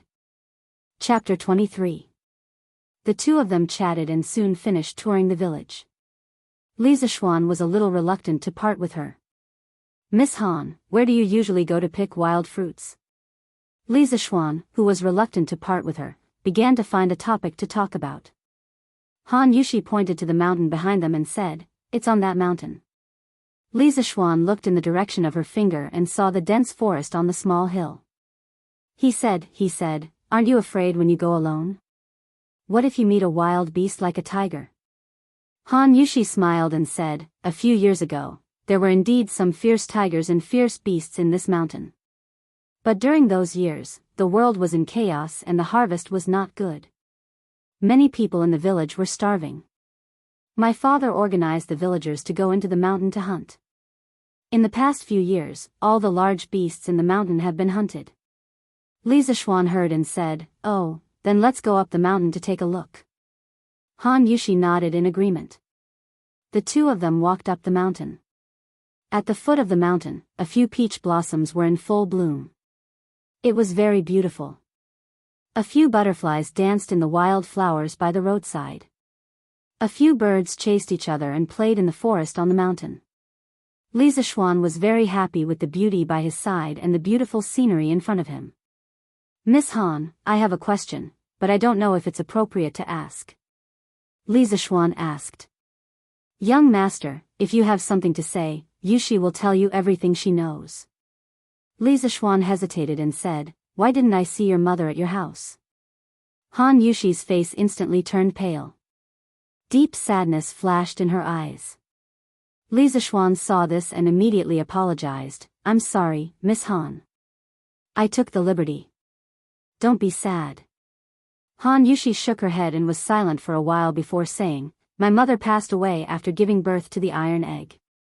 I was 7 years old at that time. My father was still fighting in the front line. In order to support my brother, I went to help Master Lu in the nearby plum village to herd cattle and sheep. I fed the horses and chopped firewood. When I earned money, I bought goat milk for my brother. This Master Lu's family was the previous owner of the Han village. They were very harsh and often bullied the villagers in the village. Everyone was angry but didn't dare to say anything. They were afraid that landlord Lu wouldn't let them plant the land. Iron Egg was very naughty when he was young. He would cry whenever I left, so I could only take him to work. Later, when I couldn't hold on any longer, my father finally came back. It was when I was 9 years old, which was the 6th year of Wuda. My father came back with a limp. My father, Wuda, joined the army in the first year of the Yuan dynasty. Later, he was transferred to old General Qin's personal guard. In the 6th year of Wuda, the Turks attacked the borders of our Great Tang, and my father accompanied General Qin to battle. Later on, I heard my father say that during a pursuit, General Qin was ambushed by the Turks. The Turks' great general Ashina Shirkyu wanted to kill General Qin with a bow and arrow. At the critical moment, my father rushed over on his horse and threw himself at General Qin, but the arrow pierced through my father's thigh. At that time, he didn't have time to treat his wound. My father limped and followed General Qin to kill the enemy. Coincidentally, General Yuqi led the army to help. My father and General Qin fought their way out of the encirclement and followed the reinforcements to destroy the enemy. After returning to the camp, although the arrow wound on my father's thigh was healed, because the treatment was too late, his right leg became disabled and it was difficult for him to return to the battlefield. My father knew that General Qin would definitely not abandon him, but my father didn't want to be a burden to General Qin. Thus, he left a letter and secretly came back alone. Following Han Yushi's recollection, Li Zishuan's thoughts also returned to the era where the flames of war raged and human lives were like grass. In his heart, he also admired a tough man like Han Lijing. Without countless people like Han Lijing fighting bloody battles, the Great Tang would not have its current peace. Perhaps the Han people's clothes would have been slaughtered by the armored cavalry of the foreign race. No wonder he saw Mo's saber in Han Lijing's house. He didn't expect him to be a respectable soldier of the Great Tang. He also didn't expect Han Yushi to be so strong on the inside despite her weak appearance. At the age of 7, she raised her infant brother alone. One could imagine the difficulties and hardships she went through. Li Zishuan saw that Han Yushi's eyes were still filled with sadness. He couldn't help but pat her on the shoulder and said, "Miss Han, don't be sad. At least you, Iron Egg, and your father are all doing well now. If your mother knew in the netherworld, she would definitely be gratified. Besides, with me around, the people of the Han family village will live better and better lives in the future." As he spoke, Li Zishuan didn't know how to continue. He wasn't very good at comforting people. Pfft. Seeing Li Zishuan racking his brains to think of words to comfort her, Han Yushi couldn't help but laugh through her tears. She said, "I just comforted young master. I didn't expect young master to comfort me again." Hearing Han Yushi's words, Li Zishuan thought about it and felt that it was rather interesting. He smiled and said, "In that case, let's not comfort each other. We'll be happy in the future. This way, we can let the ancestors who love us live at ease." Han Yushi agreed softly, "Yes." At this moment, she felt the weight on her shoulder. It turned out that Li Zishuan's hand had been resting on her shoulder. Han Yushi turned her head to look and immediately blushed. Li Zishuan followed her gaze and found his hand. He secretly blamed himself for forgetting to take it off when he patted her shoulder to comfort her. Of course, whether it was because he forgot to take it off or because he couldn't bear to take it off at that time, it wasn't for others to know. Feeling the warmth of his fingertips and smelling the feminine fragrance on Han Yushi's body, he couldn't help but feel a little restless. However, seeing that the tears at the corner of Han Yushi's eyes had not dried, Li Zishuan secretly scolded himself for being a beast. He quickly took his hand off and explained awkwardly, sorry. I wanted to comfort you just now. I didn't mean it." Han Yushi's face turned even redder when she heard that. She clenched her small hands and looked down at her toes. She said softly, "It's okay. Yushi knows that young master is not a frivolous person. The ambiguous atmosphere filled the mountain. Li Zishuan didn't know what to say at this moment. Although he had a girlfriend in his previous life, he met her online. In reality, he was still clumsy when he spoke. He was an out-and-out otaku. He wasn't like the playboy in his dormitory. When he saw a girl, he could make her happy with just a few words. He couldn't wait to marry her immediately. He had always been envious of his roommate's ability to flirt with girls, but this thing couldn't be envied. Han Yushi naturally wouldn't speak.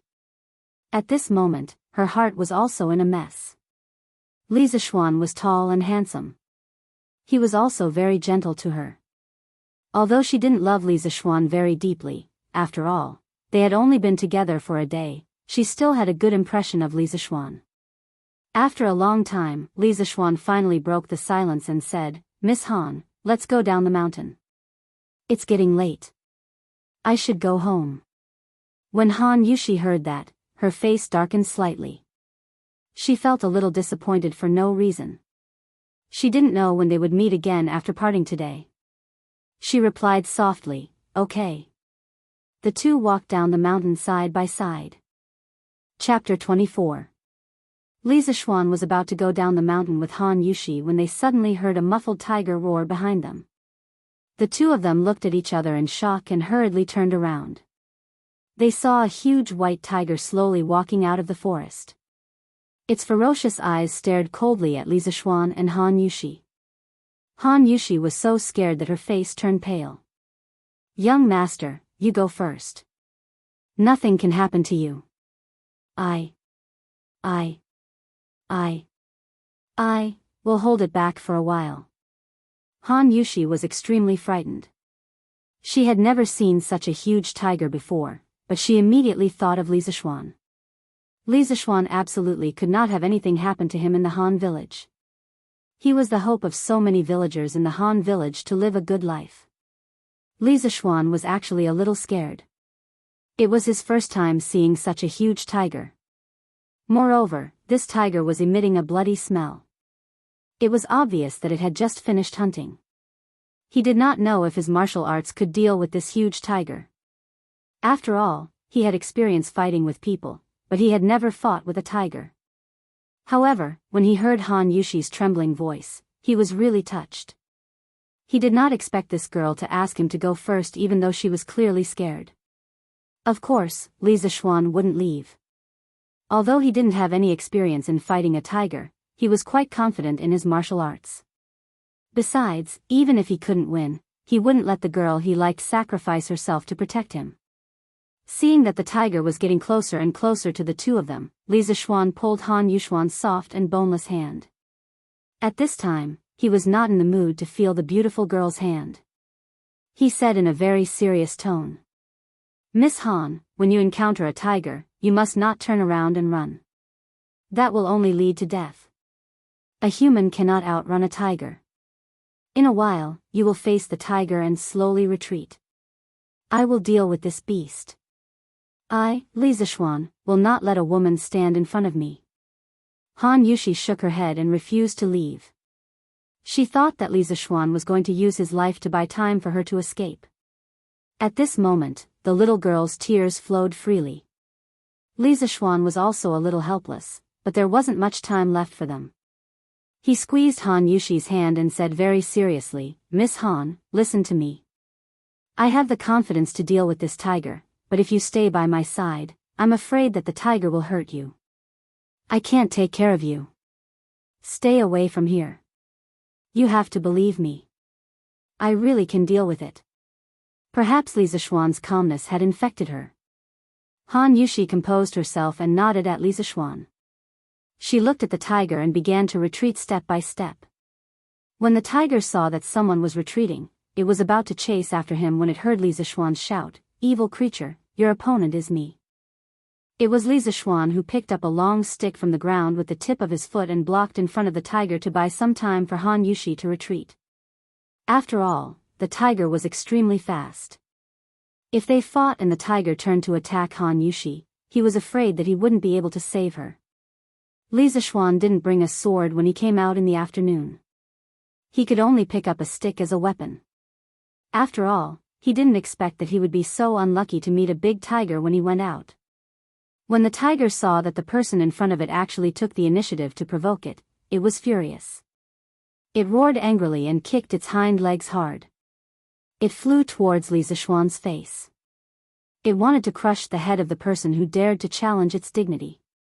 Although the tiger was fast, it was not enough in Li Zixuan's eyes. He had full confidence that he could dodge this attack, but he couldn't. Han Yushi hadn't retreated far behind him. "How dare you!" Li Zixuan roared. Holding the long stick, he flew towards the big tiger and ruthlessly smashed it in the head. However, the tiger was quite intelligent. It was unwilling to use its head to receive this blow. It immediately turned its head in the air. Li Zixuan's fatal blow hit the tiger's butt. The tiger fell to the ground and cried out in pain. Not only did this blow not scare it away, but it also aroused the tiger's ferocity. The tiger bared its teeth and slowly moved, looking for the next opportunity to attack. Li Zixuan didn't want to give it a chance to think. He used the orchid butterfly steps and arrived in front of the tiger in a flash. The cloud-piercing steps that Li Zixuan used before was a light body technique. It was more useful for long-distance travel and climbing over high ground. The orchid butterfly steps was a close-range footwork technique. The instantaneous burst of speed was very shocking. It was very useful in close-range combat. It was like a vigorous butterfly moving left and right in the battlefield, making it difficult for the enemy to distinguish. The big tiger didn't expect Li Zixuan to be so fast. At this time, it was too late for it to dodge. It used its head to take the blow and was immediately sent flying 10 meters away. Its eyes were seeing stars. The tiger was furious. Since its debut, it had never suffered such a big loss. With a leap, it pounced towards Li Zixuan again. Li Zixuan didn't expect the tiger's head to be so hard. It could still counterattack after being hit by his stick. Therefore, he held the stick in front of his chest with both hands and waited for the tiger to rush over to give it a ruthless blow. Unexpectedly, the tiger changed direction in the air and used its foreleg to block Li Zixuan's long stick. Its hind leg fiercely kicked Li Zixuan's arm and flew straight towards the retreating Han Yushi. It saw that Li Zixuan was not to be trifled with, so it changed direction and wanted to bite Han Yushi. When the tiger kicked his arm, Li Zixuan had a bad feeling and guessed its intention. He secretly cursed this beast for being so cunning, just like a tiger demon that had turned into a spirit. Ignoring the burning pain in his arm, Li Zixuan hurriedly turned around. He couldn't bear to see such a beautiful girl like Han Yushi die in the tiger's mouth. He saw that the big tiger was now less than 5 feet away from Han Yushi, and he was now more than 10 feet away from Han Yuxuan. Li Zixuan's eyes were about to split open. He used all his strength to activate the 5th level of the Taishian Sutra and poured all his inner strength into his legs. His lower clothes couldn't stand the violent power of the true essence. His trousers were immediately torn apart and blood seeped out of his calves. Li Zixuan roared and used the orchid butterfly steps with all his strength. His speed had reached the limit in an instant. Like a sharp arrow, he flew towards the tiger. Li Zixuan even heard a sonic boom at this moment. The air rushed back from his cheeks and scraped his face painfully. Seeing that the tiger's front claws were about to grab Han Yushi's face, Li Zixuan arrived first. He had already reached the top of the tiger's head. He held the long rod tightly with both hands and poured his inner strength into the long rod. Then, he ruthlessly pierced the tiger's neck. The tiger let out the last scream of its life. For a moment, blood splattered everywhere. Li Zixuan and the tiger fell at Han Yushi's feet. When the tiger jumped from Li Zixuan's body to her, Han Yushi was already a little scared and didn't know what to do. She couldn't move her legs. When she saw that the tiger's front claws were about to touch her face was filled with despair. Although her heart was filled with the fear of death, at this moment, she still prayed in her heart that the young master could escape. Just as she was about to close her eyes and welcome death, she saw a man holding a long rod above the tiger. It was Li Zixuan. Because he was too fast, the wind blew Li Zishuan's long hair. His handsome face was full of anxiety and worry. He held the rod with both hands, like a hero. When the tiger was about to grab her face, he stabbed the tiger's neck. Han Yushi, who was in despair, couldn't help but be a little dazed when she saw this scene. She would never forget this scene for the rest of her life. Bang! Two muffled sounds came from the woods. All the dust settled, and the mountains returned to peace. When the tiger's warm blood splashed on Han Yushi's face, Han Yushi came back to her senses and realized that she was saved. She looked lovingly at Li Zishuan, who was kneeling on one knee on the tiger's stomach but still holding the long rod on the tiger's neck tightly with both hands. At this moment, Han Yushi felt that a person had entered her heart, a man that she would never forget for the rest of her life. "Young master, are you okay?"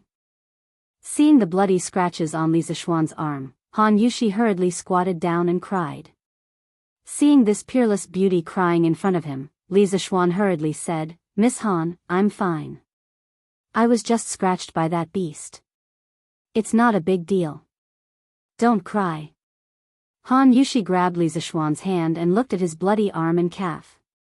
She couldn't help but cry out, "What do you mean you're fine? You've lost so much blood. How can you be fine? Why are you in such a hurry to save me? I won't die if I'm scratched by that tiger." Boo! As she spoke, she couldn't help but throw herself into Li Zishuan's arms and cry bitterly. Li Zishuan didn't care about enjoying the beauty in his arms.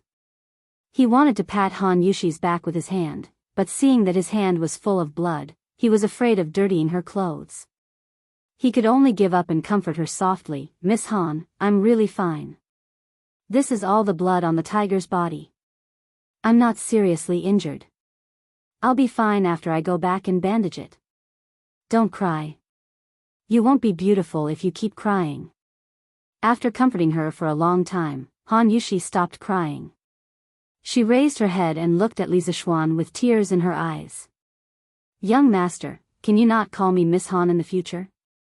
Li Zishuan was stunned for a while before he reacted. He was a little happy and said, "Then I will call you Yushi, okay?" Han Yushi's face was slightly red as she replied in a low voice. His relationship with this beautiful girl had finally improved a little. Li Zishuan was a little excited. At this moment, seeing Han Yushi's blushing face, he wanted to tease her a little. He smiled and said, "Then Yushi, can you not call me young master in the future? As a good friend, isn't it too distant for you to call me young master?" Han Yushi also felt that what he said seemed to make sense, so she asked, "Then what should I call you? Why don't you call me Brother Xian, Yushi?" Li Zishuan shamelessly suggested. "No way, I'll call you young master." Han Yushi's face suddenly looked as if a big red cloth was hanging on it. Sigh, the revolution had yet to succeed. He still needed to work hard. After failing to fool her, Li Zishuan was not discouraged. He continued, "Yushi, let's go down the mountain now. Lan and the rest must be waiting anxiously. Are we leaving just like that?" Han Yushi felt a little sad. After all, she was not someone from the same world as him. Li Zishuan used the long rod to pick up the big tiger and brought Han Yushi down the mountain. However, he did not know that something big had happened at the foot of the mountain. Chapter 25. 2 hours ago, at the threshing field of the Han village. "Brother Iron Egg, what's so fun about the threshing field?" As soon as they arrived at the threshing field, Lan couldn't wait to ask. "I made an appointment with Dinyo, Ernyo, and Zhu Zi this morning to fight grasshoppers in the threshing field in the afternoon." Iron Egg replied. At this time, they saw that there were already 3 children squatting on the ground waiting for them on the threshing field, so they hurried over. "Iron Egg, why are you so late?" A chubby boy with a runny nose pointed at Iron Egg and said discontentedly. "Hee, Ernyo, I have something to do at home today." Iron Egg touched his stomach and said embarrassedly. In fact, the chicken he ate at noon was too delicious, so he ate happily and forgot that there was such a thing in the afternoon. "Iron Egg, who is she?" A slightly taller chubby boy next to Nyo pointed at Lana and said, "Hello, my name is Lana. I'm Iron Egg's elder sister." Lana didn't wait for Iron Egg to speak and hurriedly introduced herself. Didn't Iron Egg have an elder sister? The children were a little confused, but seeing that Iron Egg didn't refute, they just thought that Lana was Iron Egg's distant elder sister. The taller chubby boy said, "Oh, hello, Iron Egg's elder sister. My name is Nyo." Another dark skinny boy also introduced himself. "My name is Zhu Zi." At this time, Nyo said, "Iron Egg, you and your elder sister came late and haven't caught grasshoppers yet. Go and catch them quickly. The three of us have already caught them." After saying that, he proudly showed the grasshopper in his hand. Iron Egg heard this and immediately pulled Lana to the field to look for grasshoppers. At this time, grasshoppers haven't grown up yet. They were all small green grasshoppers, so it was difficult to find them in the green grass. Lana looked for a long time but couldn't find one. She was a little anxious. At this time, she heard Iron Egg exclaim, "I caught one." Lana hurriedly went over and saw a medium-sized green grasshopper in Iron Egg's hand. In this season, such a big grasshopper was already considered big. Lana quickly said, "Brother Iron Egg, give this to me. Go and catch another one." Before he could finish speaking, he quickly snatched the grasshopper from Iron Egg's hands.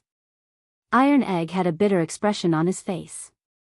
It was not easy for him to catch this, but it was snatched away before he could even warm it up. At this moment, Lana whispered, "The next time you come to the Han Manor, I'll bring you 2 plates of nibbled chicken."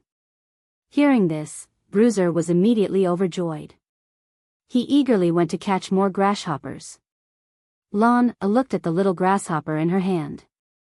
The more she looked at it, the more she liked it. She said to the grasshopper, "Wow, you look so mighty. You look like a general. I'll name you Wei Qing." After naming it, Lana was quite pleased with herself. After a while, Iron Egg caught another grasshopper. Although it was not as majestic as the one in Lana's hand, it was not small either. Lana looked at it and said to Iron Egg, "Brother Iron Egg, your grasshopper will be called Wuxia. Let's go and kill them all." The two of them brought their grasshoppers back to the threshing field. After greeting Nyo, Nyo, and Zhu Zi, the 5 of them took out their grasshoppers and started to fight. After a while, as expected, only Lana's Wei Qing and Iron Egg's Wuxia were left. At this moment, Lana picked up Wei Qing and said, "There's no need to fight anymore. My Wei Qing is first. Brother Iron Egg's Wuxia is second." Iron Egg heard this and had a bitter expression. He was about to object when Lana raised a finger to signal him. "A plate of nibbled chicken?" Iron Egg understood Lana's meaning and swallowed his saliva.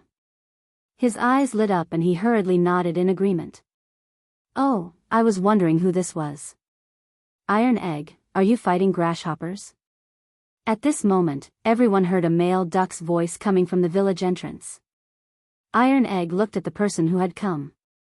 It was a wretched fatty around 10 years old with 3 moles on his face. He frowned and said, "Lu Haojin, why are you here? Why can't I be here?" Lu Haojin raised his eyebrows and said, "This young master is here to fight your grasshopper today. It just so happens that you just finished fighting those 3 brats. Quickly take out your grasshopper and fight with this young master." "I won't fight with you." Iron Egg frowned and said. After saying this, he pulled Lana back home. "Heh, you won't fight with me? This little girl is quite cute. If you don't fight with me, this young master will capture her and make her my maid," Lu Haojin said with ill intentions. After he said this, a few servants went up to block Lana and Iron Egg's path. Iron Egg heard this and was furious. "You dare? This is the Han Manor. My father will beat you to death when he comes." Hearing Iron Egg mention his father, Lu Haojin's eyes flashed with a trace of hatred. He said hatefully, "Bah, your father is a lame old thing. A few years ago, every time I came to collect rent with my father, that old thing, your father just had to meddle in other people's business. Sooner or later, I will kill that old thing. Iron Egg heard the other party cursing his father and his eyes were spitting fire. He clenched his fists so hard that his nails dug into his flesh. He said angrily, "That's because your rent scale is not following the rules. That's why my father stepped in." Lu Haojin waved his hand and said, "Don't talk so much nonsense. Are you going to fight or not? If you don't, I will capture this little girl and make her my maid." At this moment, Lan pulled Iron Egg's hand and asked in a low voice, "Who is this ugly fatty?" Bruiser almost laughed out loud when he heard this.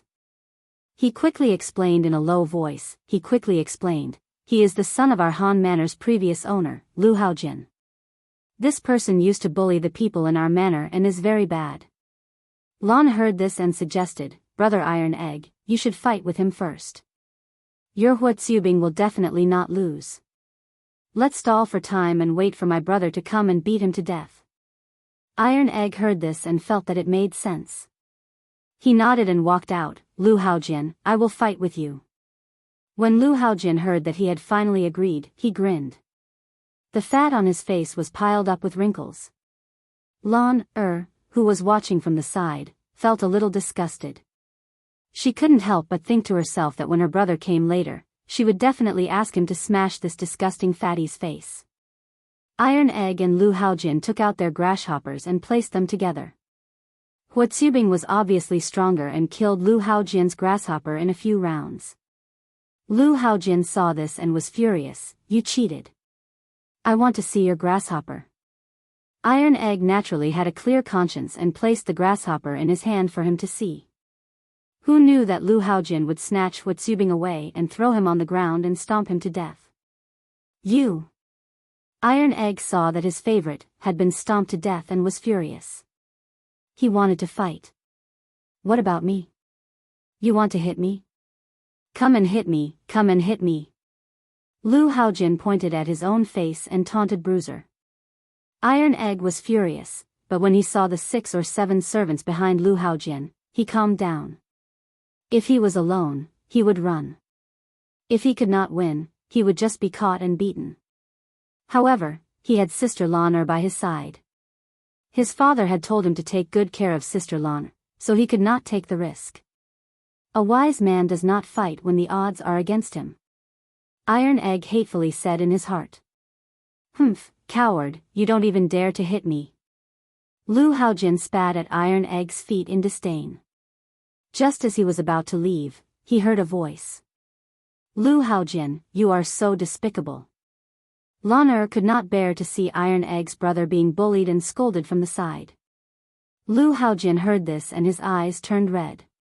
In the past, there were people who used his name to make fun of him, but that person's legs were broken by Lu Haojin's servants. He did not expect to be scolded by a little girl today. Lu Haojin glared at Lan and roared, "You guys, go and grab this little girl and beat her until her mouth is swollen." Chapter 26. A group of servants rushed over to surround Lan in an aggressive manner. "Who dares?" Iron Egg was shocked when he saw this. He picked up a bamboo stick from the haystack next to him and stood in front of Lan, waving the bamboo stick in his hand fiercely. The servants were a little hesitant. Lu Haojin shouted from behind, "Hurry up and attack him. There are so many of you who are afraid of this little brat." Iron Egg didn't wait for them to come up. He took the initiative to attack, waving the bamboo stick in front of him. Immediately, a servant's head was hit. Iron Egg continued to use the crazy devil stick technique to rush towards Lu Haojin. Lu Haojin saw this and ran away, cursing as he ran, "You bunch of trash. You can't even take him down with so many people. I'll teach you a lesson when I get back." Ow! Iron Egg hit the back of Lu Haojin's head with the stick. Seeing Lu Haojin being hit, Lan jumped up happily and clapped, "Little brother Iron Egg, come on, hit him hard." Lu Haojin was completely angry. He shouted at the servants, "Hurry up and attack him. Even if you get hurt, take the stick from that brat for me." Sure enough, when 2 of the servants heard this, they pushed against Tai Dan's rod and approached him. No matter how much strength Tai Dan used, the 2 of them could only endure it. Finally, the two of them got close to Iron Egg. One of the servants grabbed the stick from Iron Egg's hand. The rest of the servants immediately rushed forward and held Iron Egg down. Iron Egg was anxious and shouted at Sister Lon, hurry up and go back and call my father. Lon didn't try to be brave. She quickly ran to Iron Egg's house to get help. Lu Haojin saw this and sneered, want to run? You two go and catch that stinky girl for me.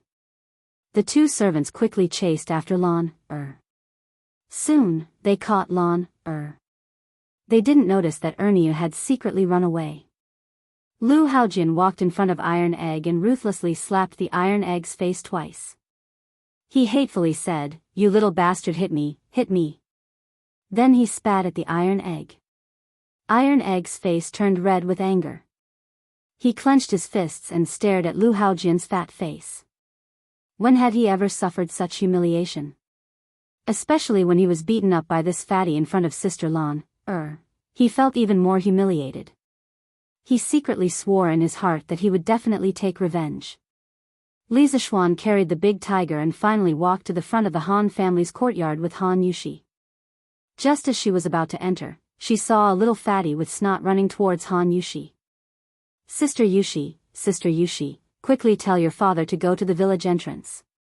Iron Egg was beaten up and someone called Lon, was also caught. The little fatty ran in front of Han Yushi and said while panting. Li Zishuan was shocked when he heard this. He didn't dare to talk nonsense. He threw down the tiger on his shoulder and hugged Han Yushi's slender waist. He used all his strength to use the cloud-piercing steps and rushed towards the village entrance like a gust of wind. Ernie put his hands on his knees and lowered his head to catch his breath. He didn't hear Han Yushi speak for a long time. When he looked up, there was no one in front of him.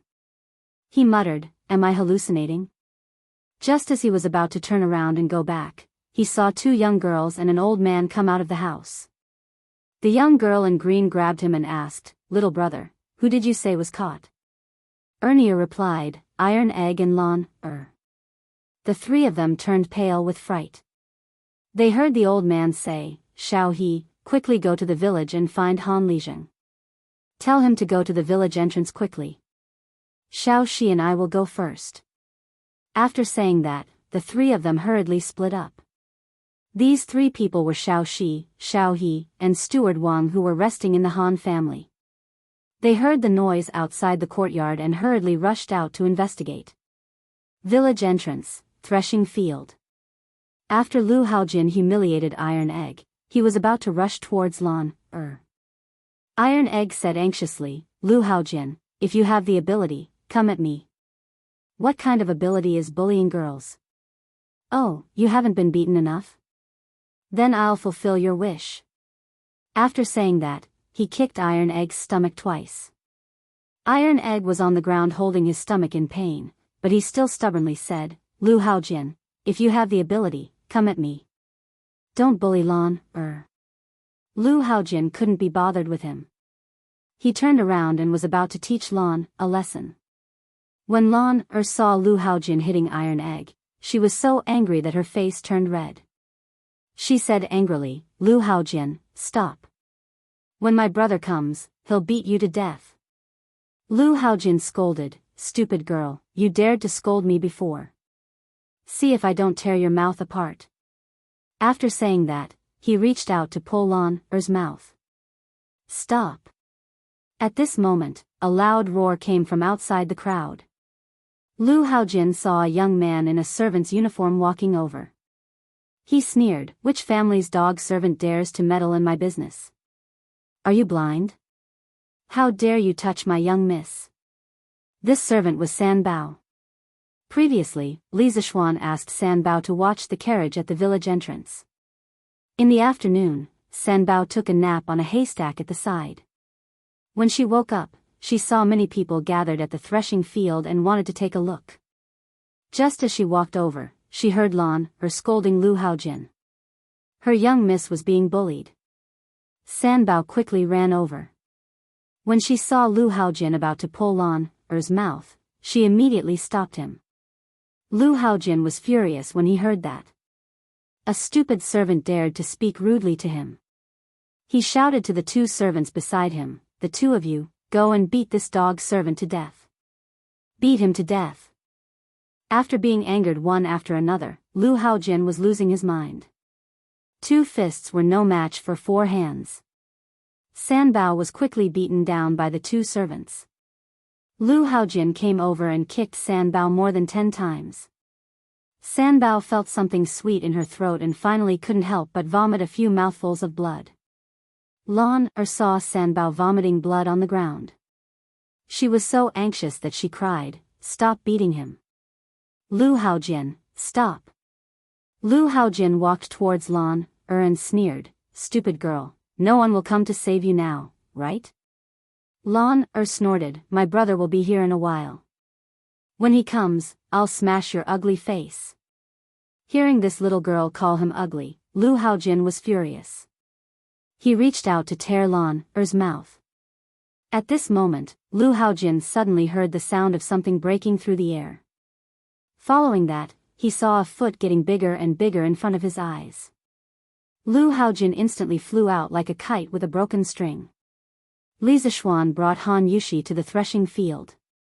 He saw a fat man with 3 moles on his face. He was about to reach out to pinch Lan's face. Li Zishuan couldn't help but be furious. He usually couldn't even bear to speak harshly to his sister Lan, let alone hit her. Now that he saw this fat man wanting to hit Lan, Li Zishuan couldn't hold it in anymore. He put down Han Yushi and used his movement technique. He dashed to a spot not far behind Lan, in a few steps. He leaped up and kicked the fat man's face. Then, Li Zishuan gently landed on the ground. Without stopping, he kicked the 2 servants who were holding onto Lan's arms and sent them flying. Li Zishuan pulled Lan to his side and carefully looked at her. When he found that Lan was not injured, he was slightly relieved. He secretly rejoiced that he had arrived in time. Otherwise, who knew how much his little sister would have suffered? Li Zishuan's series of actions happened in a flash. The other servants didn't even have time to react before their young master was kicked to the ground. The servants were shocked. They quickly helped Lu Haojin up and protected him in the middle. Lan saw that her brother had finally come to save her. She hugged her brother's arm excitedly and cried, "Brother, this damn fatty bullied Lan." Li Zishuan patted Lan's shoulder and wiped her tears. He couldn't help but feel his heart break. He comforted her in a low voice, "Don't be afraid, Lan. Brother will avenge you." Lu Haojin's face was covered in blood. He looked ferocious. Li Zishuan's kick almost knocked him out.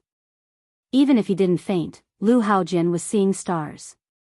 He had never been hit like this before. He shook his head and chased the stars away. He pointed at Li Zishuan and shouted incoherently, "All of you, go. Cripple him." Chapter 27. Iron Egg. Suddenly, a sorrowful cry was heard. Han Yushi rushed to Iron Egg, who was lying on the ground and clutching his stomach.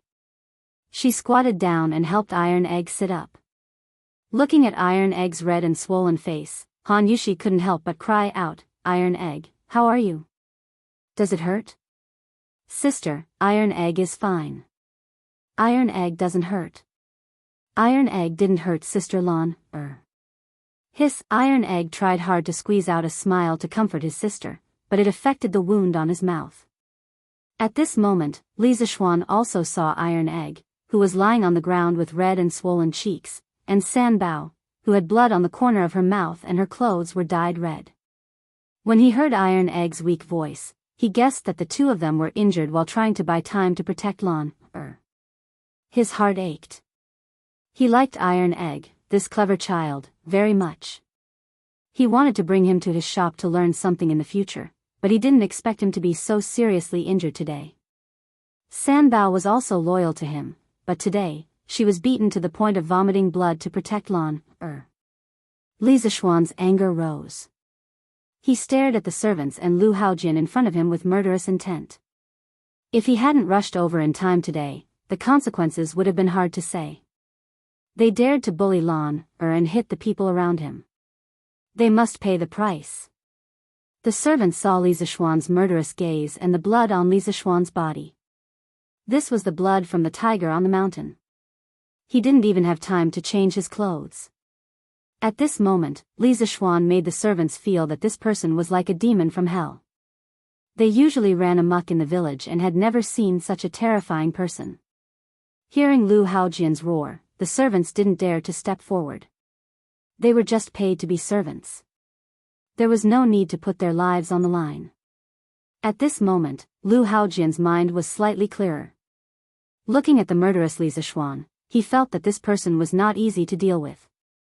Today's matter would not be settled peacefully.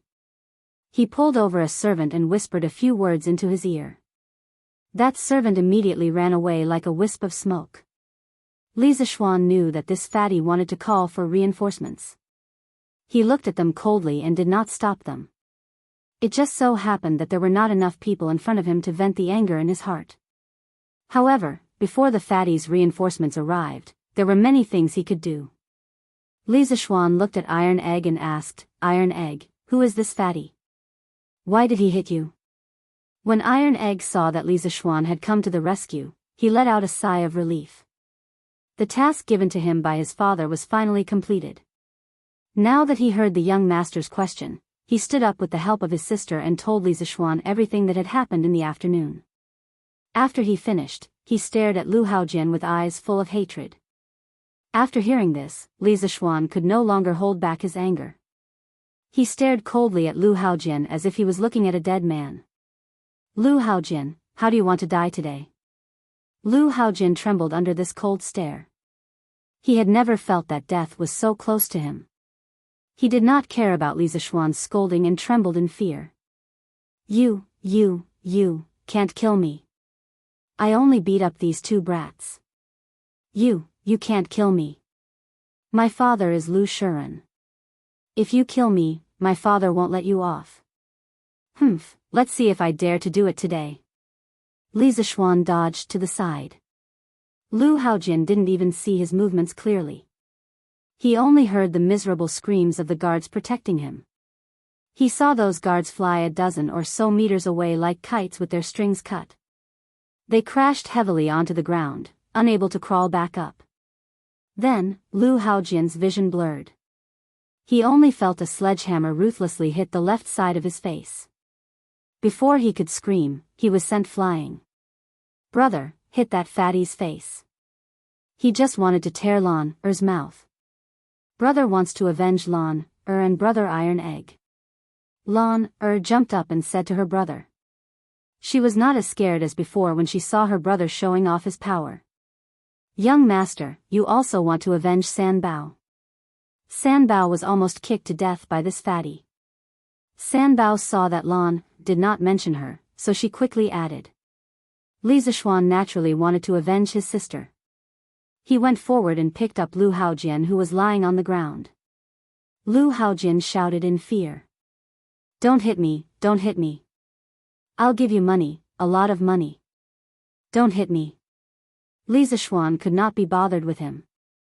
He used 10 dragon-subduing slaps on his fat face. Li Zishuan's palms flew left and right. It was dazzling. Lu Haojian's head was twisted rapidly. Soon, his cheeks were swollen. His already fat face became even fatter. His face was even taller than the bridge of his nose. Lan Er, Iron Egg, and San Bao were watching from the side. They were very satisfied. Lan waved her arms and jumped up. "Good hit, brother, good hit." Li Zishuan slapped more than 10 times. He was tired and felt that it was meaningless. The main reason was that these people were too weak. They were not even as powerful as the big tiger on the mountain. If Lu Haojian heard Li Zishuan's words, he would definitely vomit blood. If he was half as powerful as the tiger, would he just stand there and let you hit him? Lu Haojian's face was so swollen that he could no longer speak. Li Zishuan picked him up with one hand and threw him in front of Iron Egg and San Bao. "Iron Egg, San Bao, how did he hit you just now? Give me 10 times the amount." "Young master, what happened to you?" A worried voice came from outside. Li Zishuan looked and saw that it was Xiaoxi. Behind her was Wang Zhong. Xiaoxi saw that Li Zishuan was covered in blood and was shocked. She quickly ran over and asked worriedly. Li Zishuan waved his hand and said, "I'm fine. The blood on me is not mine." He then looked at Wang Zhong and said, "Uncle Wang, why are you here?" Wang Zhong was also worried. When he heard that the blood was not his, he was slightly relieved. He said, "Young master, we heard that something happened to young miss at Han Lijing's house, so we rushed over."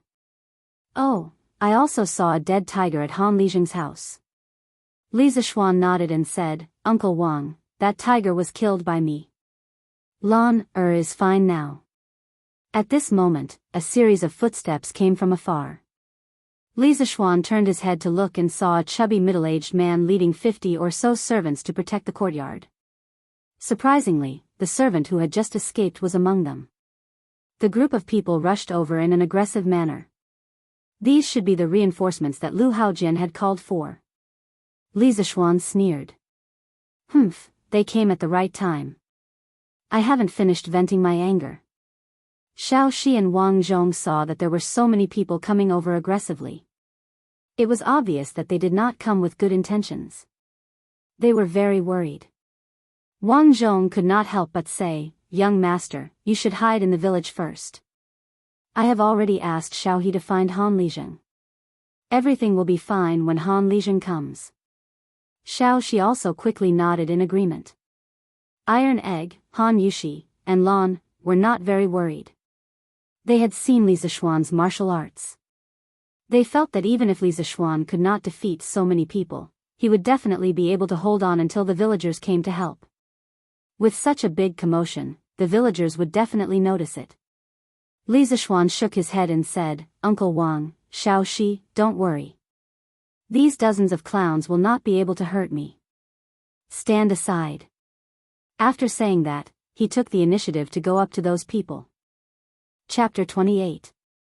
Li Zishuan walked a dozen steps towards the group of people and stopped when he was about 20 to 30 feet away from them. He crossed his arms and waited for them to come over. When the distance was about right, Li Zishuan shouted at the group of people, "Is Lu Shiren here? If you are, come out and say something. Today, I will turn you, Lu Shiren, into a dead man." Li Zishuan was also speechless at the Lu family's naming skills. The father was called Lu Shiren, and the son was called Lu Haojin. How uncultured. How scary. When Wang Zhong heard Li Zishuan call out Lu Shiren, he was slightly stunned. He was only concerned about his young master and young miss, so he didn't know who the other party was. At this time, he looked at Lu Haojin, who was lying on the ground with his face swollen. After looking at him for a long time, he recognized that he had seen this person before. His face was ashen.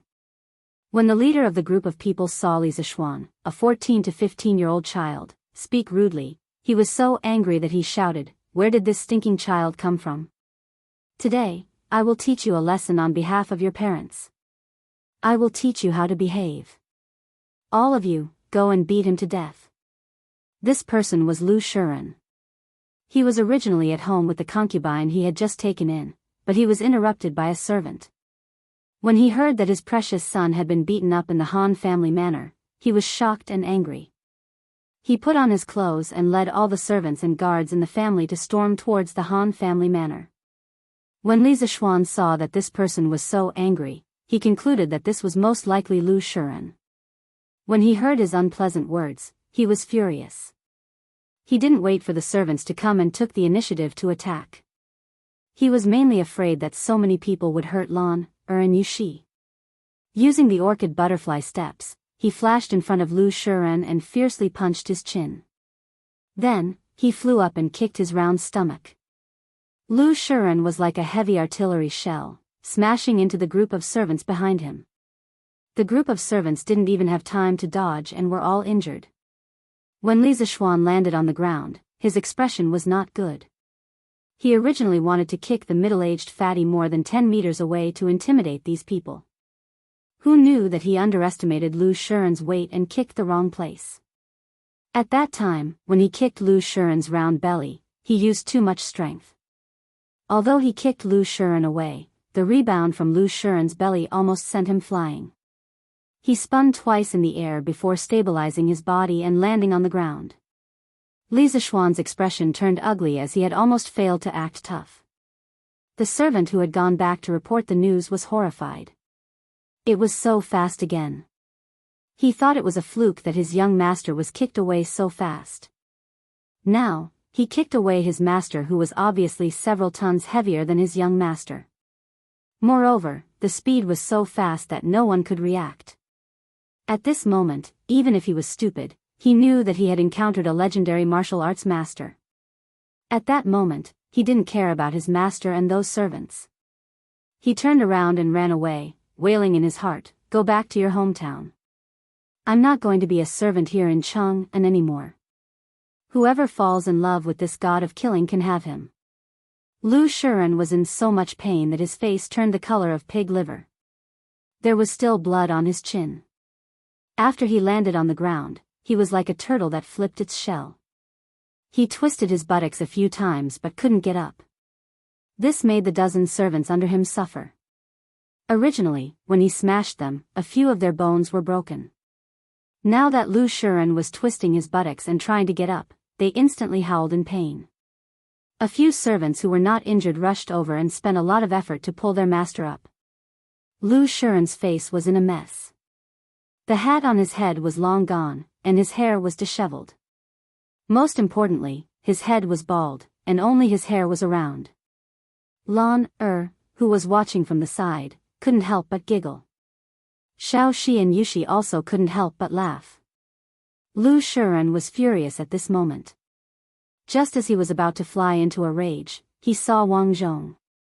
He was shocked and didn't bother to tidy up his appearance. He staggered over and said flatteringly, "Butler Wang, why are you here?" Wang Zhong's face was ashen. He pointed at Lu Shiren's nose and roared, "Why am I here? Lu Shiren, you have guts. Your son dared to bully my family's young miss, and you brought people to beat up my family's young master. You have guts. Just you wait, my master won't let you off." Lu Shiren was confused at this moment and said, That young man just now was your family's young master?" Wang Zhong snorted and said, "What do you think?" Lu Shiren staggered back 2 steps when he heard this, and his face turned even paler. He had met Wang Zhong many times before. Back then, when he sold the Han family manor, he had contacted Wang Zhong. He naturally knew that the master Wang Zhong mentioned was someone he couldn't afford to offend. He was just a landlord in the countryside, but Li Jingma was a tycoon in Chang'an. He knew many high-ranking officials and dignitaries. He could crush the Lu family with just a finger. Just now, he heard Wang Zhong say that his bastard son bullied Li Jingma's daughter. It's over, it's all over. Lu Shiren sat on the ground in despair. At this moment, there was a rush of footsteps in the village. Li Zishuan saw Xiao He and Han Lijing running over with a group of farmers holding hoes and machetes. Well, Li Zishuan also saw a fool holding a rolling pin. He couldn't help but feel speechless. "Damn it, did you come to fight or to roll dough to make dumplings?" Before this, Han Lijing had gathered the farmers and told them about the big deal that Li Zishuan had told him. When the farmers heard it, they couldn't believe that there was such a good thing. After confirming it over and over again, they thanked the master's family's young master and young miss for their kindness. At this moment, Xiao He hurriedly ran over and told Han Lijing that someone at the entrance of the village had caught the young miss. Han Lijing was furious when he heard this. A burly man with a full beard stood up and shouted, "Han Lijing, what are you waiting for? Kill them. The master has been so good to us. Not only did he reduce our rent, he even brought us such a business deal. Yet, the young miss was caught here. We can't let down the master and Madam Li, kill them. I, old Hu, will be the first to go. That's right, no matter who the other party is, kill them. I, old Han, will go too. Kill them, kill them. Count me, Han in." Instantly, the crowd was enraged. They all shouted that they wanted to save the young miss. The master's family had always been good to the Han village. This time, they had brought them such a good business deal. They were grateful from the bottom of their hearts.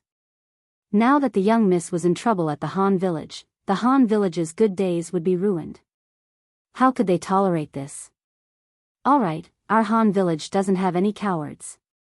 If they dare to bully us and want to ruin our good days, we will fight it out with them. At this moment, Han Lijing stood up and shouted. Fight it out, fight it out. Han Lijing led these angry villagers, picked up the farming tools beside them, and the group of people majestically charged towards the threshing field. When Han Lijing arrived at the threshing field, he saw from afar that the young miss was still safe and sound. His heart was slightly relieved. When he saw Li Zishuan covered in blood, his heart was filled with fear. He quickly walked to Li Zishuan's side and anxiously asked, young master, are you all right?" Li Zishuan waved his hand and smiled, "Uncle Han, I'm fine. The blood on my body isn't mine. It's just that I came late and caused your family's iron egg to be injured." Han Lijing looked at Iron Egg and saw that his face was only a little swollen. He said, "It's good that young master and young miss are fine. Otherwise, this Han would have died 10,000 times. Iron Egg being beaten up is fine. That stinky brat's skin is thick." When Li Zishuan heard this, the corner of his mouth twitched. He silently mourned for Iron Egg. Was this Iron Egg's father really his own? At this moment, Han Lijing held his sickle and walked in front of Lu Shiren. Facing the dozens of servants beside Lu Shiren, he was not the least bit afraid. Thinking that if the young master had come a little later, the young miss might have been in trouble, the more he thought about it, the more scared he became. A monstrous murderous aura filled the air. This was the murderous aura that he gained from killing a mountain of corpses and a sea of blood. At this moment, he really wanted to kill Lu Shiren. The Han family manor had finally welcomed such a kind-hearted master. If something happened to the young master and young miss here, the consequences of the Han family manor could be imagined. Han Lijing coldly said, "Lu Shiren, what do you mean? When you were in the Han family manor, you maliciously bullied us villagers. Now that you've left, you came back to beat up our young master and young miss. Do you really think that the people of the Han family manor are made of mud? Do you believe that I won't kill you?" After he finished speaking, he placed the sickle in his hand in front of Lu Shiren's throat. At this moment, Lu Shiren's heart was filled with fear and grievance. He brought so many people here, but before he could even say a few words to Li Zishuan, he was already beaten up.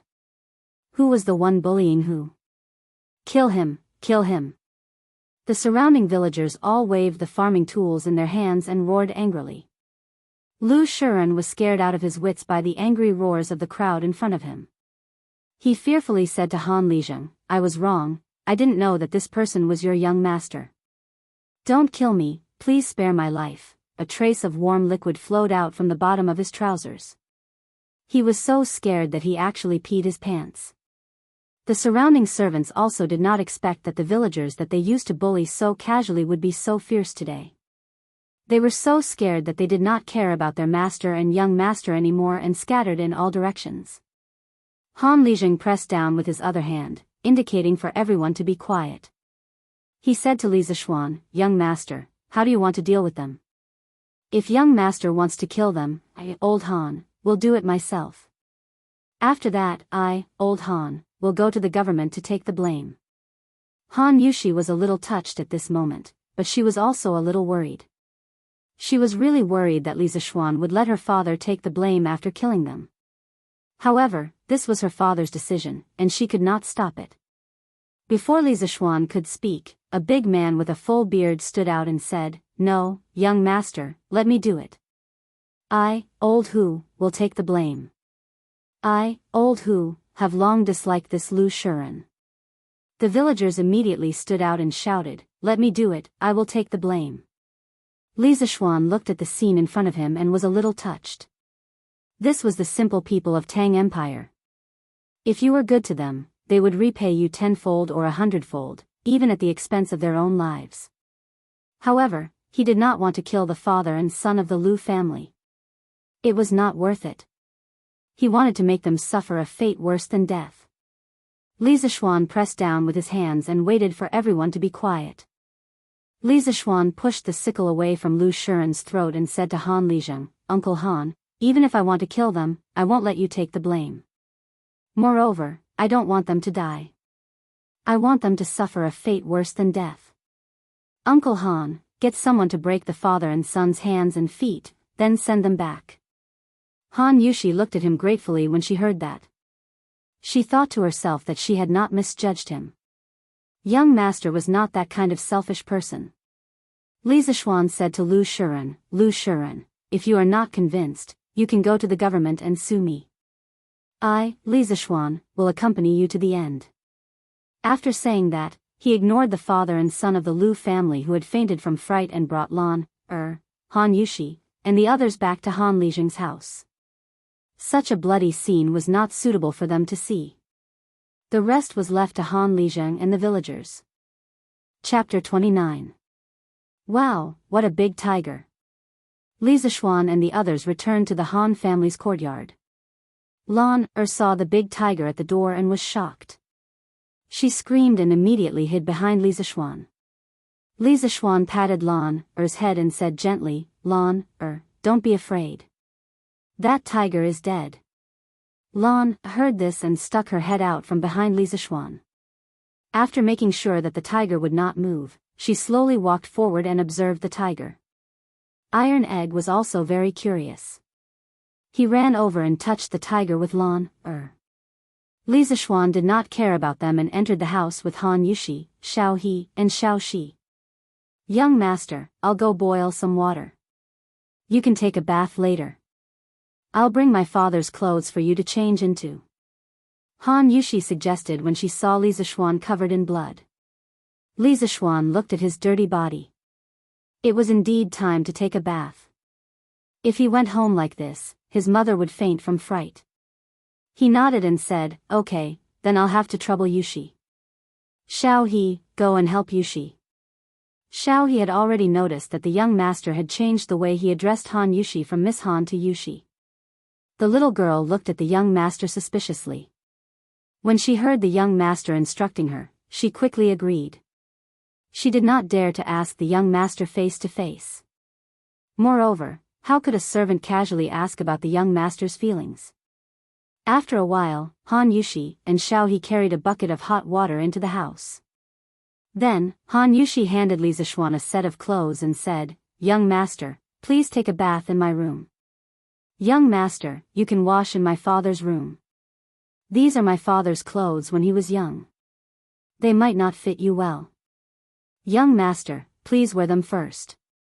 Li Zishuan looked at her beautiful little face and smiled. "Okay, Yushi, it's been hard on you. You must have been frightened today." At this moment, there were only the two of them in the room. It was a little ambiguous. Han Yushi blushed and said, "Young master, what are you saying?" "Young master, quickly take a bath. Yushi will go out first." After saying that, he hurriedly ran out of the door.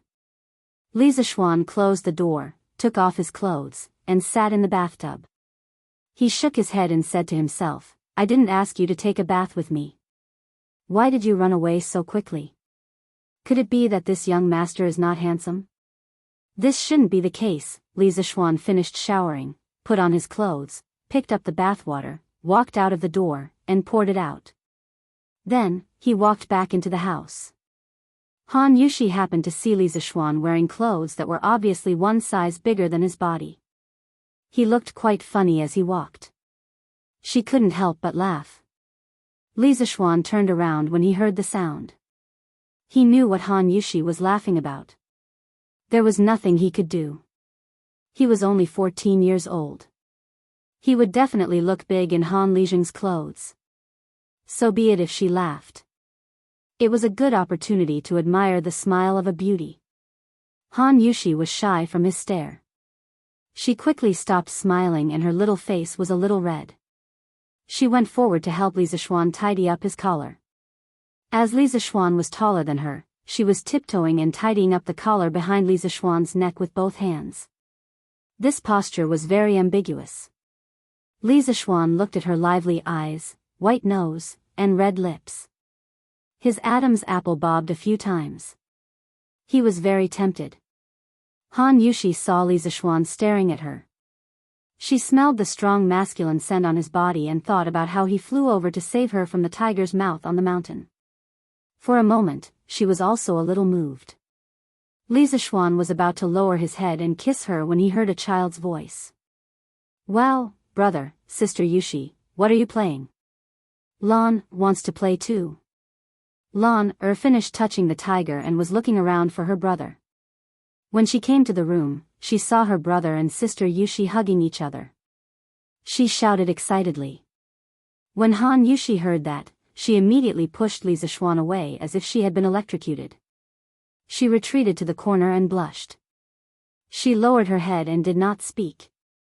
Li Zixuan was helpless. He said to Lan, your sister Yushi is helping brother tidy up his collar." "Lan, why didn't you knock when you came in? Aren't you afraid of the door demon?" When Han Yushi heard Li Zixuan mention the door demon, she raised her head and looked at him curiously. She did not know what story was inside. Lan said a little fearfully, "But brother didn't close the door." "Do I have to knock?"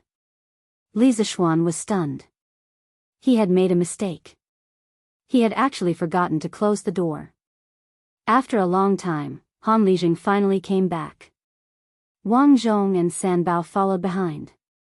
Li Zixuan did not ask how Han Lijing had handled it. He stood up and said goodbye to Han Lijing. "Uncle Han, sorry for disturbing you today. It's getting late. We should go back." "Oh, right, you need money to buy the mountain fruits." "Uncle Wang, how much money did we bring this time?" "Young master, we only brought 10 strings of cash." "Okay, then give it all to Uncle Han. If Uncle Han doesn't have enough money in the future, you can ask Uncle Wang for more. This money can be deducted from the money from selling alcohol in the future," Li Zixuan said. Han Lijing did not expect his young master to be so thoughtful. He took the money and said gratefully, "Thank you for your trust, young master." Li Zixuan waved his hand and looked at San Bao. "San Bao, how are you? Can you still walk? I'll give you a raise when we go back this time." Previously, Wang Zhong had brought San Bao to the village doctor for some simple treatment. After such a long time, she had recovered. When she heard her young master's question, she felt warm in her heart. "Young master, San Bao is fine. San Bao is strong." After saying that, he even showed off his biceps. Li Zixuan smiled and said, "Okay, then let's go." "Lan, let's go home." "Coming." Lan ran over. Li Zixuan clasped his hands and said to Han Lijing, "Uncle Han, we'll meet again someday." He turned back and looked at Han Yushi deeply. Li Zixuan would be lying if he said that he was not moved by this gentle, brave, and fairy-like girl. Although they had only known each other for a day, Han Yushi had left an impression on him that could not be erased for the rest of his life. Li Zixuan waved at her and said, "Yushi, goodbye."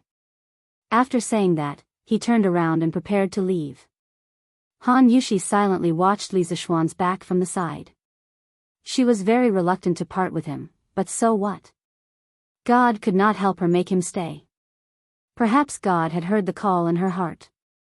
At this moment, the wind and clouds suddenly changed. A muffled thunder came from the sky. Wang Zhong looked at the dark clouds in the west and said worriedly, "Young master, I'm afraid that the rain is not light. We can barely make it back by horse, but it's very dangerous for a carriage to take the mountain road in this weather." Li Zixuan remembered the bumpy mountain road when he came back. He also felt that it was dangerous to take the mountain road in the rain. He hesitated and joked to Han Lijing. "Uncle Han, it seems that we have to keep guests in this weather. We can only trouble Uncle Han for one more night. We'll leave tomorrow when the rain stops." After saying that, he was secretly happy. Was it because he could stay with Han Yushi for one more night? He could not explain it. Han Lijing laughed heartily and said, "Young master, what are you saying? It's my honor that you can stay in my house." I still need to trouble Uncle Han with one more thing. Uncle Han, find a strong man with good skills to go to Chang'an City and tell my mother that I'll be back tomorrow. I'm afraid that my mother will be worried. Li Zishuan suddenly thought of his mother and quickly told Han Lizheng. Yes, young master, don't worry. I'll arrange it. Han Lizheng nodded and replied. Han Yushi was still sad about parting. When she heard them talk, she was happy. She thanked God in her heart for letting Li Zishuan stay. She even thought that it would be great if the rain never stopped. Chapter 30. After dinner, Han Lizheng brought Iron Egg, San Bao, and Wang Zhong out. There were only 3 rooms in his house, and they definitely couldn't fit so many people. He had no choice but to bring the 3 of them to another house to sleep for the night. He had already made arrangements with those families. When they heard that they were the young master's people, they welcomed them with open arms. The rain outside was getting heavier and heavier. Li Zishuan tossed and turned, unable to fall asleep as he listened to the pitter-patter of the rain. Moreover, it was too early now. It was almost 6:00 in the evening in the modern world. In his previous life, he would only sleep at 11 or 12 o'clock at night. However, in this era, there were no cell phones or computers. There was nothing else to do other than sleep at night. Brother, are you asleep? Lan knocked on the door. Li Zishuan got up and opened the door. Lan squeezed in agilely. Li Zishuan looked at her and said, Lan why aren't you asleep? Lan and Han Yushi slept in one room while Xiao He and Xiao Shi slept in another room. Lan came over and held her brother's hand. Brother, we can't sleep. Why don't you come over and tell us a story? Li Zishuan was puzzled. You guys? Lan nodded. That's right. Sister Yushi, Sister Xiao He, and Sister Xiao Shi can't sleep. We're all in Sister Yushi's room waiting for you to come over and tell us a story. Li Zishuan was really tempted. He also wanted to go to Han Yushi's room to take a look. To be exact, he wanted to go to Han Yushi's room to see how charming Han Yushi looked when she was lying on the bed. Just thinking about it made him look forward to it. Lan didn't wait for her brother to agree. She pulled her brother's hand and dragged him out of the room. Li Zishuan came to Han Yushi's room. A faint girl's fragrance seeped into his nostrils. Li Zishuan couldn't help but greedily take in a breath. The 3 girls in the room quickly stood up and greeted him. Young master. Li Zishuan nodded at them and then began to look around Han Yushi's boudoir. Although the furnishings in the room were not luxurious, they were placed very neatly. In addition to the dressing table, there was also a small table in the room. Han Yushi naturally wouldn't lie on the bed and wait for him to come over like he had just fantasized. In fact, Han Yushi didn't want Li Zishuan to come to her room, but she couldn't stand the coaxing and pestering of Lan, and the 2 little maidservants. Moreover, she was quite curious about what story Li Zishuan wanted to tell them, so she agreed to those maidservants half-heartedly. At this moment, the 3 girls and Lan were sitting around a small table, waiting for Li Zishuan to tell them a story. Li Zishuan looked around. There were no more stools. His heart skipped a beat. He sat on Han Yushi's fragrant couch without any trace of politeness. When it was time to make a move, he had to make a move. There were no extra stools in this room. Han Yushi had no reason to blame him for sitting on the bed. Of course, he had to take advantage of this. When Han Yushi saw Li Zishuan sitting on her bed, she blushed shyly. She also realized that there were no other stools in the room. She couldn't help but blame herself for being too careless. Lan didn't notice the small movements of the 2. When she saw her brother sit down, she said excitedly, Brother, quickly tell me. Lan was almost taken away by bad people today. Brother, quickly tell Lan, a journey to the west, to calm Lan down. When Han Yushi and the other 2 heard this, they couldn't help but laugh. No one had ever taken the initiative to ask others to calm them down. Li Zishuan was also very speechless. Lan's lively and excited appearance didn't look like she was frightened at all. Han Yushi was frightened on the mountain today. Since they were here, the story still had to be told. He shook his head and said, Lan, let's not talk about Journey to the West tonight. Your sister Yushi hasn't heard of many of the previous stories. Today, let's talk about another story. Lan wasn't disappointed. Anyway, since her brother made it, it must be the best. At this moment, she shouted even more excitedly, okay, okay. When Han Yushi saw that Li Zishuan had to think about her even when telling a story, she felt very sweet in her heart. Li Zishuan looked at Xiao He and Xiao Shi and said, Xiao He, Xiao Shi, you have heard the first part of this story before. When Xiao He heard this, she immediately remembered that afternoon when the young master said that no one could tell that she was a man dressed as a woman. Her face suddenly turned red. She swore that she would definitely not mention the question that afternoon again today. Li Zishuan didn't tease her anymore. He looked at Han Yushi and said, the story that we are going to tell today is called Liang Shanbua and Zhu Yingtai.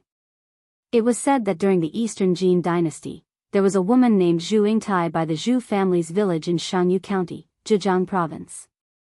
She was beautiful and smart. She had been learning poetry from her brother since she was young. She admired Ban Zhao and Kai Wenji's talent and learning. She only hated that her family didn't have a good teacher. She wanted to go to Hangzhou to study. Li Zishuan used his own words to tell them the plot that he saw from the TV series in his previous life. Although the words weren't beautiful, the story was beautiful and touching. As Li Zishuan told the story, Han Yushi, Xiao He, and Xiao Shi were all immersed in the story. Zhu Yingtai disguised herself as a man to study. Liang Shanbua didn't find out that she was a woman after sleeping with her for 2 years. Zhu Yingtai returned to her hometown to visit her relatives and was forced to marry by the Ma family. With the story's twists and turns, the hearts of the 3 girls rose and fell like a boat on the sea. Very quickly, Li Zishuan reached the climax of the story. Zhu Yingtai's bridal sedan was carried halfway when a gust of wind suddenly blew. The people carrying the sedan couldn't move anymore. At this time, the servant girl told Zhu Yingtai that Liang Shanbua's grave was in front of them. Zhu Yingtai didn't care about other people stopping her and walked out of the sedan. She insisted on going to Liang Shanbua's grave to mourn. Zhu Yingtai came to Liang Shanbua's grave and cried loudly. She was in so much pain that she wanted to die. She threw herself onto the grave. In a split second, lightning flashed and thunder rumbled. The wind and rain raged. A big crack suddenly appeared in the grave. Zhu Yingtai shouted Liang Shanbua's name and jumped into the grave. Then, the grave automatically closed. After a while, the rain stopped. The clouds parted and a rainbow appeared in the sky. A pair of beautiful butterflies flew up from the grave and danced around the grave. People said that this pair of butterflies was Liang Shanbua and Zhu Yingtai. When they heard the part where Liang Shanbua and Zhu Yingtai turned into butterflies, Xiao He and Xiao Shi both burst into tears. Han Yushi's eyes were wet. She looked at Li Zishuan with a complicated expression.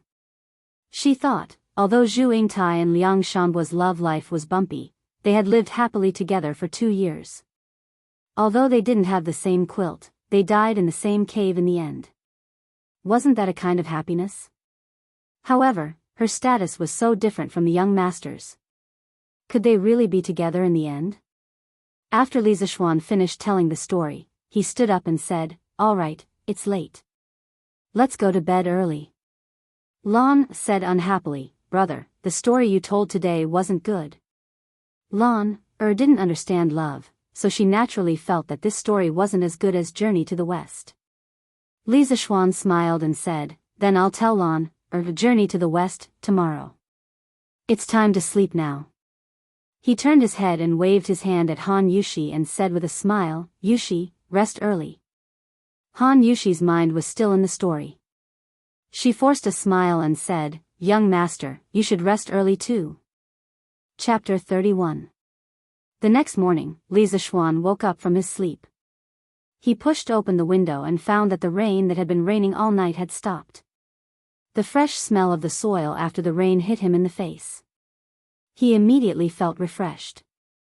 After practicing the Sutra of Supreme Mystery for a while, Li Zixuan walked out of the room. In the front room, Han Lizheng, Wang Zhong, and the others had returned and were chatting. Li Zixuan went forward to greet them and went to wash up. After eating the breakfast that Han Yushi had carefully prepared, Li Zixuan said goodbye to Han Lizheng in the yard. Uncle Han, sorry for disturbing you these 2 days. Uncle Han, please pay attention to the business. If you have any problems, please find Uncle Wang or go directly to Chang'an to find me. I'll be waiting for your fruit wine in Chang'an. Young master, don't worry. I'll take care of the fruit wine. The road is slippery after the rain. Young master, please be careful. Well, it's okay. Li Zixuan turned around and looked at Han Yushi, who was leaning against the door frame and silently watching him. This girl had noticed that her eyes were red since she saw her in the morning. Could it be that the story she told last night was too sad and she cried all night? He was also reluctant to part with this beautiful girl, but he had to go back. This was not his home. Li Zixuan actually enjoyed the quiet and elegant feeling when talking to Han Yushi, but he didn't know what Han Yushi thought of him. Maybe she had a little affection for him. He had a lot to say to her at this moment, but it was obviously not the right time. Thousands of words turned into a sigh in the end. Yushi, take care. After that, he turned around and left with the group. Back home, Li Zixuan was dragged by his mother to enjoy her mother's love. He also told his mother about the purchase of the fruit wine. Mrs. Li didn't care much about the business. Since her son felt that it could make money, she would certainly support him. She gave Li Zixuan 1,000 strings of cash for him to use first. As for his father, his mother would talk to his mother. Li Zixuan was very happy to receive 1,000 strings of cash from the chairman of his family. It was good to be a rich second generation. If he liked a business, he could just ask his mother for money to invest. It was not like the time travel novels he read in his previous life. Some protagonists traveled to ancient times and had no money. They had to work hard to make glass and perfume to get their first venture capital. Li Zixuan said that it was too brain-intensive. He didn't want to do it for the time being. His family was already so rich. He didn't need to invent those inventions. What he needed to do now was to think of ways to spend money. A few days ago, his mother was still encouraging him to be a prodigal son. He had a long way to go. When he arrived at the West Court, he was about to go back to the study to plan the modification of the fruit wine when he found Lon, waiting for him in the side hall of the West Court. Lon, what's in the thing you're holding? Li Zixuan pointed at a thick bamboo tube in Lon, hand and asked. This is Lon, general, Wei Qing. He's amazing. Brother, let me show you. Lon handed over the bamboo tube in her hand as if she was presenting a treasure. Li Zixuan was puzzled. Wei Qing? What the hell? He took the bamboo tube and lifted the lid slightly. When he looked inside, he saw a green locust. Only then did he remember that the source of the conflict in the threshing field of the Han family village yesterday was the few of them fighting the locust. He didn't expect Lon, to name this locust Wei Qing. Li Zixuan couldn't help but find it funny. However, Li Zixuan's smile froze on his face before it could bloom. Then, his expression changed slightly. The way he looked at Wei Qing became a little uncertain. Li Zixuan didn't study the history of the Tang dynasty in detail in his previous life. However, he still knew some of the major events that happened in the Tang dynasty. Some of them were from novels, and some were from television dramas. Li Zixuan remembered that in the second year of the Zhongguan era, the Tang dynasty had an unprecedented locust plague. At that time, the locusts covered the sky and swept across the entire Guangzhou plain. The locusts covered the sky and poured down in torrents. Everywhere they passed, the land was barren. Even the trees and weeds couldn't escape from the locusts, not to mention the crops. Last year, Li Ergang and Shili of the Turks had signed the humiliating Wei River Pact precisely to buy time for the Great Tang to breathe. The people of the Great Tang had just welcomed the peace that they had longed for. Who would have thought that they would have to face this apocalyptic disaster?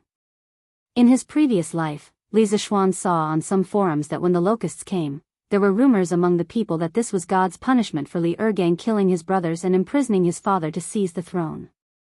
Li Ergang couldn't defend himself. The history books recorded, Taizong entered the garden to inspect the crops. When he saw the locusts, he plucked a few of them and cursed, "Man's life is the grain. If you eat it, you will harm the people.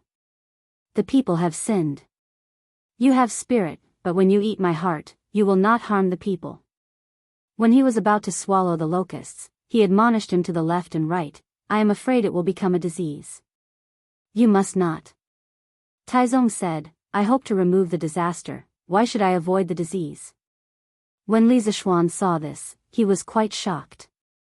It was not without reason that Li Er had become an eternal emperor. His breadth of mind, his bearing, and his charisma were things that ordinary people could not hope to achieve. Li Zishuan remembered that under the post, there were some keyboard warriors who commented that Li Ergang swallowed the locusts for show, to show that he loved the people like his own children. Li Zishuan snorted at this. Li Ergang swallowed the locusts despite the danger. No matter what his purpose was, he was worthy of respect. Li Zishuan asked himself if he was himself, he wouldn't dare to swallow the locusts. Although the Tang dynasty was beginning to show its prosperity, with the current foundation of the Tang dynasty, it obviously couldn't withstand this catastrophe. Once the locusts came, starving people would be everywhere. There might even be a tragedy of people swapping their children for food. Then the question was, before the locusts came, what could he do for this era? Although he hadn't been in this world for long, there were already many people who cared about him and the people he cared about. For example, his family, Han Lijeng, Han Yushi, and the simple and adorable villagers of the Han family village. At this moment, he realized that he had fallen in love with this era and the people of the Tang dynasty. "Brother, brother?" Lan noticed that Li Zishuan was staring at her, Wei Qing, without moving. She pushed his arm. "Oh, Lan, go play with Xiao He and Xiao Shi first. I have something to do now. I will tell you a story tonight." Li Zishuan was interrupted by Lan, and said to Lan, "Oh, then you must remember to tell Lan, a story tonight." Lan was a little unhappy. She wanted to come over to show off her invincible general, Wei Qing, to her brother, but now that her brother seemed to have something to do, she could only leave. Inside the house, Li Zishuan was alone, frowning.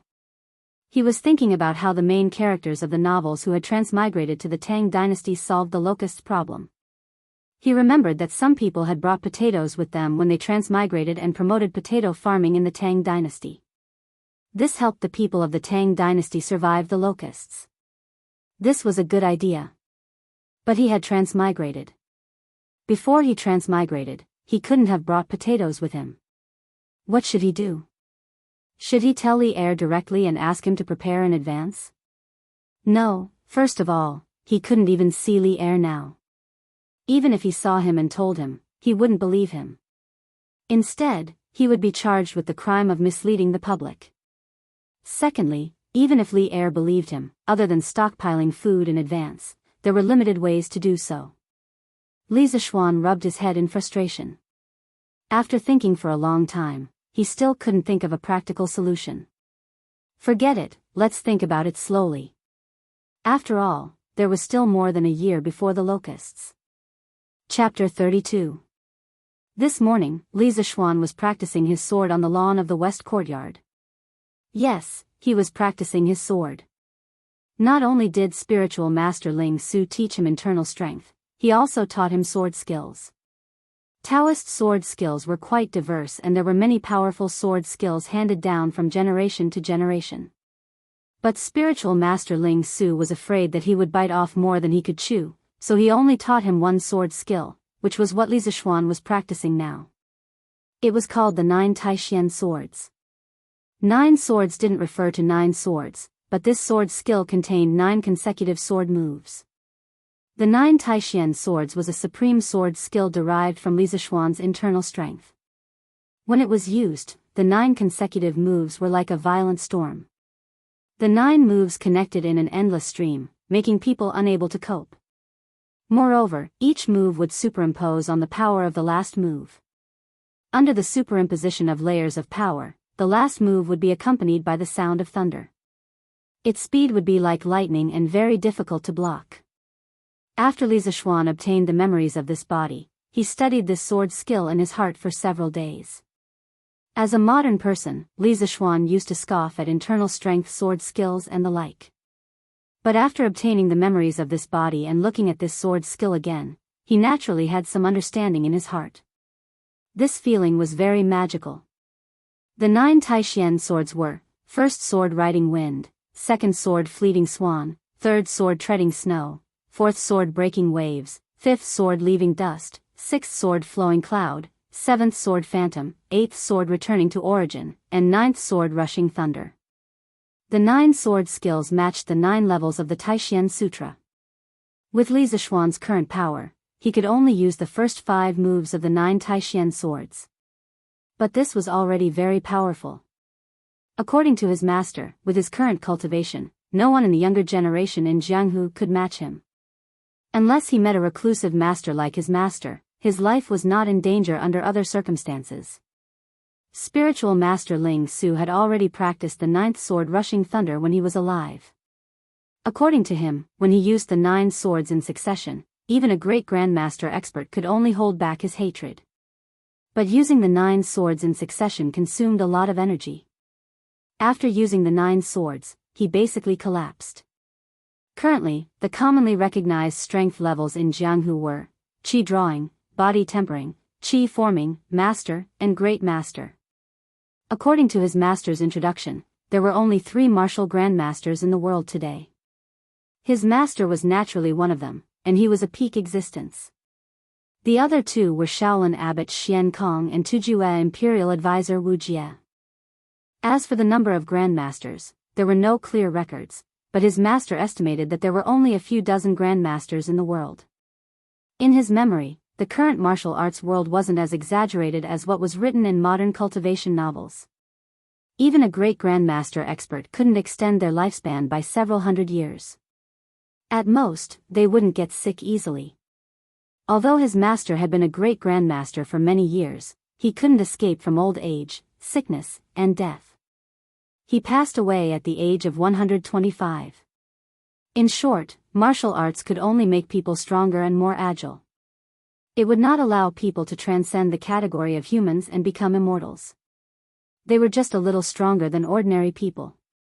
However, even a great grandmaster expert would not be willing to fight with a small army.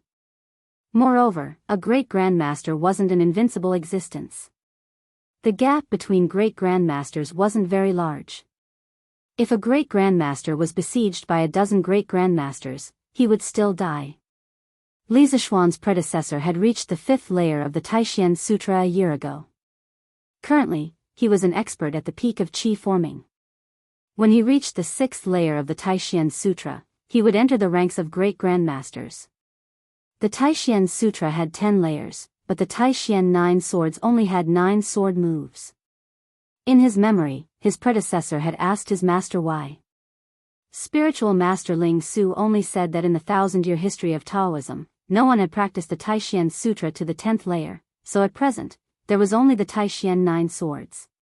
At this moment, in the west courtyard, Li Zixuan's figure changed.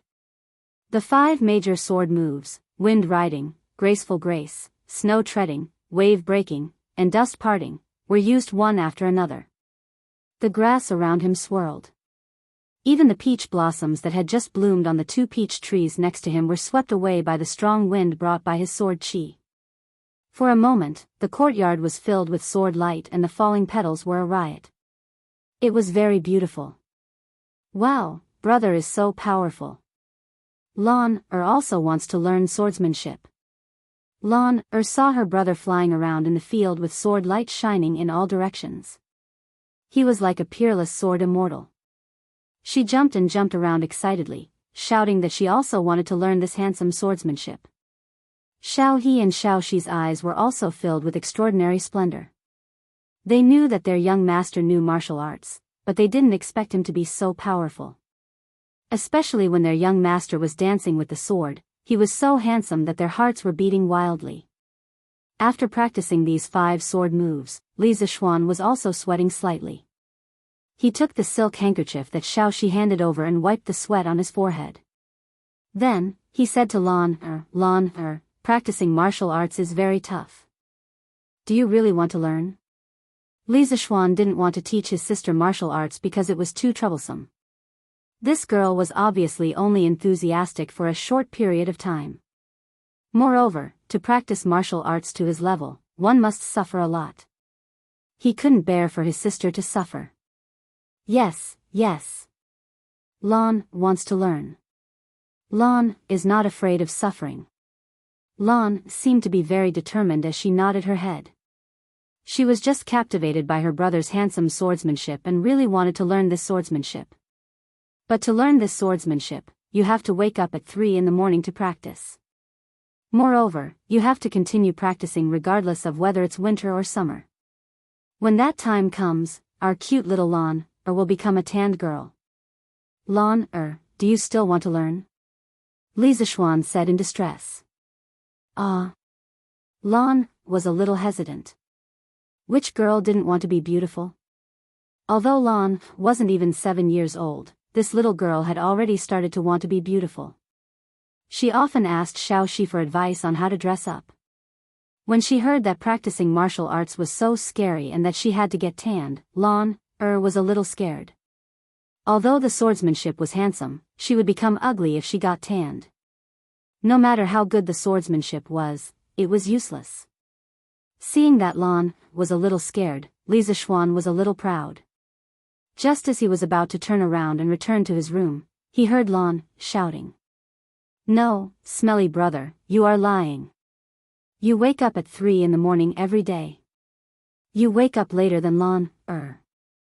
Also, brother, your face is so white. You didn't get tanned at all. After Lan reacted, she immediately grabbed onto Li Zixuan and didn't let go. Damn, I didn't expect to be used as a model by my sister because I slept in. Li Zixuan was a little embarrassed. He could only justify himself. He lowered his body and looked into Lan's eyes.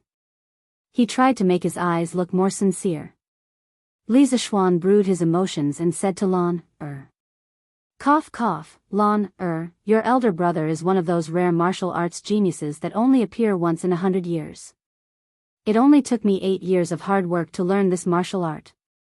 It's very difficult for others to learn it as quickly as I do. As for why I didn't get tanned in the past 8 years, it can only be said that there is a type of skin that belongs to the natural beauty type. No matter how much you get tanned, you won't get tanned. Do you understand? As he spoke, Li Zixuan was a little embarrassed to continue. Damn, I have never seen such a shameless person. At this moment, Lan looked at Li Zixuan in surprise. It was as if she was meeting him for the first time. Her wide eyes were very cute. Lan held back for a long time, but she still said what was in her heart. Brother, why are you so shameless? Lan is embarrassed to be your sister. Li Zixuan was speechless. There was silence all around. Then, there were 2 giggles. Xiao He and Xiaoxi saw that their young master had failed to fool around in front of Lan and finally couldn't help but laugh out loud. Li Zixuan was instantly attacked. His old face darkened. He glared at the 2 young maidservants who were gloating at his misfortune. He then looked at Lan and said sadly, "My heart hurts. Little sister, I have always been so nice to you. Is it really okay for you to insult me like this?" Hearing her brother's strange words, Lan was dumbfounded. Just as she was about to ask, she saw Sanbao walking over. "Young master, the eldest son of the Qing family is waiting for you in the front hall. He said that he has something to talk to you about. Master is accompanying him at the side. He wants you to hurry over." Sanbao came over and bowed to Li Zixuan. "Qing Chumo? Why is that guy looking for me? Does he want me to treat him to my chicken again?" Li Zixuan shuddered when he remembered the resentful look shopkeeper Lu gave Qing Chumo last time. He hoped that it wasn't like that. "Lan, go play with Xiao He and Xiao Shi. Brother has something to do and will leave first." After Li Zixuan finished speaking to his sister, he turned around and rushed to the front hall. P.S. Regarding this book, Swordsman would like to say that the main plot of this book is still history. The addition of some martial arts is just to let the main character act cool in the Tang dynasty. This book doesn't give the main character a heaven-defying system, but it's not too much to give him some martial arts. Furthermore, the Tang dynasty originally had a culture of chivalry throughout the country. From the Li Tang dynasty's rebellion against the Sui dynasty, to the Xuanwu Gate incident of Li Shimin, and then to the Tang dynasty's foreign wars, there were the shadows of chivalrous men in the Jianghu. It was not nonsense to add elements of chivalry into the book. This book will use history as the main plot and describe the magnificent history. There will also be some chivalrous and tender feelings in the Jianghu. Martial arts is not the same as fantasy. There won't be any nonsense like summoning the wind and summoning the rain. Wanderers were a respected profession in the Tang dynasty. Without wanderers, the Li Tang dynasty would not be able to overthrow the Sui dynasty. Li Shimin would not be able to rely on a coup d'état to take the throne. After the Tang dynasty was unified, wanderers started to join the army to prove their worth. Many wanderers walked the path of joining the army, making contributions, and receiving titles. Chang and returned to wanderers. Luoyang was rich and talented. Jade sword and floating cloud ride, golden saddle and moon bow. Fighting cock over Weibei, riding horse to Guangdong. Sun Bin waits from afar, Guojie secretly communicates. Without 1,000 gold titles, who would talk about 10,000 miles of merit? The general descends from the sky, riding into the clouds. The fire of the beacon is like the moon at night, the aura of the soldiers is like a rainbow at dawn. Running amok with friends, carrying feathers to join the army. Dragon banners dim the fog, bird formations sweep up the cold wind. Chasing to the Hanhai Pass, after the battle the mountains are empty. Returning to thank the Son of Heaven, why not ride a horse? One of the 4 heroes of the Tang dynasty, Lu Xiaolin's journey to the youth field was the most realistic portrayal of the Tang dynasty wanderers joining the army to defend the country. It reproduced the heroic scenes of wanderers fighting on the border, fighting on horseback, and not fearing death. Apart from that, wanderers were also a spiritual idol with symbolic meaning in the Tang dynasty society. In the strong and prosperous Tang dynasty, the chivalrous spirit of the people who worshipped martial arts was in line with the spirit of the times. Hence, it was not surprising that there were many wanderers in the Tang dynasty. Adding martial arts elements in this book was also reasonable. As for the division of martial arts in this book, it was purely made up. Scholars should not take it seriously with the swordsman. Chapter 33. In the front hall. Li Jingma was chatting with Qing Chumo. He was quite happy that his son was able to make friends with the son of Duke Lu. It wasn't that he liked to cling to the rich and powerful, but that his son had Qing Chumo as a friend. His son's safety would be much better in the future. However, Qing Chumo felt like he was sitting on pins and needles. Although Li Jingma was only a merchant, he had a wide range of knowledge and experience, and his style of conversation was quite good. Qing Chumo was an old man with a rough temperament, and was not suitable for such a scholarly conversation. "Nephew, is Duke Lu still in good health?" Li Jingma asked gently. In fact, he was also anxious. After chatting with Qing Chumo for so long, he was almost done with all the polite greetings. Why was that brat still not here? He was really itching for a beating. He would teach him a lesson later. Qing Chumo tried his best to pretend to be a well-read and modest young master. He replied politely, "Thank you for your concern, uncle. My father is well. As long as he's healthy." Li Jingma stroked his short beard and nodded with satisfaction. Then, he didn't know what to say. This was the first time he had met Qing Chumo. He had already said everything he needed to say. Father Li was secretly anxious. Finally, at this moment, footsteps came from outside the door. The two of them heaved a sigh of relief. Qing Chumo thought to himself, "I'm finally free. If it were anyone else who dared to dawdle with me for so long, would have beaten them up long ago. Unfortunately, this is my good brother's father." I can't beat him up. Li Zishuan walked through the door and greeted his father first. Old man Li nodded, stood up, and smiled. Since you're here, treat nephew Cho Nyo well. You mustn't be rude. You youngsters should have a good chat. This old man won't be an eyesore here, hee. The two of them stood up to send Li Jingma off. After he left, Ching Chumo sat down on a chair and crossed his legs. He didn't seem to be sitting upright at all. Li Zishuan did not care about these things. He asked, Brother Cho Nyo, why are you looking for me today? Knowing that Ching Chumo didn't like beating around the bush, Li Zishuan simply asked directly. A trace of helplessness flashed in Ching Chumo's eyes as he said, My father wants to see you. He wants you to come to my house for a meal. Li Zishuan was a little suspicious. Why would Lu Guogong want to see me? Could it be that you said something bad about me in front of him? Then, he silently stared at Ching Chumo. Ching Chumo felt a little guilty under his stare, but he still stiffened his neck and said, What are you talking about? How could I, Ching Chumo, harm my own brother? It's really just a meal. Li Zishuan stared at Ching Chumo for a long time. Although he still felt that something was wrong, he couldn't find any flaws for the time being. All right then, I'll pay a visit to Duke Lu. What does your father like? It's not good to go empty-handed on my first visit, right? Ching Chumo impatiently waved his hand. You don't need to bring anything. Come with me. Then, he suddenly paused as if he had thought of something. He licked his lips and said embarrassedly, my father likes to eat that gnawed chicken. Xiao Xian, do you want to bring some? Li Zishuan laughed heartily. No problem. I was wondering what it was.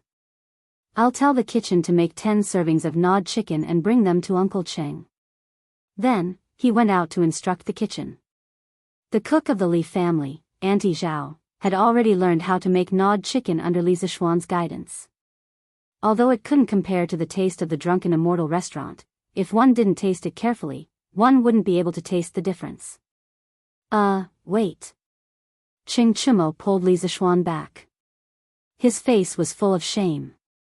He carefully gestured with one finger and said, This, my father said, to let you make a pot of gnawed chicken and bring it over. A pot? Damn, were all the people in old Cheng's family animals like this? Did they eat by the pot? Li Zishuan staggered and almost sprained his waist. On Vermilion Bird Avenue, the two of them rode their horses toward Huaid Lane. However, Ching Chumo's riding posture was very strange. He held the reins in one hand and a super large food box under his waist with the other. Under the strange gazes of the passers-by, he used his leg to lightly kick the belly of the black horse under him, urging it to go faster. There was no other way. Ching Chumo felt a little embarrassed for his father. Who would invite someone to a meal and then plunder a pot of delicious food from someone else's house? It was so embarrassing. Li Zishuan looked at Ching Chumo from behind. It was rare to see the usually carefree Ching Chumo embarrassed. He found it quite interesting. The two of them, one in front and one behind, urged their horses forward. Soon, they arrived at the gate of the Ching mansion. Looking at the two majestic stone lions and a pair of drum stones in front of the gate of the Ching mansion, Li Zishuan felt a little envious. Previously, he also wanted to get 2 stone lions in front of his house, but he was scolded by his father when he found out. These things could not be bought with money. Although the Li family was rich, they were still businessmen and did not have the qualifications to buy such things in front of their house. Walking into the Ching mansion, Ching Chumo pulled a servant over and asked where his father was. Then, he turned to Li Zishuan and said, Xiao Xian, my father is now practicing martial arts in the backyard. It's still early for lunch. Come with me to pay a visit to my father. Li Zishuan nodded and agreed, well, there's no hurry to eat. We should pay a visit to the old duke first. He was also very curious about the famous historical figure Qing Yaojin. He had seen many versions of Qing Yaojin on TV, but he had never seen the real person. Li Zishuan felt a little excited that he was about to meet this amazing person who had left a deep mark in the history of the great Tang Empire. Although the Qing mansion was not luxurious, it still occupied a large area. The two of them passed through several pavilions and buildings before arriving at the backyard of the Qing mansion. Contrary to Li Zishuan's expectations, the backyard of the Qing family was rather large. There was even a martial arts stage in the middle of the lawn. On top of it were 18 different types of weapons. A black-clothed brawny man with a full beard was currently wielding a pair of giant axes. He was swinging them up and down in a vigorous manner. Even from afar, Li Zishuan could feel the strong wind coming from the axes. An expert. This was an expert whose skills were at least not below his own. Li Zishuan instantly made this judgment. Seeing that the black-clothed man's face was somewhat similar to Qing Chimo's, Li Zishuan guessed that this man was most likely Qing Yaojin. Following Qing Chimo, he walked towards the man. When the burly man sensed someone approaching, he put down his axe and turned his head to look. He saw his son and a tall and handsome young man walking over. Qing Yaojin laughed heartily and jumped down from the martial arts stage. His voice could be heard even before he reached the stage. "Huh, you must be the new brother that my Cho Nyo has been talking about. Not bad, not bad. Your body is strong and healthy, and you are born with good looks." When Qing Yaojin came forward, Qing Chimo called him father. Li Zishuan hurriedly came forward and clasped his fist respectfully. "Greetings, High Duke Lu." Qing Yaojin patted Li Zishuan's shoulder and laughed. Don't be so courteous. My Qing family doesn't like these complicated formalities. Since my Cho Nyo has acknowledged you as his brother, we will be family in the future. Come, let's talk in the front hall." The three of them walked towards the front yard. Chapter 34. Qing Yaojin was chatting with Li Zishuan in the front hall, mainly to learn about Li Zishuan's past. At this time, a pretty servant girl came in and bowed to Qing Yaojin. "Master, the food is ready. Do you want to eat now?" Qing Yaojin waved his hand. Then serve the food." The servant girl accepted the order and left. At this time, Qing Yaojin said to Li Zishuan, "Today, thanks to nephew, I can eat chicken again." Your family's drunken immortal restaurant is too stingy, limiting the amount every day. I can't eat enough." Li Zishuan stood up and said, "This nephew didn't think it through. Since Uncle Qing wants to eat, why don't you send a cook to my house to learn how to make this dish? This way, Uncle Qing can eat as much as you want in the future." Qing Yaojin was moved, but he still pretended to be reserved. "How can this be? This method of eating chicken is your family's drunken immortal restaurant's business secret. How can it be spread? I, old Qing, will not do such an unkind thing." Finished speaking, he looked at Li Zishuan. His eyes were clearly saying, "Come and refute me, come and convince me." Sure enough, Li Zishuan was very cooperative. "Uncle Qing, what are you saying? This little bit of food can at most be exchanged for some stinky things. Since Uncle Qing likes to eat it, there's no harm in teaching it to the Qing estate's kitchen maids. In addition, this nephew believes that the Qing family servants will not spread the method of eating chicken. Moreover, there was one point that Li Zishuan did not mention. Although the method of eating chicken was novel, in less than a month, there would be other restaurants that could imitate it." Qing Yaojin was a little surprised. Merchants valued profits. Previously, he had looked down on Li Zishuan because of his family's business. He did not expect that this child would value profits more than righteousness. What he said before was also a test for Li Zishuan. "Good, you are an interesting child. You are not like other merchants who stink of money. Come and eat. The two of you are not allowed to fight with me for the chicken for lunch. You must have eaten enough before, Qing Yaojin saw the servant girl bring in the dishes. He happily patted Li Zishuan's shoulder and invited him to the table to eat together. Li Zishuan only felt a huge force on his shoulder. If it wasn't for his good martial arts, with Li Zishuan's physique in modern society, Qing Yaojin's slap would definitely have slapped him to the floor. As for Qing Yaojin's shameless words, he didn't care at all. He was indeed a little tired of eating chicken. However, Qing Chimo was not tired of eating it. On the way back, he was carrying a big box of food. Although he was a little embarrassed, he was still secretly happy. He thought that his father would not be able to finish all the chicken and that he would be able to get a share. He did not expect that before the chicken was even served, his father would mercilessly extinguish his hopes. He did not dare to argue with his father.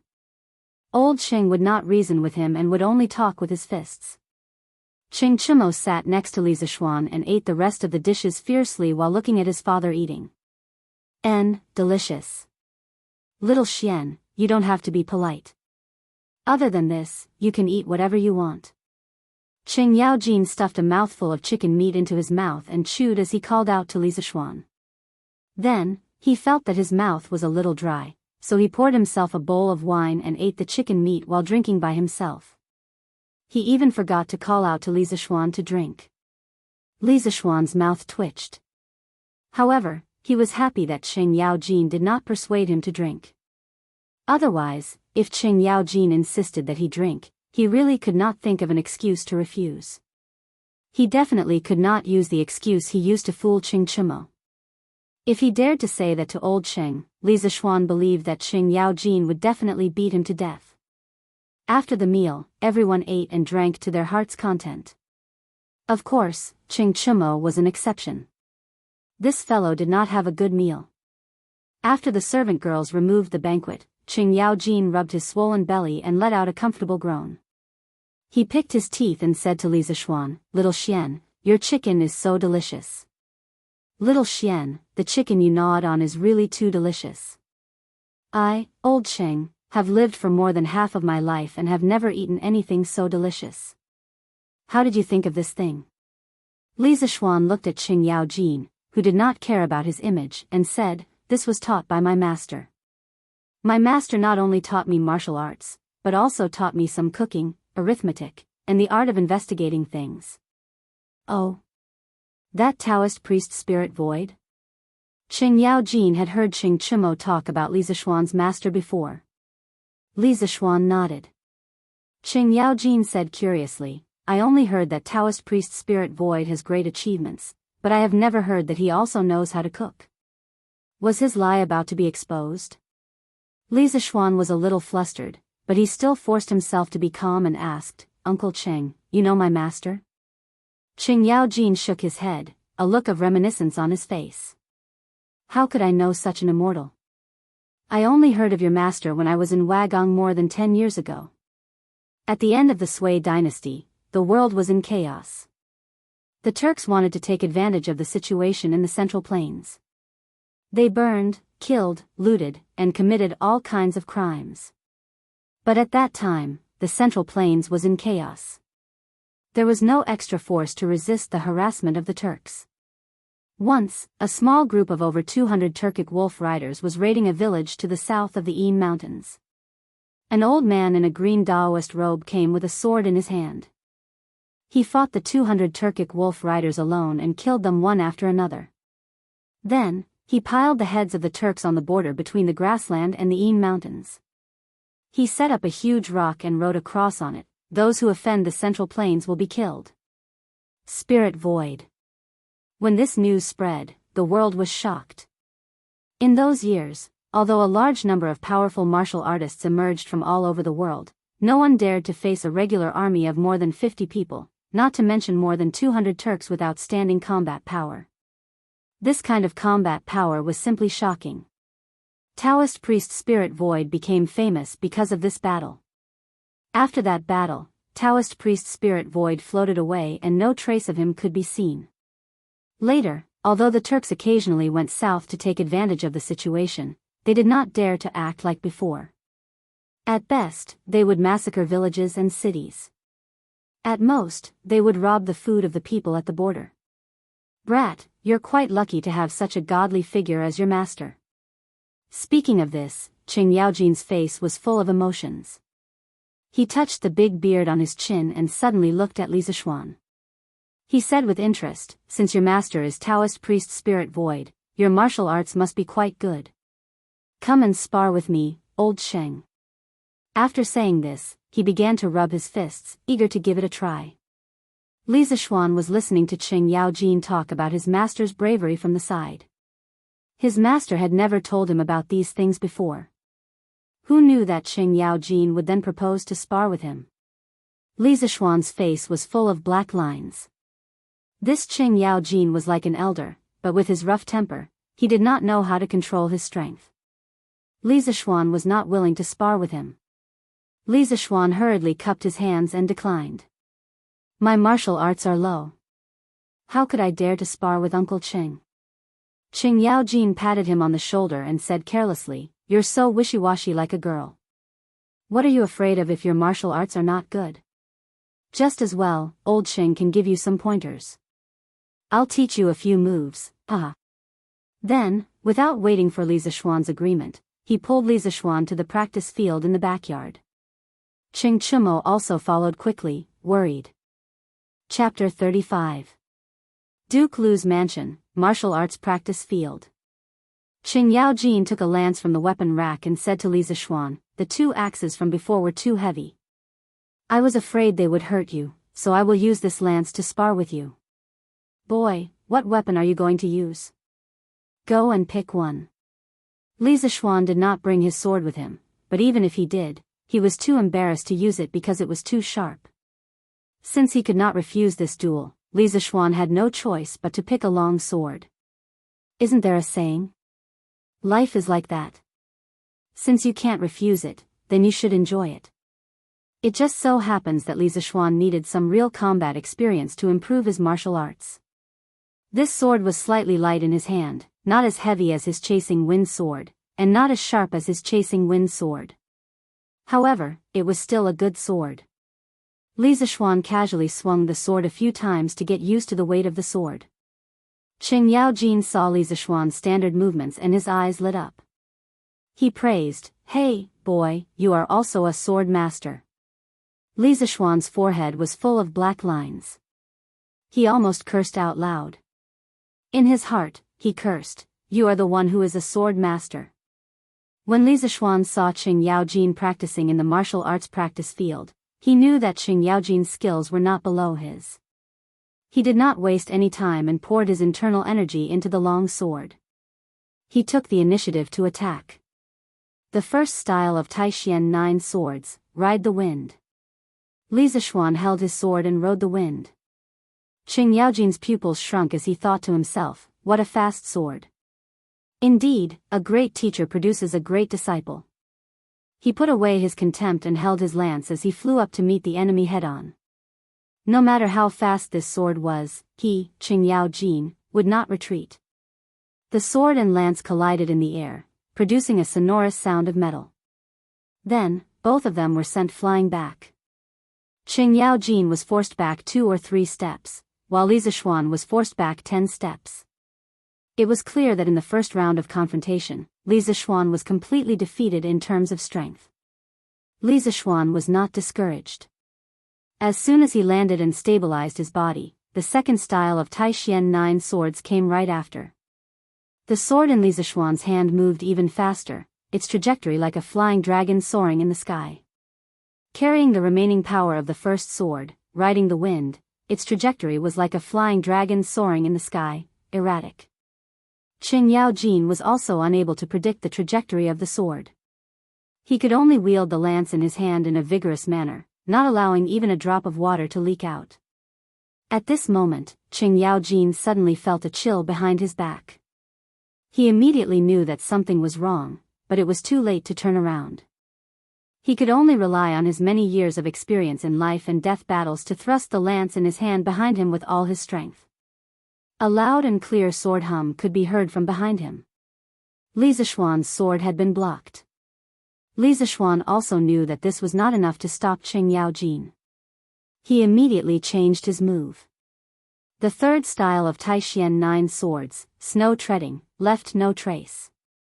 Li Zixuan's footsteps constantly changed. He waved his sword in all directions. For a moment, only the sound of sword and lance clashing could be heard. After more than 10 attacks, Li Zixuan changed his move again. He used the fourth style of Taishian 9 swords, Wave Breaker. Wave Breaker was furious. Li Zishuan's momentum changed. He stepped on the ground and his whole body soared into the air. He raised his long sword and bent his waist. His whole body bent into a circle. Then, he and his sword were like a large wheel with sharp blades. He spun rapidly. It was as if he was riding the wind and breaking the waves. He flew towards Cheng Yaojin. Facing this ferocious and bizarre sword, Cheng Yaojin turned pale with fright. He no longer dared to hold back. Both of his feet fiercely stomped on the ground, causing the martial arts stage to rumble. Cheng Yaojin also soared into the sky, using his horse lance as a battle axe. He used the flying axe to attack Li Zishuan. The two collided fiercely in the air. It was like a comet hitting the earth. The rumbling sound spread throughout the Qing mansion. The sword and lance separated upon contact. The two were once again sent flying. The difference was that this time, Cheng Yaojin retreated 5 steps before stabilizing himself. Li Zishuan only retreated 8 steps before stabilizing himself. Li Zishuan used 4 swords in succession. The power stacked layer by layer. In terms of strength, the gap between him and Cheng Yaojin became smaller and smaller. After stabilizing himself, Li Zishuan did not stop. Using the power of the first 4 swords, he continued to use the 5th sword of the 9 Taishian swords, Absolute Dust. After fighting for so long, he could see that Cheng Yaojin was a master. Even if he was not in his prime, he could still block his sword. Therefore, he used the 5th sword with all his strength. The sword was bleak and cold. The cold light at the tip of the sword emitted a bright light. This sword, Absolute Dust, arrived in a flash. Cheng Yaojin had fought for many years, but he had never seen such a fast sword. He roared. Relying on his many years of battle experience, he predicted the direction. Using all his strength, he fiercely smashed the lance in his hand towards the sword tip. Suddenly, the stage was filled with smoke and dust. After a while, the smoke and dust dispersed. The two people in the stage were standing facing each other. However, the lance was broken and the sword tip was damaged. Both sides were injured.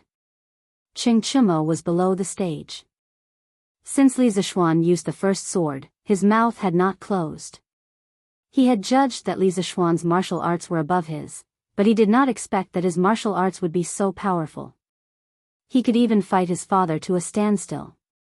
His father was a veteran who had experienced hundreds of battles on the battlefield. People called him the devil incarnate. What kind of monster was this brother of his? He was younger than him by 2 years, but his martial arts were comparable to his father's. Watching Li Zishuan's dazzling swordsmanship raining down like a torrential storm, his father was barely able to resist by relying solely on his advantage in strength and years of battle experience. No matter how stupid Cheng Chimo was, he knew that Li Zishuan's martial arts were not on the same level as his own. Li Zishuan had already begun to draw closer to the masters of the older generation. Comparisons were odious. Cheng Chimo's little heart had received tens of thousands of blows. Not bad, not bad. Little Xian, you've reached the peak of qi transformation at such a young age. The younger generation will surpass us in time. I haven't had such a good fight in a long time, ha ha ha. Cheng Yaojin threw away the broken lance in his hand and laughed loudly. His laughter was so loud that it reached the clouds. He stepped forward and squeezed Li Zishuan's shoulder, sighing with emotion. In this battle, Li Zishuan had used his full strength for the first time. He had also fought to his heart's content. He threw the sword in his hand into the weapon rack and wiped the sweat off his face. He modestly said to Cheng Yaojin, "Uncle Cheng is too kind. Thank you for holding back. Otherwise, this nephew would not have been able to last until the end." He was right. If Cheng Yaojin had used his full strength from the beginning, he would not have had the chance to use these 5 swords. After all, there was an absolute gap in strength. In the end, he was able to tie with Cheng Yaojin. On one hand, Cheng Yaojin was old and definitely not as strong as he was in his prime. On the other hand, he relied entirely on the mysteries of the 9 Taishian swords. Every move was linked and the power was constantly superimposed. Qing Yaojin laughed and waved his hand. If I say you're strong, then you're strong. What's there to be modest about? You're too hypocritical. Young people should be arrogant. Don't be like those old scholars who are sour. What else could Li Zishuan say? These words could be said by Qing Yaojin, but he could not say it himself. He was also very helpless. He could only bow and accept the advice. Uncle Cheng is right. Qing Yaojin sighed in admiration. Your swordsmanship is exquisite. On the battlefield, I have always liked to use my strength to defeat 10 people. No matter who the opponent is, I'll smash them to death with an axe. I didn't expect that when you fully used this sword move, the power that erupted would not lose to mine. It's not easy for you to cultivate to the Qi transformation realm at such a young age. I never expected that you would be able to fight a great master with your Qi transformation realm cultivation. You really are worthy of being the disciple of an immortal. I, Qing Yaojin, am completely convinced by priest spirit void. Li Zishuan bowed and cupped his fists. Uncle Cheng is too serious. How can my insignificant martial arts compare to Uncle Cheng's? My master also praised Uncle Cheng's courage and loyalty when he was alive. He often mentioned you in front of this nephew. Qing Yaojin's expression shook, and he asked urgently, What? You're saying that priest spirit void has passed away? He had heard from Qing Chumo that Li Zishuan had taken spiritual master spirit void as his master when he was young, but he really did not know that he had passed away. Hearing this, he was extremely shocked. Li Zishuan's expression also darkened, and he replied, My master passed away 3 months ago from Mount Longhu. Hearing this, Qing Yaojin's expression was complicated. He pinched his beard and sighed heavily. I didn't expect that even an immortal like priest spirit void would not be able to escape death. Alas. Chapter 36. In the backyard of the Qing mansion. Qing Yaojin sighed with emotion. Suddenly, he thought of something and looked at Li Zishuan with a smile. Boy, your kung fu is so good. Are you willing to go to the army to gain some military merits and be bestowed with a title? Li Zishuan's heart skipped a beat. He knew he was in trouble. He quickly shook his head and said, Uncle Cheng, I've been away from home for many years and have yet to fulfill my filial duties. I really don't want to be away from home. After a pause, he continued, but if one day, the foreign tribes in the north dare to covet the national treasure of the Central Plains, I'm willing to go to war and be a small soldier in the border army. Just like my master, I'm willing to go to war and protect the country. The main reason was that Li Zishuan was lazy and didn't want to be restricted by the army. Thus, he declined Qing Yaojin's offer on the grounds of filial piety. But the second half of his sentence was also sincere. If the Turks really attacked the Tang Empire, he would also go to war in armor. He couldn't disgrace the reputation of priest spirit void.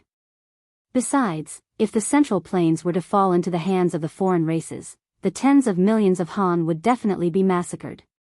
He had many loved ones in Great Tang, and if he wanted to live a peaceful life as a wealthy man, he needed a stable external environment. When Qing Yaojin heard Li Zishuan mention filial piety, he frowned slightly but didn't insist. He knew the situation of Li Zishuan's family.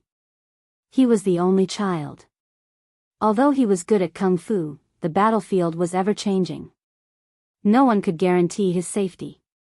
If anything happened to him, Qing Yaojin would be too ashamed to tell his parents. When he heard the second half of Li Zishuan's words, Qing Yaojin's heart warmed. He secretly thought that this boy was a good seedling. After pondering for a while, he said to Li Zishuan, Since it's like this, I, old Cheng, won't say anything more. If you change your mind one day, come and tell me. How can a dignified man stay at home and wait for death? My Tang Empire's men naturally have to earn military merits. Go back and think about it. After saying that, he patted Li Zishuan and left alone. At this time, only Li Zishuan and Qing Chumo were left in the backyard. Li Zishuan stood on the side and carefully considered Qing Yaojin's words. After a long while, he shook his head and said to himself, I'll just be a rich man. At present, the Great Tang is still filled with fierce generals and powerful soldiers. The borders are safe and secure. There's really no need for me. He knew that Qing Yaojin was saying these words to him because he cherished talent and wanted to guide the younger generation. He was very grateful to Qing Yaojin for thinking highly of him, but he had no plans to join the army at the moment. Having lost the familial love, friendship, and love of his previous life, Li Zixuan wanted to live well for himself in this life. Qing Chimo walked over and touched Li Zixuan's shoulder. He looked at him with a strange expression and said, he looked at Qing Yaojin and said with a strange expression, Xiao Xian, you really hid it from me. I didn't expect you to be so secretive. Li Zixuan smiled and said, Brother Chou Nyo, I didn't hide it from you. You didn't ask me about my martial arts before, right? Qing Chimo looked up and thought about it. It was true. He had only estimated Li Zixuan's martial arts based on his experience. He thought that even if Li Zixuan was better than him, the difference wouldn't be too big. Now it seemed that it was just his wishful thinking. Qing Chimo patted Li Zixuan's shoulder dejectedly and said, Xiao Xian, your martial arts are really good. Other than Uncle Qin and Uncle Yuqi, I haven't seen anyone who can force my father into such a difficult situation. Moreover, you're younger than me by 2 years. Today, I've been dealt a blow by you. Li Zixuan saw that Qing Chimo's mood seemed to be a little down. He patted his shoulder and comforted him, Brother Chou Nyo, what are you saying? You and I are brothers. If you need help, how can I not help? No matter how good my martial arts are, I wouldn't use it against my own brother, right? Qing Chimo thought about it. That's right. If that's the case, won't I have such a great master to help me when I fight in the future? Thinking of this, Qing Chimo chuckled and said, Xiao Xian, I like your words. You're indeed a good brother. If one day I get into a fight with someone, you have to remember to help me. Li Zixuan was speechless. This idiot, he really didn't know what to say to him. Qing Chimo was happy for a while. He then touched Li Zixuan and asked, Xiao Xian, what my father said, are you really not going to reconsider it? My father wants to send me to the Northern Army next year to gain some military merits. Do you want to go with me? With our martial arts, we'll definitely be able to gallop on the battlefield and kill the Turks until they piss their pants. Haha. Li Zixuan shook his head expressionlessly and said, I don't want to join the army for the time being. I have to stay at home and fulfill my filial duties. When I change my mind, I'll come and talk to Uncle Cheng. Qing Chimo chuckled and said, make it up, keep making it up. Do you think I don't know you? You're just lazy and don't want to go to the battlefield. That's why you're using this excuse to fool my father, right? If my father finds out, he'll beat you to death. After saying that, he looked at Li Zixuan with a gloating expression. Li Zixuan's face was full of black lines. He didn't expect this idiot to see through him. He said unhappily, Oh, I just remembered that my cook went home to visit her parents. I'm afraid she won't be back for the next 2 months. The cook from the public house shouldn't come to my house for the time being, right? This idiot just called him brother, and now he wanted to betray him. Qing Chimo immediately panicked and said shamelessly, Don't, I said the wrong thing.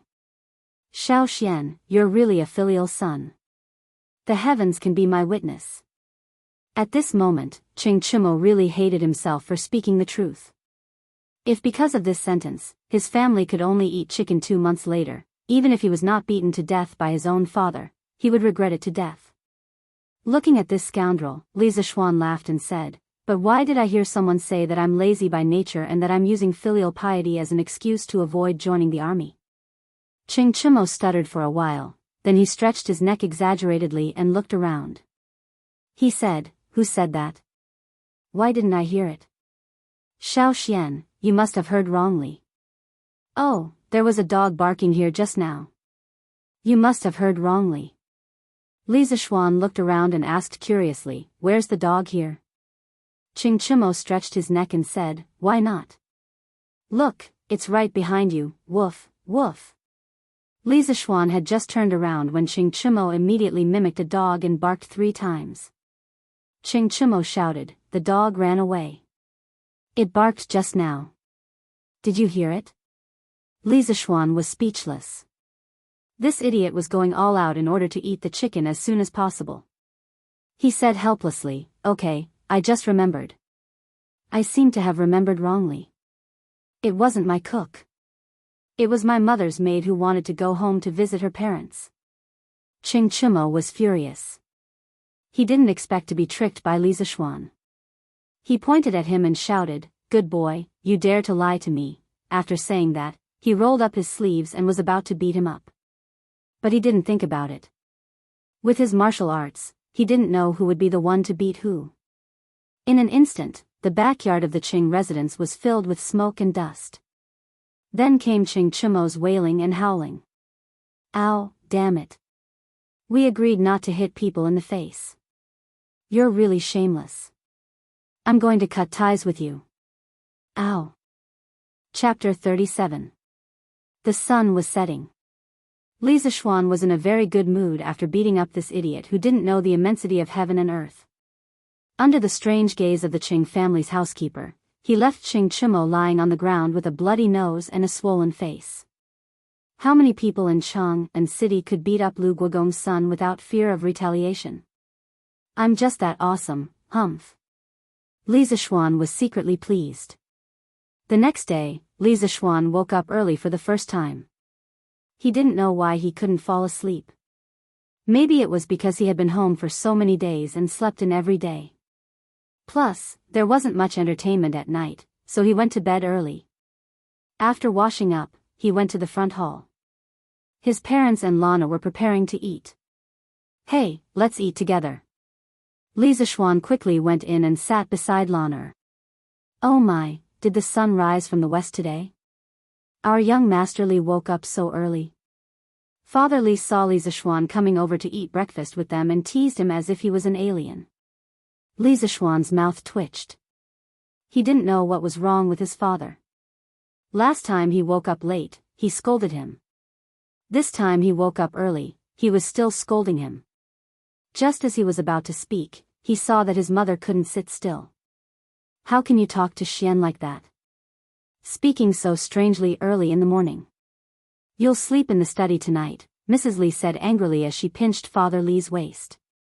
Father Li grimaced from the pinch. His face darkened when he heard his wife's last sentence. He secretly hated himself for having such a cheap mouth. He stopped talking and buried his head in the food. Li Zishuan was amused, but he didn't dare to laugh out loud. Lana didn't care so much. Seeing this scene, she was so happy that she couldn't stop giggling. "Ha ha ha, that's great, that's great. Lana can finally sleep with Mom tonight." Father Li almost vomited blood when he heard this. He had doted on his daughter for nothing. "Father, Mother, yesterday at the house of High Duke, Lu Guogong saw that I was good at martial arts, so he asked me if I wanted to join the army. He wants me to go to the army to gain experience." The family laughed and joked for a while before Li Zishuan began to talk about business. A trace of worry and anxiety flashed across Mrs. Li's face. Mr. Li was stunned for a moment. He pondered for a while and said slowly, "Since Lu Guogong said so, it means that he thinks highly of you and wants to promote you. It's your fortune. As the saying goes, scholars, farmers, workers, and merchants. Although my Li family is rich, in the end, we are only merchants. My great Tang was founded on martial prowess. Duke of Lu, your actions are to pave the way for your future. I didn't think that Xian would have such an opportunity." "Xian, did you agree with him?" Sigh, listening to Dad's words, it further proves that the status of merchants is indeed low. It seems that I have to find an opportunity to make a contribution and become a marquis or a duke so that Dad and Mom can be happy. Does this guy think that marquis and dukes are cabbages? Interrupting his thoughts, Li Zishuan shook his head at Dad and said, "I didn't agree. I've been away from home for 8 years and have just returned. I haven't fulfilled my filial duties in front of my parents, so how can I go to the battlefield?" Mrs. Li heard and immediately breathed a sigh of relief. She was gratified and happy. Her son had been away from home for so many years and finally came back. She was really worried that her son would go to war. She didn't expect her son to be successful, just safe and sound. Mr. Li heard and sighed softly. He was a little disappointed, but also relieved. He asked, "Then Lu Guogong didn't blame you, right?" Li Zishuan smiled and said, "Father, Lu Guogong is such a person. Why would he blame me for such a small matter? Besides, Ching Chimo and I are good brothers. He treats me like a nephew." Mr. Li heard and finally breathed a sigh of relief. He was also happy for his son's encounter. He smiled and said, "If that's the case, then little Xian, you should interact more with the House of Duke in the future. Don't treat this friendship coldly." He was already old and didn't care about fame and fortune. However, he had to consider Li Zishuan's future. "Father, I'm not the kind of person who fawns over those in power." Li Zishuan turned his head and looked at the sky at a 45-degree angle. He said proudly and playfully, "Little brat, I'm doing this for you. Who are you calling a fawning over those in power? I think you're itching for a beating again, aren't you?" Old man Li was furious. He. Lon giggled happily at the side. Mrs. Li looked at them and smiled. This is what a family should be like. It's good to have a family reunion. Brother, it's so boring. Why don't you tell Lon some more stories? Lon followed her brother to the west courtyard after breakfast. However, she didn't see anything interesting. She just wanted to listen to stories. This girl had been sticking to him all the time recently. Li Zishuan squatted down and casually plucked a weed in front of him. He twisted it a few times in his hand and said gloomily, "Didn't I already tell you, Journey to the West? What else is there to tell?" The journey to the west, in his stomach, had already been tricked by Lon with all kinds of excuses. For example, one day, Lon ran over to him with a frightened expression and yelled, Brother, Lon just saw such a big rat in the room." Lon was scared to death. Brother quickly tell Lon the journey to the west to calm her nerves.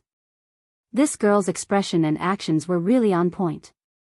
They were so vivid and lifelike. It would be a pity if she didn't become a child star in the modern era. Li Zishuan knew that the girl was lying. How could there be a rat in her room? He wouldn't believe it even if he was beaten to death. However, he couldn't resist her coaxing and pestering. He could only obediently tell her the story. Another example was one day, Lon ran over while wiping her tears. She cried and said, "Brother, little Gray is dead. Boo-hoo, Lon is so sad." Lon wants to listen to brother's story. Boo-hoo, Little Gray was a little gray dog that Lon had raised for more than 2 years. Li Zishuan saw Lon crying so sadly. His heart was broken. He didn't care if Lon was lying or not. He told her 2 chapters of A Journey to the West without hesitation. Who knew that the next day, when Li Zishuan went to the backyard to look for Lon, he saw Little Gray wagging its tail and intimately biting the hem of his clothes, trying to worm its way into being friends with him. Li Zishuan, who felt that his IQ had been crushed, flew into a rage and kicked Little Gray away. Little Gray rolled on the ground and whined pitifully at him. Sigh, if this girl was in the modern era, she would definitely be a movie queen. Recalling what had happened in the past few days, Li Zishuan couldn't help but sigh. At this time, Lon came over with a smile. She shook Li Zishuan's arm intimately and said slyly, "Since Journey to the West is finished, brother can tell Lon something else. As long as you don't tell Yang Shanbua and Zhu Yingtai from last time." Li Zishuan rubbed his head in distress. He still had many stories in his mind, but he couldn't think of anything suitable for children. Suddenly, he had an idea and said to Lon, let's not tell stories today. Brother will make you something fun, okay?" Lon's eyes lit up. She excitedly agreed in a crisp voice, Okay. What is brother going to make for Lon? You'll know in a while. Chapter 38. Li Zishuan ran to the kitchen and after searching for a long time, he finally found a very thick piece of wood. After examining it carefully, he realized that it was actually a yellow birch. He secretly praised his good luck. Yellow birch wood was fine and sturdy, easy to polish. It also had good grip strength and was not easily deformed. It was a good material for making skateboards. That's right, Li Zishuan wanted to make a skateboard for Lan'er. However, it was a skateboard with handles in front. This kind of skateboard had a higher safety factor. Li Zishuan carried the piece of wood with one hand and came to his small courtyard. Lan'er was still waiting for him here. Lan'er saw her brother carrying a large piece of wood over and ran forward to ask, "Brother, are you going to make a puppet for Lan'er?" But what's so fun about puppets? This little girl was still picky. Li Zishuan pinched Lan'er's porcelain doll-like face in amusement and said with a smile, "Of course it's not a puppet. What kind of skill does a puppet require?" Lan'er slapped her brother's hand away and wrinkled her little nose, saying unhappily, "Brother, your hands are so dirty." Li Zishuan took a look and realized that he had forgotten to wash his hands after picking the wood for a long time. Seeing Lan'er become a cute little cat, Li Zishuan laughed dryly. Afraid that his little sister would take revenge, he hurriedly went to the porch to make a skateboard. Li Zishuan first used the wind-chasing sword to cut a piece of wood that was about 40 centimeters long, 10 centimeters wide and 5 centimeters thick. The wind-chasing sword could cut iron like mud and cut wood as easily as cutting tofu. Moreover, the wood that was cut out was as smooth as a mirror and did not require any additional polishing. Li Zishuan sighed inwardly. This wind-chasing sword was a divine tool for woodworking. If spiritual master Lingshu heard his current sigh, he wondered if he would climb out of his grave in anger and clean up the house. Li Zishuan cut the exterior of the skateboard, took out a ruler, measured the dimensions, and drew the central axis of the force acting on the skateboard as well as the connecting rod of the wheel. Then, he picked up the wind-chasing sword and aimed it at the connecting rod of the wheel. Circulating his true qi, the wind-chasing sword began to rapidly spin in Li Zishuan's hand. Not long after, 2 holes were drilled out from the side of the skateboard. The more Li Zishuan looked at wind-chasing sword, the more he liked it. It could be used as a saw, a chisel, and even an electric drill. It was truly a divine weapon, he. Lan'er, Xiao He, and Xiao Shi were dumbstruck by Li Zishuan's series of miraculous operations. It was not that they had never seen carpenters before, but who else in the Great Tang could be so amazing?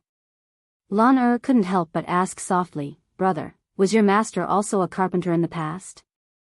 The corner of Li Zishuan's mouth twitched when he heard this. He silently mourned for his master who was in the underworld. He was the #1 expert in the Jianghu, a martial arts grandmaster, and a godlike figure. Yet, Lan'er, this little girl, called him a carpenter. Li Zishuan said unhappily, "What nonsense are you talking about? Your brother taught himself carpentry. Don't simply talk about my master." Lan'er also realized that she had misspoken. She agreed and continued to watch her brother make toys for her at the side.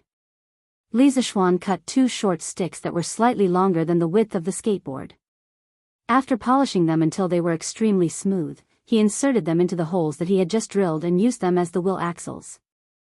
There were no ball bearings in this era, so he could only make do with them for now. Without rubber tires, Li Zishuan could only make 2 pairs of wooden wheels and nail them onto the wheel axles. He thought to himself that he would find a blacksmith to make a cast iron one in the future. Wooden wheels were not resistant to wear. In the end, he made a T-shaped wooden pole and fixed it in front of the skateboard as a handlebar. Just like that, the first super simplified version of the Tang Dynasty's scooter was born. "Lan'er, come here. Put your hand on this, 1 foot on the skateboard, and the other foot on the ground. Give it a try." After putting away the tools, Li Zishuan demonstrated the movement and encouraged Lan'er to come forward and try it. Lan'er was already eager to try, but she didn't know how to play with this thing. When she heard her brother's words, she immediately couldn't wait to snatch the scooter. Following her brother's instructions, she began to slowly slide forward. The wooden scooter was indeed much more rusty than the ones made with modern technology.